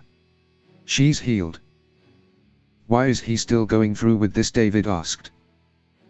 Because he doesn't know who or why, Jack said. That's hardly reason enough, David said. It very clearly is, David. Ospin doesn't really trust anyone, remember? He hardly trusts himself, I believe. And with the kind of threat he's fighting, Evelyn said. We need to get Amber out of there, David said. Couldn't we just tell the headmaster what transpired? Penny asked. It wouldn't change the fact that he has no reason whatsoever to trust Bella. If he wouldn't have been okay with her laying her hands on Amber, he certainly wouldn't be now, Jack said. Not to mention this wouldn't just land us in hot water, but Titania, Professor Peach, Seal. No, David is right. We need to get Amber out of the vault, Evelyn said. We have an easy way in now, thanks to Amber herself. But that's not enough. Not only do we need to get her out of there, we need to get her away from Beacon and somewhere safe, Jack said. Ospin didn't have a substitute candidate available yet, did he? That gives us some time, David said. You're right. We shouldn't lose heart yet. Although, I'm sure that any attempt will have us go through the AKMH1 units, Penny said. Yeah, I wanted to ask. You seriously have no information about these androids? Jack asked. Nary a trace in my database. I can assume as to some of their specs through my scans, but Penny said. First of all, they were created by my father, Professor Helheim, Seal said, entering the room. Seal. What are you doing here? David asked. First, to make sure you won't be doing anything stupid like turning yourself into Ospin, Seal said. Of course no. That'd be illogical, Penny said. Second, I'm here to warn you about these new AK prototypes. My father, Seal said. Wait. You spoke with your father? Penny asked. Yes. What about it? It's my father, of course I'm going to talk to him, Seal said. Of course, Penny said. The others wondered what was behind that exchange. Anyway, as you could probably surmise from their appearance, these aren't law enforcement units. They are protector-class prototypes, designed to patrol and guard in high-risk areas, Seal said. Oh. That's worrying, Penny said. What? Why is it worrying, David asked. Protector-class droids designed for high-risk areas. Well, the vernacular goes, they are designed to protect settlements and structures in the middle of grim country, Penny said. Each of those things could take an alpha Beowulf on its own, couldn't it, Jack asked. Those are the projected parameters, yes. But there's more, Seal said. These units, the MH-1S. According to my father, his greatest accomplishment is in their sensory abilities. He claims they are able to detect any form of magic over great distances, and I don't just mean grim, Seal said. If Ironwood has such things at his disposal, why didn't Ospin use them before? Considering Evelyn asked. First of all, he didn't. This batch of prototypes was completed 1 week ago, Seal said. But how? I don't understand. What kind of experimental process, Penny asked. And second, such a mobilization of forces, no matter how they sell it, is bound to make at least some people nervous. Make them wonder what's happening, Jack said. And Ospin's entire operation thrives on secrecy, Evelyn said.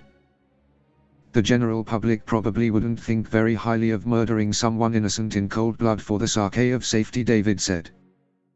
Excuse me, Seal asked.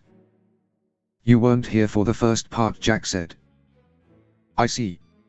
Speaking of which, where is Ijuku, Seal said. Me and Ijuku were each called to Ospin's office. After I left, he went up. I suspect he's still there talking to Ospin, Jack said. Do you know what they are talking about, David asked. I have no idea, but it must be something important if he's, Jack said. The door to their room then opened and Deku walked in. Never mind, he's back. Speak the devil's name and he appears, Evelyn said. Deku then came out onto the balcony. Hey guys, sorry for coming back so late, Ospin. Oh, hello Seal, what are you doing here, Deku asked. I came here to make sure you didn't do anything stupid and to inform you guys about the new AKMH-1S, Seal said. I see. Thanks for caring so much about us, Deku said. I didn't do it for you. I didn't to protect myself, Seal yelled, before sneezing. Deku and Penny smiled. Gods damn it, Seal said. Moving on. What were you and Ospin talking about that kept you so long, Penny asked. We were discussing the Nomu and what was found in the expedition, Deku said. Nomu? Is that the Grim you fought in the Barito forest, Seal asked. Yes, Deku said. So what was found, David asked. Nothing, Deku said. A few hours earlier. Mr. Midoriya, Ospin said. Headmaster Ospin, Deku said. Look, I know we haven't seen eye to eye on much. But I'm sure you of all people would understand why I must find another candidate to transfer the Maiden's powers to since Miss Ivory declined, Ospin said. Jack declined, Deku asked. Don't play dumb with me. Your team is tightly woven together. It would surprise me if you haven't shared everything about yourselves with each other. But that's not what I want to talk to you about, Ospin said. I figured. So what is it, Deku asked. It's about the Nomu. Crow has finished his exhibition in the Barito forest, Ospin said. So, what was found, Deku asked. Nothing, Ospin said. Nothing, Deku asked. Nothing. Crow found no trace of any kind of grim that resembled the Nomu, Ospin said. Deku said. What is it, Ospin asked. I was just thinking. We know the Nomu existed as there's video footage of it. I'm just concerned that they may be more elsewhere, or they may be hiding, Deku said. Hiding? Are they that intelligent? Ospin asked. Not all of them. In my world I know there are 3 types of gnome: low, middle and high end. Low ends aren't that powerful, they don't have many quirks and quirks are quite weak. Middle ends have a lot of quirks that combine together to make a more powerful gnome. They also have regeneration as a standard quirk, which the low ends do not have. Finally, there are the high-end gnome. They have the same regeneration and powerful quirks as the middle ends. The thing that distinguishes them is that the high ends are intelligent and can speak, Deku said. They're intelligent enough to speak? Ospin asked. Yes. And that worries me. They could be hiding away until the time is right to cause the most destruction, Deku said. You really think they would wait for the perfect moment? Why? Ospin asked. Because of what I saw between the Gumra and the gnome in the Barito forest. They roared at each other, fighting for dominance over the other Grim. Now if a middle-end gnome could do that, what do you think a high-end gnome could do with human-level intelligence? Deku said. It's a worrying thought, and something that should be looked into more thoroughly, but not at this moment, Ospin said. Other priorities? Deku asked. Yes, Ospin said. I understand, sitting around being paranoid, waiting for the enemy to make their move, Deku said. Excuse me, Ospin said. Reacting to the enemy's moves will get you nowhere. Reacting to the enemy may work in chess, but are you sure you're actually playing a game of chess? Deku said. I'm doing all I can to keep the peace, Ospin said. You mean keep things the same? The world is constantly changing. Are you sure you're not fighting that change? Deku asked. Everything I do is to keep the peace, Ospin yelled.